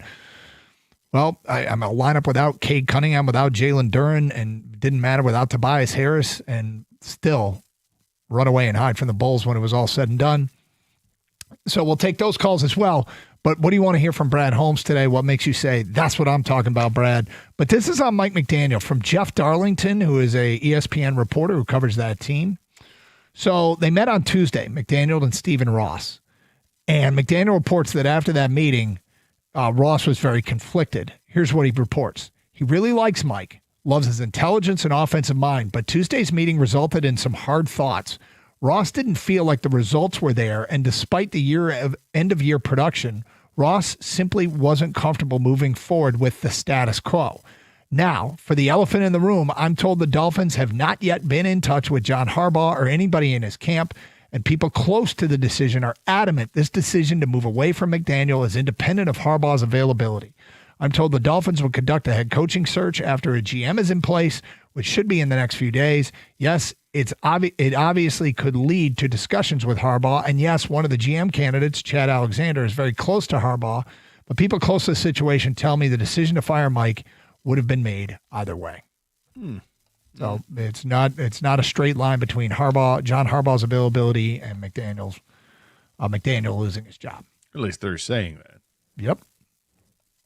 Expect John Harbaugh to be named the head coach of the Dolphins in 3-2. Right. No, I'm not that cynical, but I'm curious to see if how teams handle their situations. There are, I think, 3 or 4 GM jobs that are open. Are they going to hire GMs before they hire coaches? Or are they going to go with the Lions method, and that is just, find 2 that they think would work well together and hire the coach before the GM? This is if you don't want this coach, we don't want you as our GM kind of deal. But let's go to Kevin in St. Clair. You're on 97.1. Hi, Kevin. Hey to you all. Hello, Kevin. Hi, guys. Good to talk to you again. Happy New Year. You too. Thank you. Same to you. I know Brad will never say it, and this might get you guys go crazy, but I'd love to see him say he's going to hire a game management coach. And Dan Campbell's a good football coach. He is not a good game management coach. Both things can be true. So yesterday this topic came up, and last night I Google searched whether or not the Lions have a specific game management coach, and I got to double check this and make sure. I don't think they do. Well, according to Google, they do, but let me just double check on the coaching staff, because I was really surprised. Here's my thing, and I'll try to be brief, but when he made mistakes when he first got here, when they weren't very good, it was he's a new coach, he's learning his way, blah blah blah. Okay. And this isn't about just necessarily all going for it on all the 4th downs. There's obviously times when it's appropriate, and there's times when it's not. And the times when it's not, and he does it, I don't know why he does it. I'm not a psychiatrist, but some of them just don't make sense. And to me, the highlight was the NFC Championship game. Those passes should have been caught, but they weren't. And a field goal attempt or pin the Niners deep, and it goes on and on. I mean, even in the last game against Chicago, he wants to run a pass play to Jared Goff. Now, the game didn't mean anything, but it's like, come on. And those are the things that, my opinion, is going to hold this team back. It's just. So if they convert, I'm just curious, because when people. I don't like when people bring up the NFC Championship game because, so if it goes the other way, if they convert those plays, Are you questioning those plays after the game if the Lions win? Yes, I still Okay. would have. All right, man. I'm watching the game objectively, trying to watch it objectively. And I've been glad if it worked out. I kind of feel like this is one of those deals where if you're in a relationship and you agree to be in said relationship with your significant other, nobody's perfect, and you're kind of accepting whatever flaws they have, which, you accept them. In your view, Kevin, his flaws are also something that's kind of part of his strength. Like if we sat down and documented where his fourth down successes led directly to wins, I think you might be surprised at how that might tip the scales. The Lions do have a game management coach. Found a couple stories about it to confirm what I found on Google. It is Don Muehlbach. So he still does it. He's still with the organization, rather. Dan Campbell still with a game management coach, so it's not something he doesn't have, makes the decisions to go for it when he goes for it. And do I think I thought he got too aggressive this year because I don't think the offense was as efficient. And it all starts with the offensive line. If they fix the offensive line in this offseason, I think his fourth down calls, his success rate will go up. But, hey, man, look, it's what you get when you get Dan Campbell. You get the good and, in your view, the bad. These are risk-reward calls. If they were easy calls, everybody would go for it on fourth down all the time. He's willing to take the chance. He trusts his offense, and I suppose he trusts his defense. This year, I thought he trusted his offense maybe a tad too much because the offense just wasn't as good. Like, it's a percentage play. When you have the offense with the offensive line they had last year, the percentage of getting 3 yards on 4th and 3 were better, or 4th and 2, where run is really in play. I mean, what was the game where they went for it on fourth down? And I think it was the Minnesota game, right? They had a 4th and 2, and he handed it off, and it was a 2-yard loss. I'm pretty sure it was the Minnesota game, but that's and he later said, "I wish I'd had a better play call there." The first Minnesota game? Yeah, the one in Detroit. That's an example of. But anyway, they do have a game management coach. A long way of saying it, and it's Don Muehlbach. David in Clinton Township, you're next. Hi, David. Hey, so Don Muehlbach, when he dies, they could shred his ashes at the 50. He's been here forever. Anyway, the game management coach should be Dan Campbell, and I'm a huge Dan Campbell fan. But how would the Lions' fortunes be different if 5 years ago they had hired Sean Payton instead? And what I want to hear Brad Holmes say is we're going to hire a high-profile defensive consultant to help with our highly in-team DC right now, and see if we can make it and see if we can improve it that way. You want him to bring in a high-profile defensive assistant coach. Not an assistant coach, a consultant. Like back when he first came on, he hired the guy that used to coach the Giants as a defensive consultant to help get things in place. I wanted them to do that again with a young head coach. The reason I don't want to get rid of the head coach is he's popular. If we could help him be a better coach, I think that would be the best of both worlds. Just bring in a consultant. Okay. I'm kind of trying to go back and remember who it was. And then after he left the Giants, he was like the first head coach of the Panthers. He was the first head coach of the Panthers. I'm completely blanking. I can't remember his name. Was it Tom Coughlin? Not Tom. Yes. Yeah. Was he here? I thought he was for yes, like they brought him in as a consultant when they first came in because all the coaches were relatively new. So it was a good idea. I think you should do the same thing as a defensive consultant. If it were 10 years ago, I'd say bring in Brian Billick, but the guy's probably too flipping old right now. No, it's an interesting thought. I mean, look, there's, nobody's perfect. Everybody could use an extra set of knowledgeable eyeballs on a situation. So I'm not against that. 248-539-9797. Kurt, I'm a sell. You're next on 97.1. Hi, Kurt. Hi. What I want Brad to say and what he's going to say, I think, are two completely different things. I think he's going to say how close we were to getting to the playoffs, that our record was only a half a game. Sure, the Packers beat us both games, but we were only like a half game Right, but what do you And want him? we- What do you want and him to say? What I want him to say is he's going to do something. He's going to come and he sees the problems and he's going to do something. But I think he's going to say how close we were. We were almost there, and we were just, injuries and this Right. one move or this. But when you this. say you I want don't him to think do he's gonna- something, when you say you want him to say he's going to do something, what do you want him to notice the problems and then say we understand that there's these glaring issues. acknowledge or- what the issues are, or give his 2 cents on what the issues are and how he plans on addressing them? Exactly. Yeah, I don't think there's anything And I wrong don't with think that. he's going to do any of that. Well, whether I he think does, he's that's gonna say- not really the topic. The topic is what do you want him to say, and I think what you had to say about that is, I think that's a reasonable expectation. Yeah, I think it is too, and I think that I don't think he'll avoid that. I think he might be surprised with what he has to say because I think Dan Campbell's already, these guys have a similar mind, right? When Dan Campbell speaks in front of the media and says things like, "We're going to have some new faces. We're going to do a deeper dive and find what the root problems are and fix them." That doesn't sound like, "Oh yeah, we're just bringing everybody back and we're going to run it back next year." It sounds like he's got a plan that we know we have to add some new faces to this team. Now, will Brad Holmes say that today? I think he might say something similar to that. I think he might. Yeah. I was John Fox was the defensive consultant. Was that the guy? Okay. Yeah. So there you go. More of your phone calls and feedback. Hey, look, Brad Holmes is going to speak today. What can he say that makes you say, that's what I'm talking about? There you go, Brad. 248-539-9797. We have another edition of Who's on Top coming up in the noon hour. I'm going to show you the topic. What do you think of that topic for Who's on Top?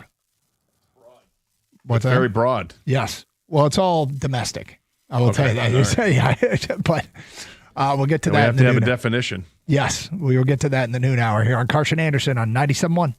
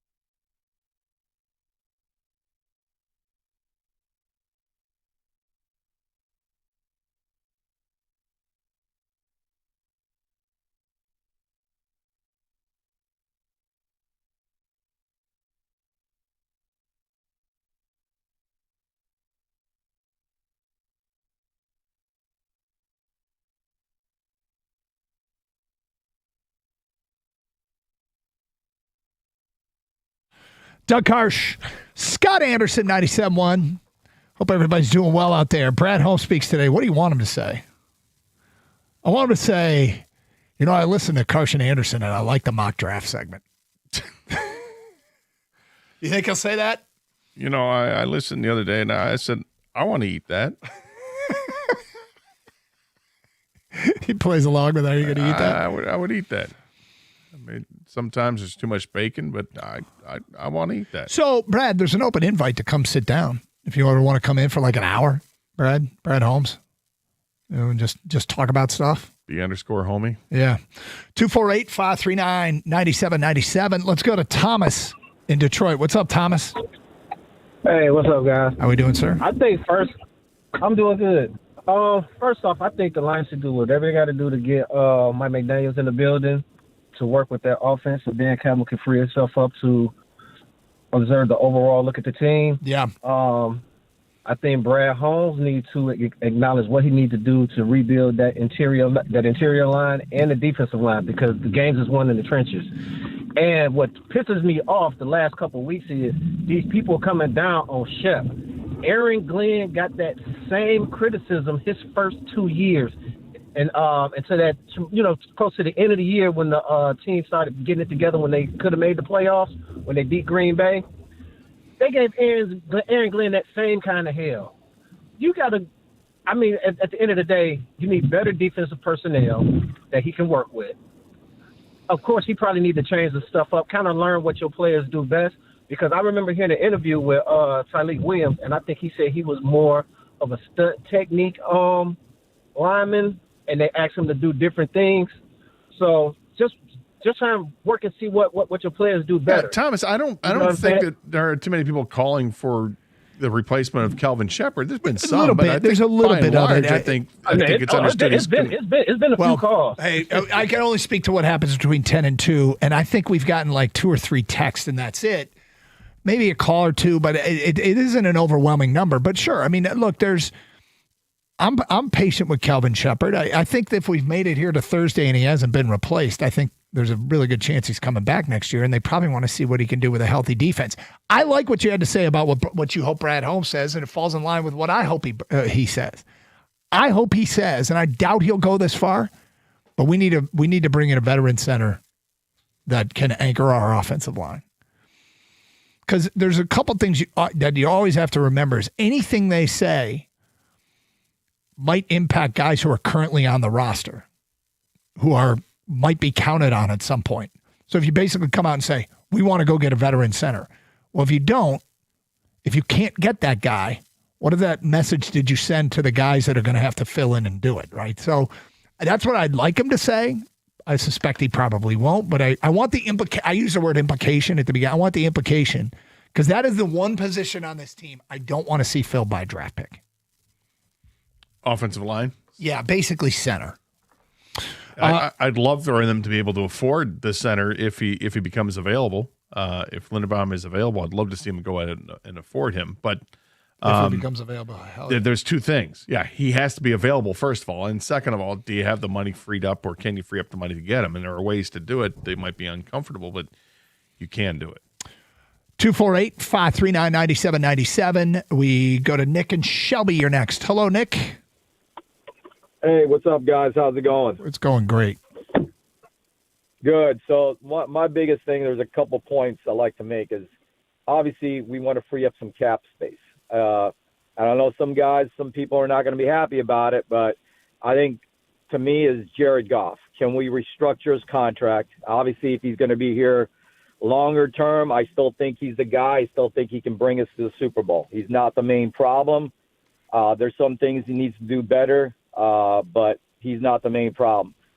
Secondly, is figure out, is Ragnow going to be a guy that could possibly come back? Is he going to make a comeback? And the other thing is Deckard. What's going to happen with those two? We need to know that more sooner than later. Yeah. Yeah. I thought it was, just real quick to follow up on that, I thought it was really telling that Dan Campbell acknowledged that pretty outwardly on Monday when he met with the media. Hey, we're not going to get caught with our pants down here. Correct. Yep. Thirdly, I love Mike McDaniel. I think as the Dolphins just fired him, I think he's a guy you got to think about. Would he want to be an OC? Would he take that kind of a job? I think that would be another guy that we really need to look into. Well, and I like Shepard.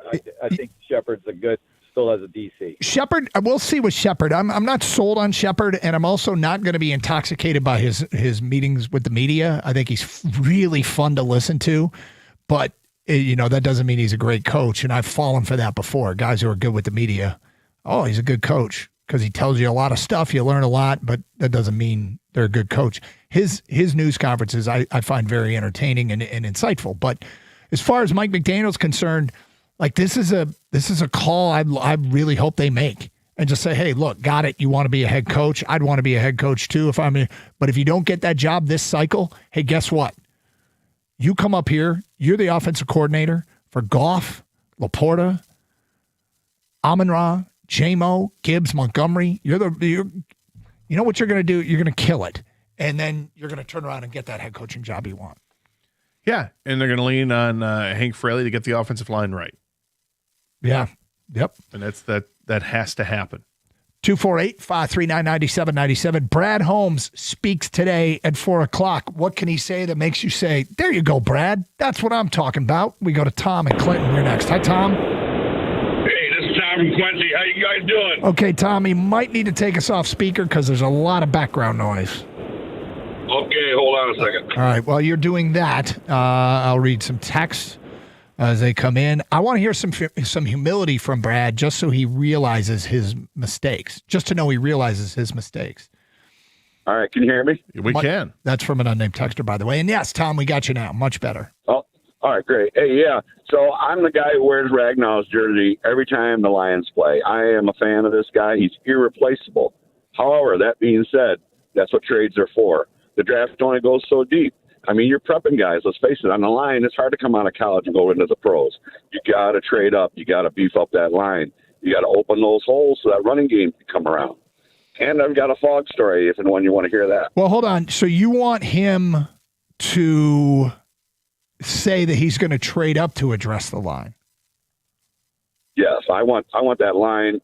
I want that to be a mountain on that line. I don't want anybody to hurt our quarterback, and I want those holes that get broken open so our running backs can do their jobs. Interesting. Okay. What's your fog story?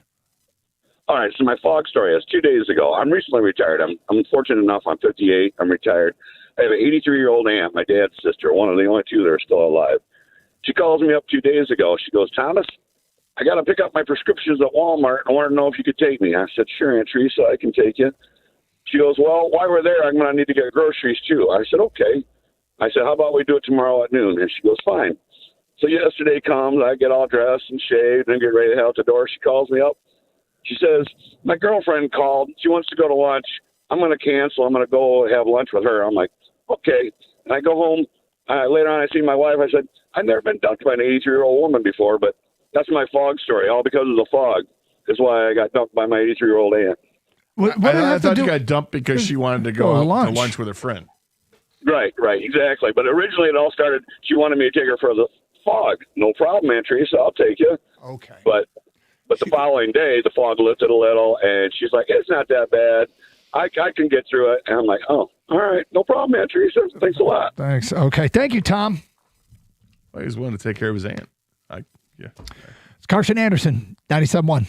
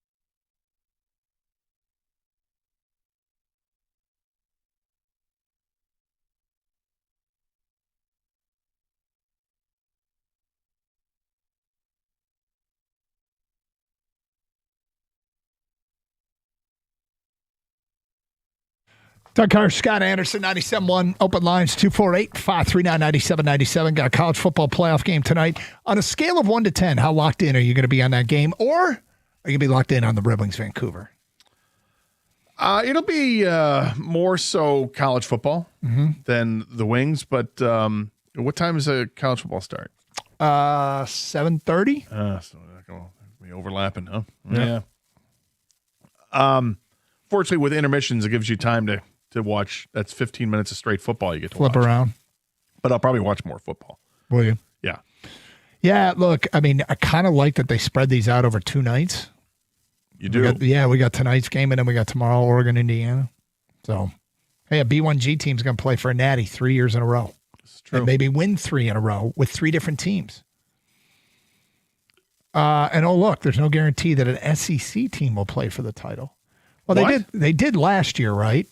Oh, no, they didn't. They did the year before, right? Oh, no, they didn't. Oh, boy. Huh. I just realized their absence from the national championship games. Did you? Yeah. This just came to your mind? Yep. 248-539-9797. Let's go to Raj in Dearborn. You're next. Hi, Raj. Hey, guys. Really nice listening to you guys, Thank you. One question I have is Kelvin Shepard. I don't have any qualms about him.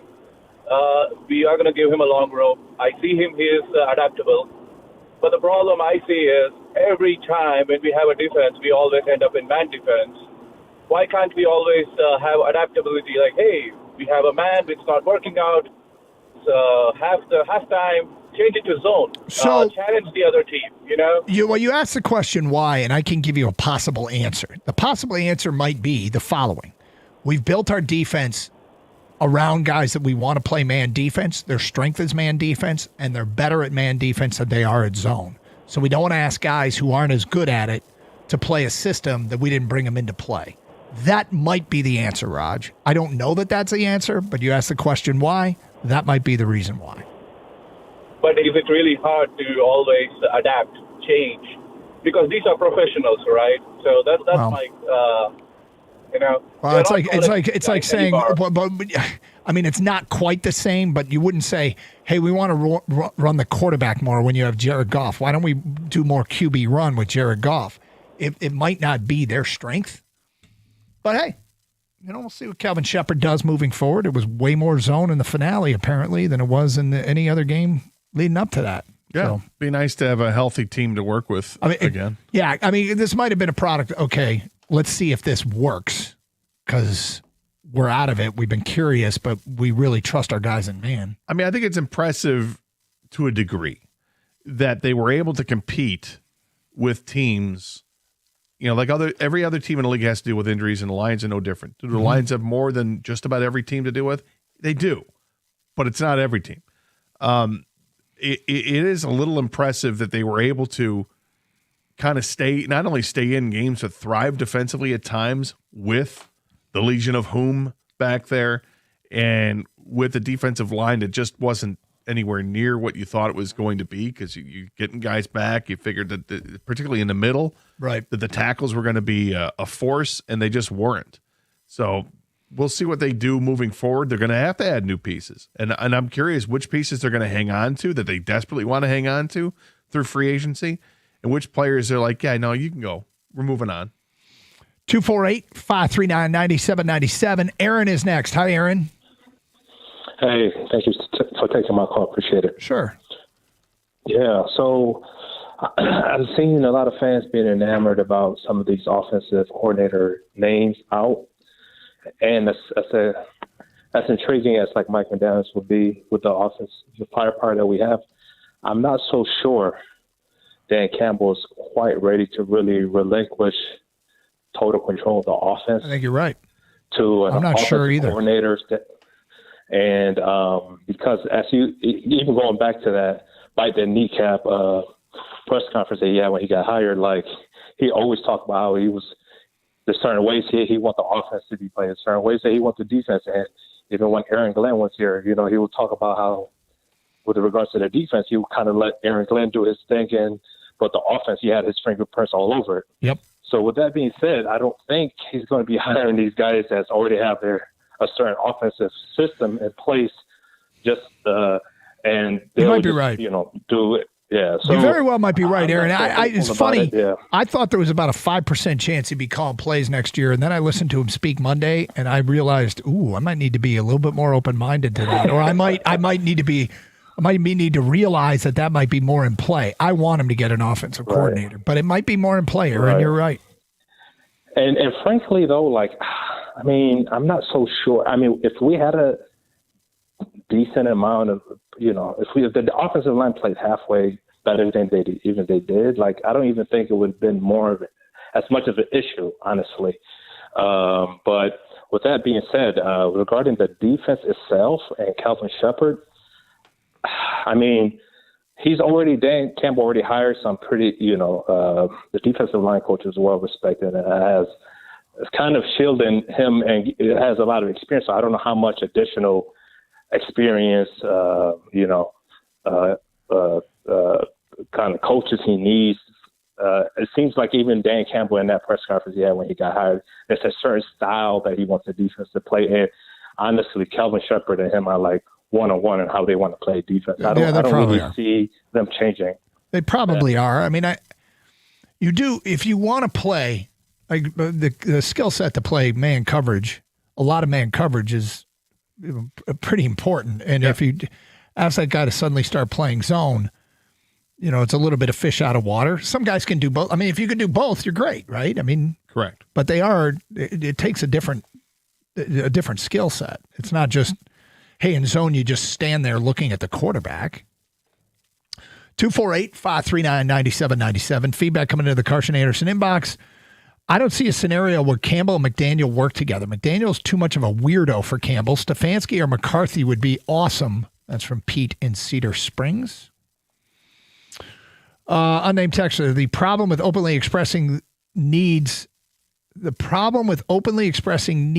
team generates demand, and demand increases prices. Keep those needs close to the vest.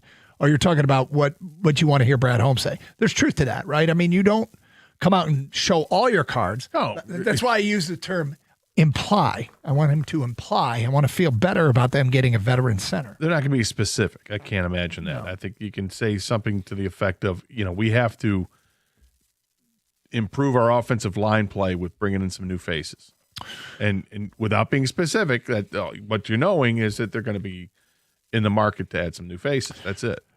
These coaches, owners, and GMs can't say too much to throw anybody under the bus. But if he's going to say anything, I hope that he would say that he is going to do everything within his power to get this team back to the NFC Championship game this coming year. That's from Chad in a truck. Unnamed texter, guys, I want him to say he didn't do enough to address the O-line last year because that means he's going to go above and beyond this year. Chris in East Lansing says, I need Brad to acknowledge that they need to look outside the draft to make the team better. Attention to both lines, that we are in a winning window now, and overall, like he wants to win his first Super Bowl here before focusing on his second. That's from Chris in East Lansing. 248-539-9797. What do you want Brad Holmes to say today when he meets with the media at 4 o'clock? Next hour, we're going to pare down who we want to win the Super Bowl. And more specifically, who we don't want to win the Super Bowl. So we're going to, like Black Sharpie. Black Sharpie. We're going to get the Black Sharpie out, and we're going to cross off some teams that we absolutely do not want to win the Super Bowl. 248-539. And by process of elimination, we'll end up with a team. We'll just keep narrowing it down and narrowing it down and narrowing it down. Now, this will be based on your wants and needs, Scott. My wants and needs. Kang, I want your 2 cents, but also Detroit's. Like, who should we actively want to be sure doesn't? There's some obvious ones, but then the subtleties of the rest of them. Who do we need to give the Black Sharpie treatment to? Let's go to Kyle in Woodhaven. You're next. Hi, Kyle.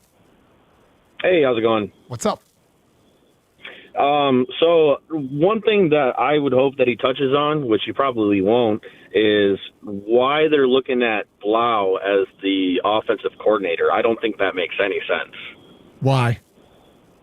I just don't see why we wouldn't go after someone who is more reputable, has more experience, someone a bit more flashy, and because he's been known to try to get somebody that's, a little low key, not really big name. I don't understand it. It worked with Ben Johnson, bringing him up within the organization. But other than that, I haven't really seen you work say too it, much. you say it makes no sense. In the eyes of Dan Campbell, you might be saying, this kid knows us. He knows what we like to do. He knows our offense. He knows what I want, and he can assimilate easily. That might be the part of it that does make sense. You're right, though. His resume is a little short. Yeah, it's lacking. So that point is well taken. More of your phone calls and feedback coming up. Are you going to eat that at 11:35? I'm sorry. Who's on top at 11:35? 97.1.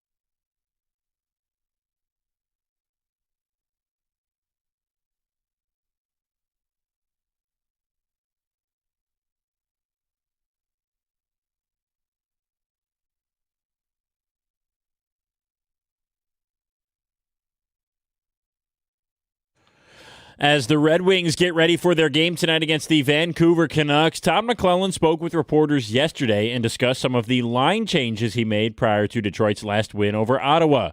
Lucas Raymond scored a goal in that game. It was his first goal since December 21st and just his second in 16 games.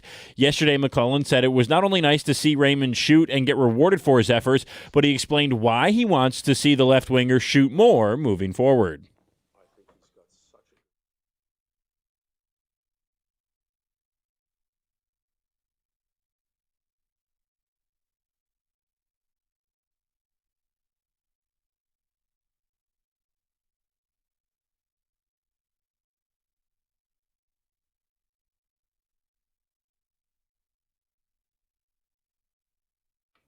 Raymond and the Wings at the ice tonight against the Canucks at 7 o'clock right here on 97.1. Our pregame coverage begins at 6:45.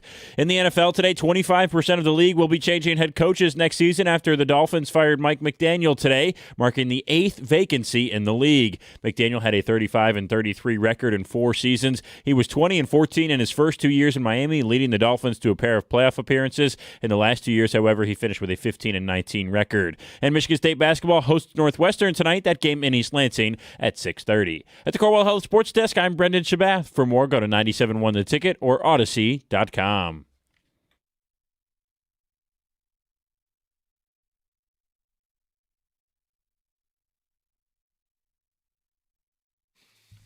All right, thank you, Update Kid. It is Carson Anderson, 12:35. There you go. For Who's on top? We haven't done one of these in a while. We got a top 10 list.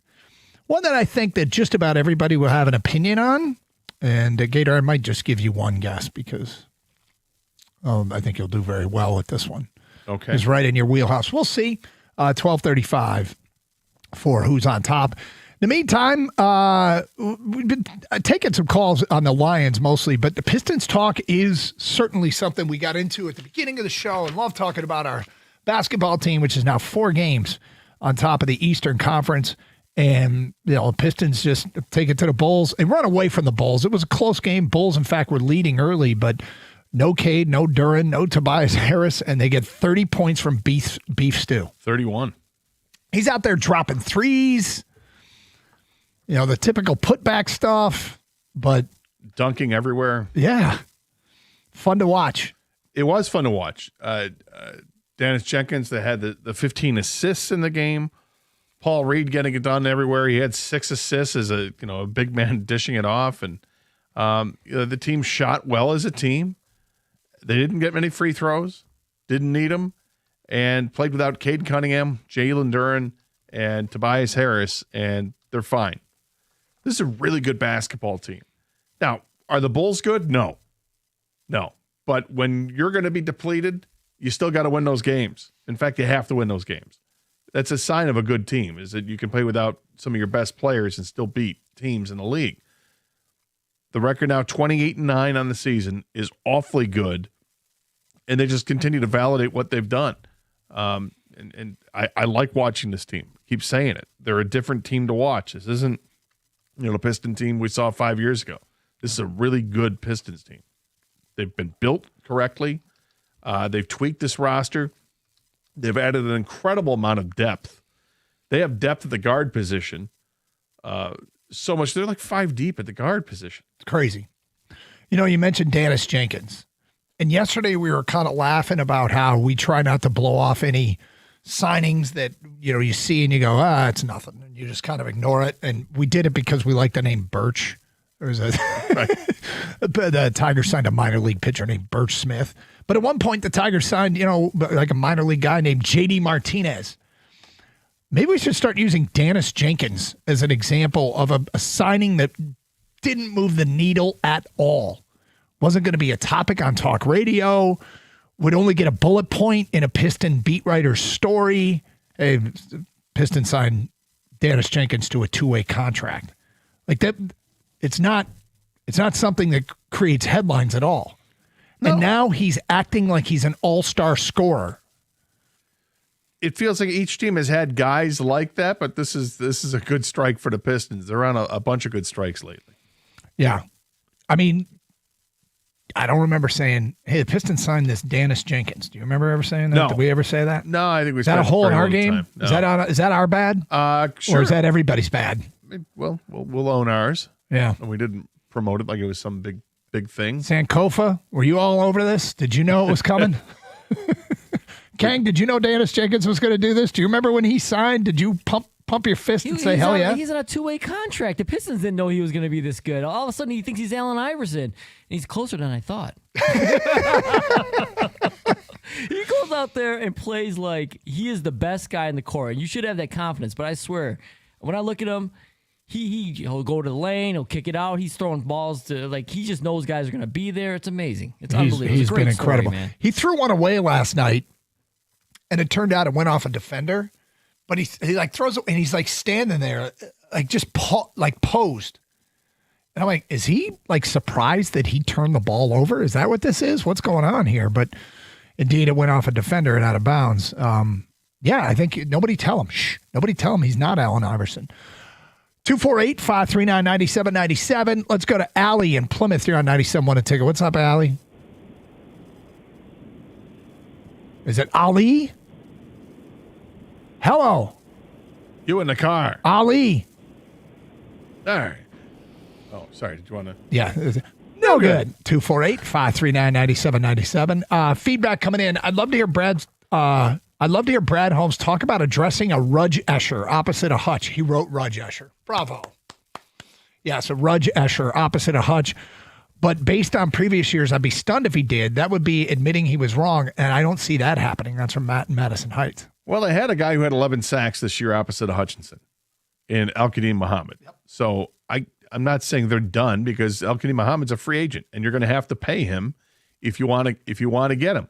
I'm assuming that the texter is looking more towards go get Trey Hendrickson, make an offer to get Max Crosby. If he's unhappy with the Raiders and he can get out, then go get him. Go get one of those guys. Go get Jalen Phillips. But meanwhile, the least expensive guy at a bunch would be Al-Qadim Muhammad. Yep. Those guys are all going to cost you probably north of $20 million. Muhammad will cost you maybe north of $10 million. And he earned it this past year with the 11 sacks. I think we forget that, my God, that's a pretty good total. Yep. Can they go after one of these other guys? Maybe they can, but it doesn't seem like financially they can. Is that where the real priority is? If you had to prioritize players in this team, I'm looking at offensive line first, not the Rudge Escher. Yeah, I'm edge rusher, as people commonly call him. Yes, but you once accidentally referred to as a Rudge Escher, which was perfect. And I thought, wow, you've really outdone yourself. And then you came up with Munch of Marth. Yeah, Munch of Marth. Yeah. As the Red Wings issue the last couple of years has been the Munch of Marth. From Gary, we have a solid core of players. This is our time. Over the next 2 years, we're going to go all in to acquire any player that can help us win a Super Bowl within that 2-year window. Any repercussions to the future of the team beyond this window will be irrelevant. This is my goal. That's from Gary. What he wants Brad Holmes to say. Well, that'd be cool to hear because it's a sense of urgency, and we've got a window of opportunity. We're going to take advantage of that window. Stephen, it may be painful down the road, but for the next few years, we're going for it. Stephen Shelby said, I would like to admit he should have done more at the trade deadline. I mean, look, I think ripping people for trades they didn't make is a difficult thing to do. I know people wanted offensive line help, and I did too. One offensive lineman got moved. He was a middling offensive lineman with a history of injuries and penalties. And, you know, we don't know what the asking price was for a Benito or a Zeitler. And I can see why those teams didn't want to trade him. They had young quarterbacks that they want to protect. And you can't Madden override something and just say, Bitonio, yes. You can't Madden override something and just say, Cleveland, give us Bitonio. Tennessee, give us Zeitler. They don't want to trade him, but hey, got it. But there was that one trade the Chargers made that we know what the draft capital was, and maybe someone can ask Brad Holmes if they knew about if they were in on that. That was the price too high? But again, that's the guy that I said was middling who had a penalty and injury history. Yeah, but I mean, fans were pretty desperate. I'm not sure upper management was desperate at the time. So well, as we like to say, if you do the other thing, you never know that it didn't work. If you don't do the other thing, you never know that it didn't work. Seems weird to say, but I wouldn't want Mike McDaniel because I would expect him to be a head coach by next season. Is it wrong that I want an OC for more than one season? No, Johnny, it's not. But it's an all-in move to win next year. I want Holmes to say the future is now. Our goal is to win the Super Bowl this year. He might say that. I think the goal to win the Super Bowl is every year. I think that's what every general manager, every coach, every player will tell you. That's our goal in the Super Bowl. Unless you're, obviously have no shot at it. What can he say that would make you say, there you go, Brad? That's what I'm talking about. My man. 248-539-9797. We'll get to your phone calls and feedback next. Coming up today at 12:35, another edition of Who's on Top. A little bit later on, we'll figure out who we want to win the Super Bowl. It is Carson Anderson here on 97.1.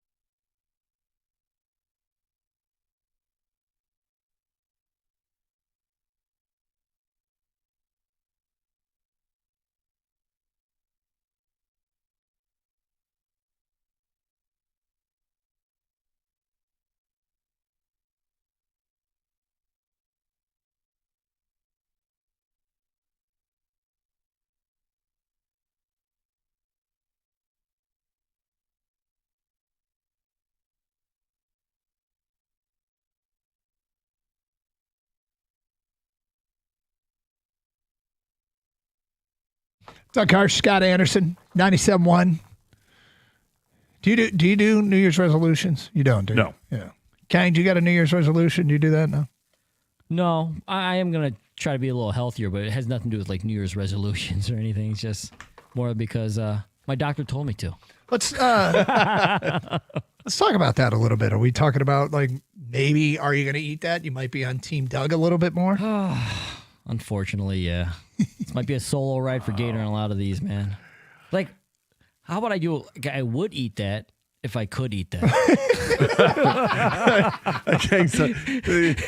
That sounds good. Right? Tell me what it tastes like. Sounds delicious. Yeah, sometimes, I have my weaknesses. I had some chicken wings last night. Oh, man, dude. Slow down. Oh, Yeah, living on the edge. Living on the edge, my friend. What kind of sauce? I didn't. It was a dry rub. It was a dry rub with sauce on the side that I could dip, I wouldn't get too much. What kind of sauce was it on the side? It was a standard buffalo sauce. It was a barbecue dry rub. Let me ask you this. Was there sauce left over? Quite a bit. But you know what there wasn't left over? Chicken. Celery. Right. Yeah. I ate all the celery. I like this. too? What's that? Are you just strictly celery Just strictly guy, or celery. You don't like I'm the strictly carrot sticks? celery Okay. guy. Do you dip it in blue cheese or is it just celery? Oh, sorry. Oh, come Sorry. on, man. My bad. Dip it in air. I was like, raw dog, man. There's no dip. Why ruin a good thing, right, Doug? Yeah. Yeah, exactly. Mess it all up. Yeah. What'd you do? You ruined that celery stick. Did you really just ask me that? I know. I feel like an idiot. Also, an update.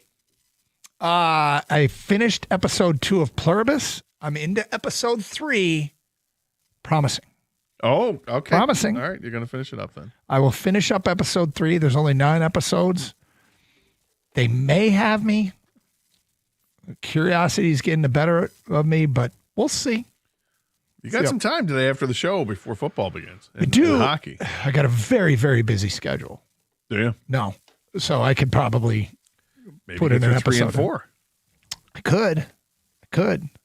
Get on the Peloton, put it on, and put in an hour and a half ride, right? Sound good? Sounds great. Sure. Whatever you want to do. Cross my fingers for you. Hopefully. Wish me luck. Wish you luck, Doug. And everybody else on the Peloton. I wish you luck.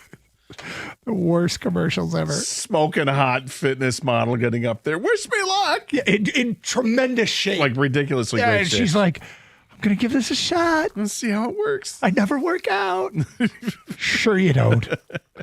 Red in Farmington Hills. By the way, in your $27 million apartment overlooking Manhattan right. in an all-glass room in the corner of the building. Well, that's where the Peloton goes. That's right. I can't put it in any other 2,000 square feet I have up there. Red in Farmington Hills, you're on 97.1. Hi, Red. What's going on, fellas? How you doing, Red? Happy New Year. I want you guys, I know you're not going to ask, but this is one of the questions I think should be asked to Brad Holmes, is the strength and training coach. I don't know if they need a better or if they doing it. I don't know what they're doing. I think the injuries on defense is mind-boggling. Did you hear Dan Campbell address it Monday? No, I didn't. He basically said, "Look, I think we do a really good job. We're going to look at everything, but I really think we do a good job at getting our guys ready." Yeah, I think also too. It might be even like something that's like a supplement that they're taking that's approved. That's not approved, and that can be like I can see a 30 for 30 special about this. Because it's kind of like blowing my mind just how many injuries on defense that we got going on. Well, so if it were something, I wish it were that simple because that would make it predictable, and that would make it controllable.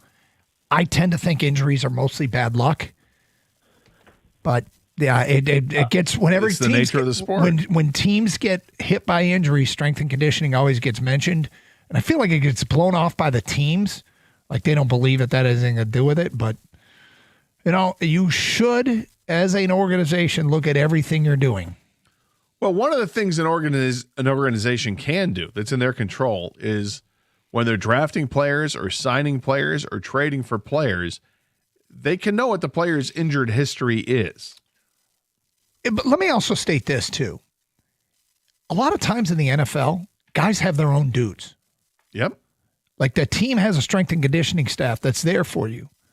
But a lot of guys in the NFL have their own guys that they work out with on the side. So it might not be a team-wide issue. And if there is an issue, maybe they need to get those guys approved. I don't know. Yeah, I just bristle every time I hear this brought up because I think people want an answer for it as if there is an answer. A simple answer. Yeah, like if pin it on one guy and move on from that guy, everything will be fine. I think there is a simple answer, but nobody wants to accept it. It's a violent game. It's bad luck, yeah. So you got guys that are running into each other if they're not looking at each other. I mean, there's self-awareness. Would that help out? Sure, it would help out. You got defensive backs that are backpedaling the entire time. They're literally playing defense, and they're sprinting as hard as they can and then colliding as hard as they can and falling to the ground. There's a lot that goes into it that you just have to accept it and say, yeah, guy's going to get hurt. Now, if you're taking on players that have an injured history, this guy's had ACL surgery and this guy's had ankle injuries consistently, I mean, then maybe you're expecting some of those things to happen, or they're more predictable or this guy's more likely to have it happen to them. But, it doesn't seem like guys are getting hurt while they're working out in the weight room. Guys are getting hurt on the playing field and sometimes on the practice field. Let's go to John in Detroit. You are next. Hello, John. Hi. Hey. I don't understand why Doug doesn't want to draft a center. If he's played center for 4 years, he's a high draft pick. What's the problem? He's cheaper, and there might be a stud center in the draft this year. Well, I'd prefer a veteran, somebody who's been in the league for a long time that knows what he's looking at when he looks at an NFL defense and has experience. I think the position is super important not to have a rookie at. If they can't get a veteran and there's some stud center that you mentioned, but most of the stud centers, I would argue, probably haven't played for 4 years. Yeah, it doesn't sound like there's that Penei Sewell in the draft this year at the center position.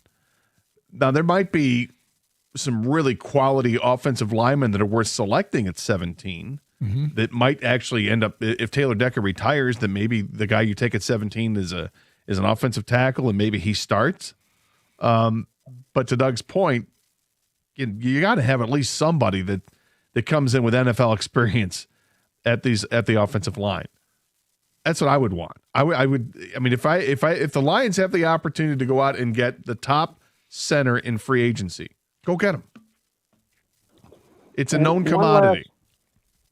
One last thing. This Proctor, this offensive lineman Proctor from Alabama, he weighs 366 pounds. I want to make sure that he's doesn't have an eating problem. Well, he's also 6'7" and apparently incredibly athletic. I think that's a question they'll ask. Do you have an eating problem? I think they'll look into his. I think they'll look into that and make sure that they're not going to draft a guy who's going to eat himself out of the league. Yeah, that's given the scrutiny with which they go and look at draft picks, don't worry. They're not going to draft a guy that's going to eat himself out of the league. No, and as I was told years and years and years ago by someone who ended up being a Division I college football player. Yeah. Muscle weighs more than fat. Mm-hmm. So when you're 6'7" and 366 pounds, I don't think you're a big fat tub of goo.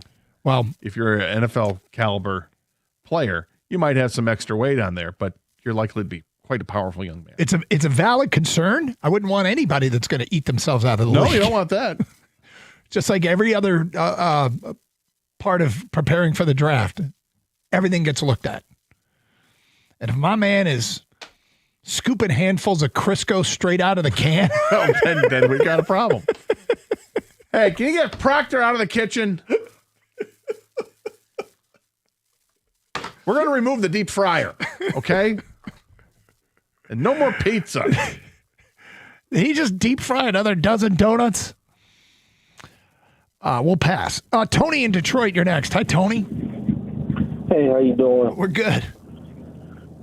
So really how I look at it is the type of coach that Dan Campbell is, there's a lot of people that want to play for him. Like he's players coach, he rah-rah, so it kind of takes me back to like college and thinking of like people like Pete Carroll.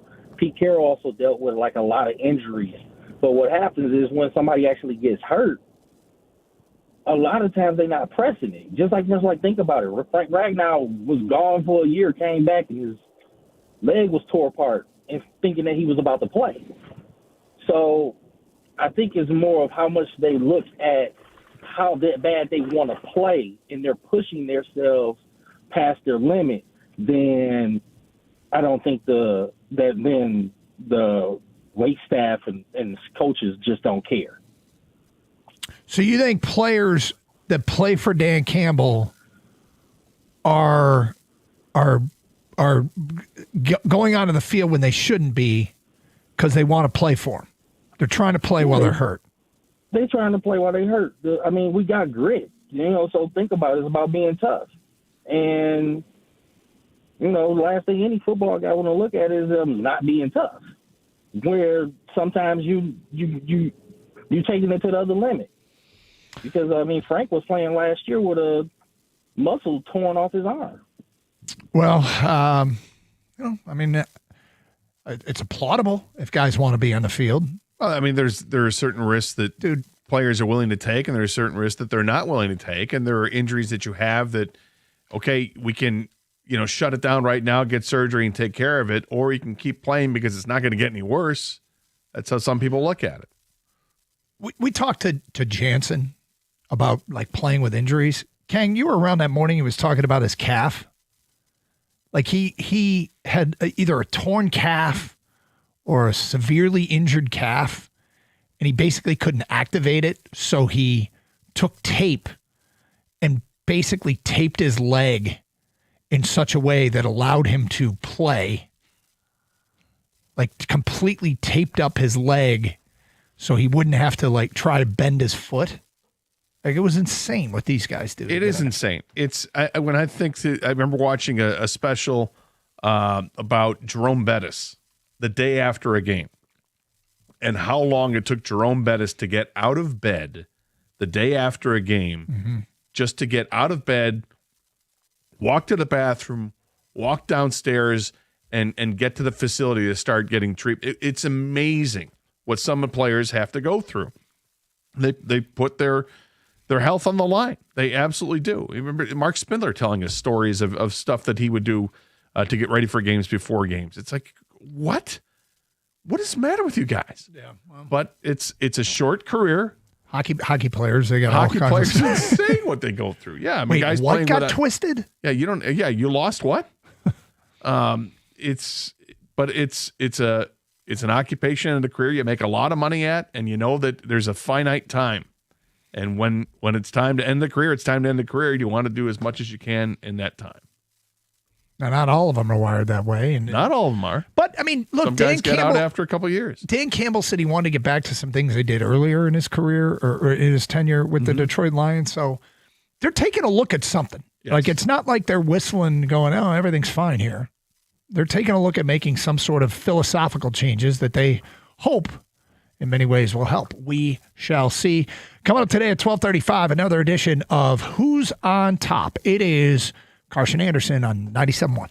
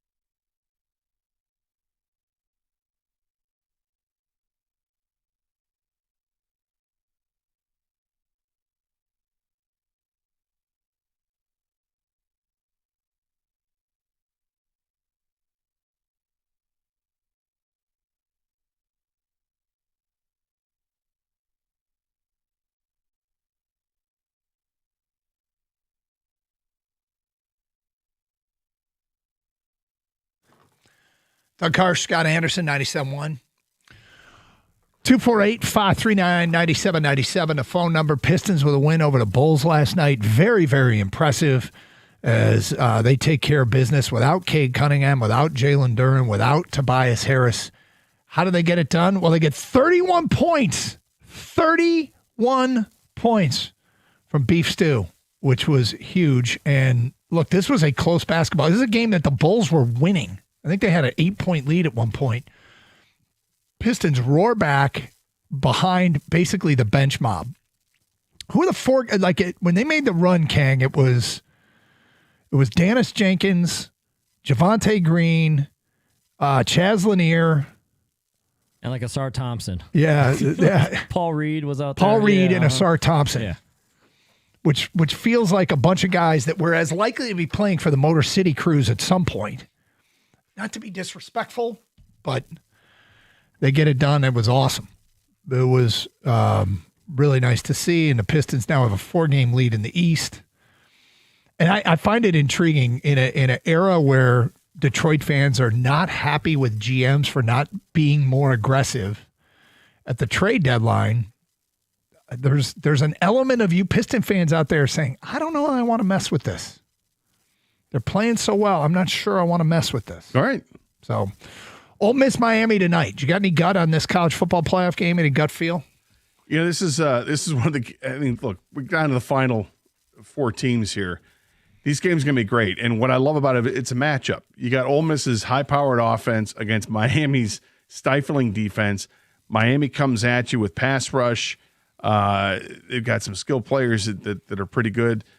I love the idea that Ole Miss is going to continue to win in spite of Lane Kiffin leaving and all the mess and turmoil he's left the program with, that these guys are going to play for each other. Trinidad Chambliss, the local kid, it's great to watch him. Mm-hmm. I'm rooting for Ole Miss big time in this game, but Miami is such a tough task. I did not expect Miami to be able to shut down Georgia the way they were, and here they are. Miami shut down Ohio State. Ohio State, sorry, yep, Ohio State. It's okay.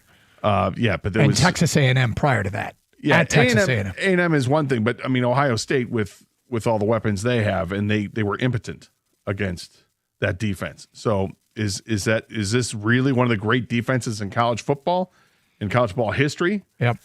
We're going to find out tonight just how good that defense is, and we're going to find out how good the offense is for Ole Miss. So Ruben Bain and Akeem Messidor are the 2 edge rushers for Miami, and they have been a handful for everybody. It was interesting to see what happened to what's the name of the kid at Ohio State? Sayin, thank you. Good Lord. All the Ohio State quarterbacks run together. They remind me of the bad guy from a John Hughes movie, giving Molly Ringwald a hard time back in the day. But anyway, Julian Sayin struggled against that pass rush. And the Marcel kid from Texas A&M struggled against that pass rush. Well, Trinidad Chambliss struggled against that pass rush. I think this is going to be more of a low-scoring game.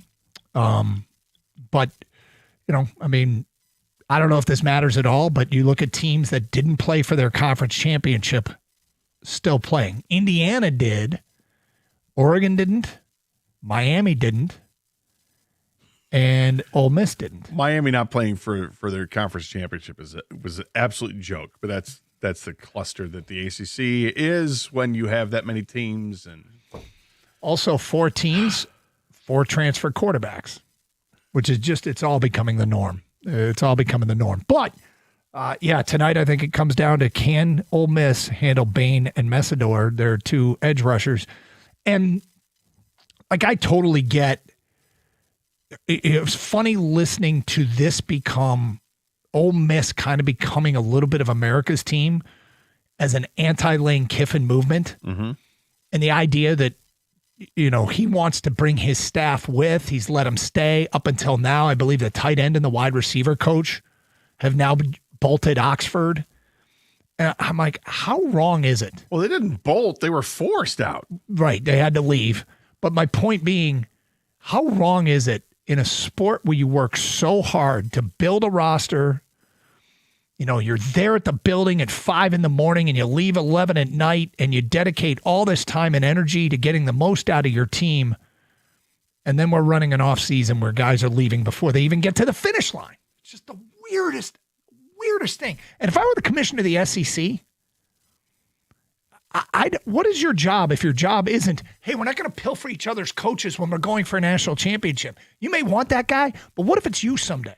What if it's you, LSU, that is playing for a national championship and Alabama comes calling with a bigger paycheck? They can't help themselves. They can't. But what good is a commissioner if you're not going to oversee that we're not going to undermine other conference teams? What good is having an NCAA if they're not going to enforce rules?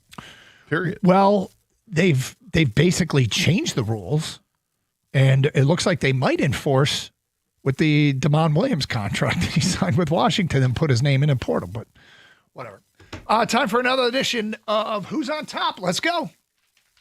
Okay, I've got a list. It's actually a worldwide list, but we're not going to do worldwide because all of these things are domestic, as it turns out. Okay. It's a list of the best potato chips. Now, people are going to ask questions. What necessarily qualifies as a potato chip? And I'm going to say just about everything is my answer. Okay. Yep. As I look at what made the list, it feels like just about everything made it. A chip, a cracker, a pretzel, something. Exactly. Gotcha. Exactly. And I'm going to give you one guess, Skater, and then the people are going to see if we can round out the top 10, which we have only done once in the history of the Carson Anderson program. It's our 19th year doing a show. Yep. So, good Lord, is it? Yeah. Shh. Started year 19. Don't tell management. Are you ready? Let me get one more caveat, though. Okay. How specific do you have to be? Like flavors. There are things on here that are specific. Okay, flavor specific. Yeah, so it's not just if I say potato chip. Yeah, no. There's what kind of potato chip. Yeah, so the brand and the flavor and all that, right? Yeah. So I'll tell you something that's not on the list, but I love the Better Made Red Hot popcorn. Like that's what I wouldn't say popcorn. I would say Better Made Red Hot popcorn. Gotcha. Yep. Okay. Which is elite. So I will start and I will say, let's go with the original. The original Doritos. Original Doritos. The nacho cheese flavored Doritos. Original Doritos is number one on the list. Well done. There you go. But we're far from done, people. We're far from done because we're trying to get the whole top 10. So, 248-539-9797. What deserves to be on this list of the top 10 potato chips? There's a lot to choose from here. And as always, because there's a lot to choose from, I always think, we probably won't get it done. We probably won't get all 10. But we'll find out. 248-539-9797. Can I tell you that when in my moment of weakness, the chip, my go-to potato chip, came in at number 20, so it's outside the top 10, so I'll tell you what it is. Sure. It's the Fritos Honey Barbecue Twist. Those are good. Those are real good. In my moments of weakness. Do you like Doritos? No, regular Doritos? They're good, but I like the Fritos Honey Barbecue Twist better. So, with me, find something I like, lock in. I don't branch out very often. But regular Doritos are good. There's no doubt about it. All right, people, 248-539-9797. What is on the list of the top 10 potato chips? Gator got number one, Doritos. What do you think is on the list? We go to Brandon in Shelby Township here on 97.1. Hi, Brandon. What's up, guys? How's it going? We're good. Right. So jalapeno chips, specifically a kettle jalapeno chip, but I'm going to say jalapeno chips. Gator, do you think a kettle jalapeno chip made it? I don't, but I get it. Kettle chips are great, and you got specific with a jalapeno flavor. Brandon, it did not make the top 10. 248-539-9797. I feel like asking, is it unfair to say, did kettle chip make it? We'll do that later. We go to Juan next on 97.1. Hello, Juan. What's up, fellas? How you doing, sir? All right. We got to go with Better Made Red Hot. That's the potato chip. Classic to me. Yeah, yes, it's chip. great. Better Made Red Hot. Better Made Red Hot potato chips are outstanding, although I'm not sure if they're as nationally renowned as they are locally. Gator, do you think it made I think The flavor is excellent, but I believe I got a lot of family in Mississippi, and Mississippi was late on everything. Fago, but lately they've been having the last 10 years they've been having Better Made Red Hot in Mississippi. So I'm going to say it's not because I still think it's regional, but I hope it is because it's one of my favorites. It did not, Juan, but you're right. It is very good. 248-539-9797, the Better Made Red Hot Potato Chip. JC in South Lyon, you're next. Hi, JC. Good. How you guys doing? All Good, sir. All right. I'll tell you what. Ruffles potato chips. Sold them for 35 years. It's classic. Just regular plain old Ruffles. Just the standard unflavored Ruffles. That's your guess, right? I'll take that. Yeah, it could Okay. be sour cream and cheddar, but Just give us what is it? You get one guess. Yeah, Ruffles plain. Okay, Gator, do you think plain Ruffles made it? I don't think plain Ruffles made it. I think you may have been onto something, but It did not, JC. Plain Ruffles did not make it. 248-539-9797. Rob in Pontiac, you're next. Hi, Rob. Hey. What's up? Funyuns. Funyuns, Gator. Do you think Funyuns. Funyuns made the top 10? I don't think Funyuns made it, but I think that they're on a list. I don't think it's top 10. Well, you're exactly right. Funyuns did not make the top 10. They came in at 11. Look at that. Look at that. So close, Rob. Close, Rob. Best potato chips. 248-539-9797. Mike in Royal Oak, you're next. Hi, Mike. Hey, what's going on, guys? How you doing, sir? Good. I got Great Lake, Michigan barbecue cherry chips. Oh, the barbecue cherry chips. Yes, from Great Lakes. I think those are my wife's favorite, my daughter's favorite. Gator, do you think they made the top 10? This is a national list. I do not. Yeah, they didn't. Too local. But those are really good. I've had them. They're good. I enjoy them. It's a unique flavor. It is, and I don't think it's for everybody. Josh in Grand Rapids, you're next on 97.1. Hello, Josh. Hey, guys. I'm going to go with Hot Cheetos. Gator, do you think Hot Cheetos made the top 10? Flamin' Hot Cheetos, yes. Flamin' Hot Cheetos checks in at number 3 on the list, Look at that. Josh. Way to go, Josh. Well done. 248-539-9797. Let's go to Steve next on 97.1. Hi, Steve. All right, I got 2. Can I give an honorable mention? Because I know it won't be on the list. No. If you know it's not going to be on it. He says it's not going to be on it. Just go with the one you think is going to be on the list. Original Pringles. You can't say no to them. Original Pringles, Gator. Do you think the original Pringles made it? I'm going to say no. And the only reason I'm going to say no is because Pringles gives you so many options that I feel like, why would I go with plain Pringles when I can get this, or this? But I like Pringles a lot. Didn't quite make the top 10, Steve. It came in at 18.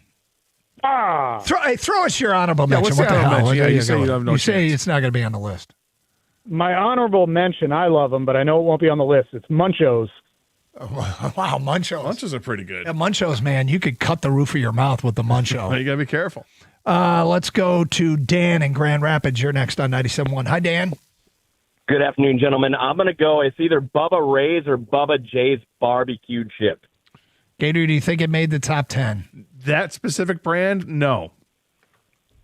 It did not. 248-539-9797.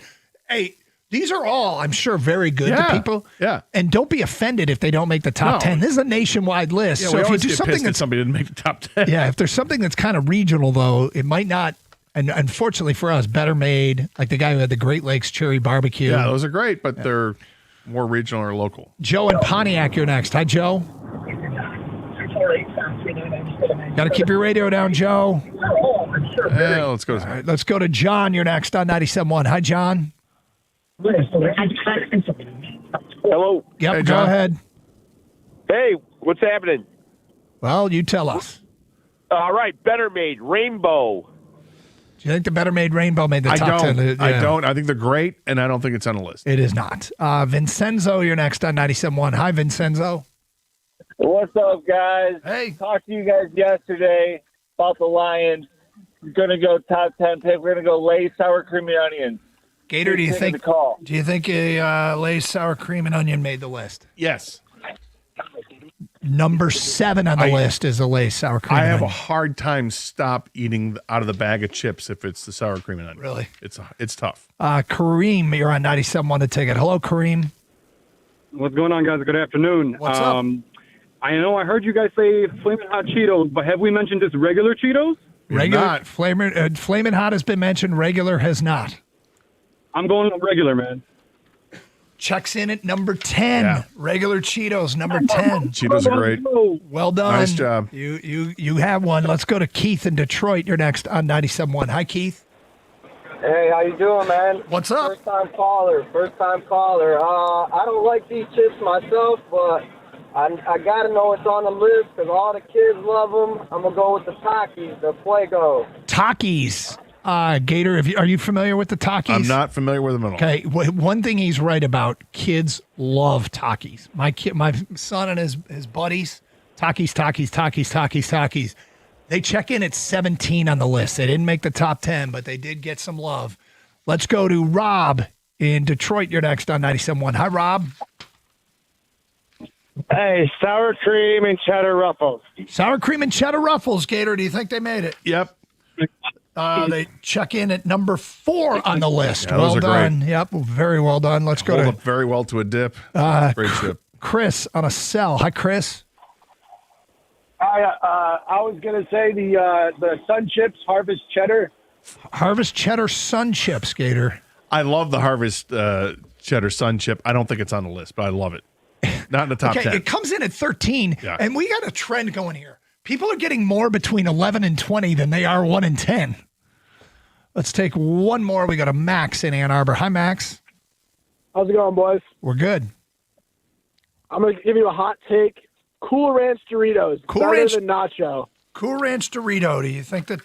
First of all, I don't think that's a hot take. I think there's a preference. I think it's pretty well split. I think everybody loves Doritos, and just which one do you love more? And yes, I do think Cool Ranch Doritos are on the list.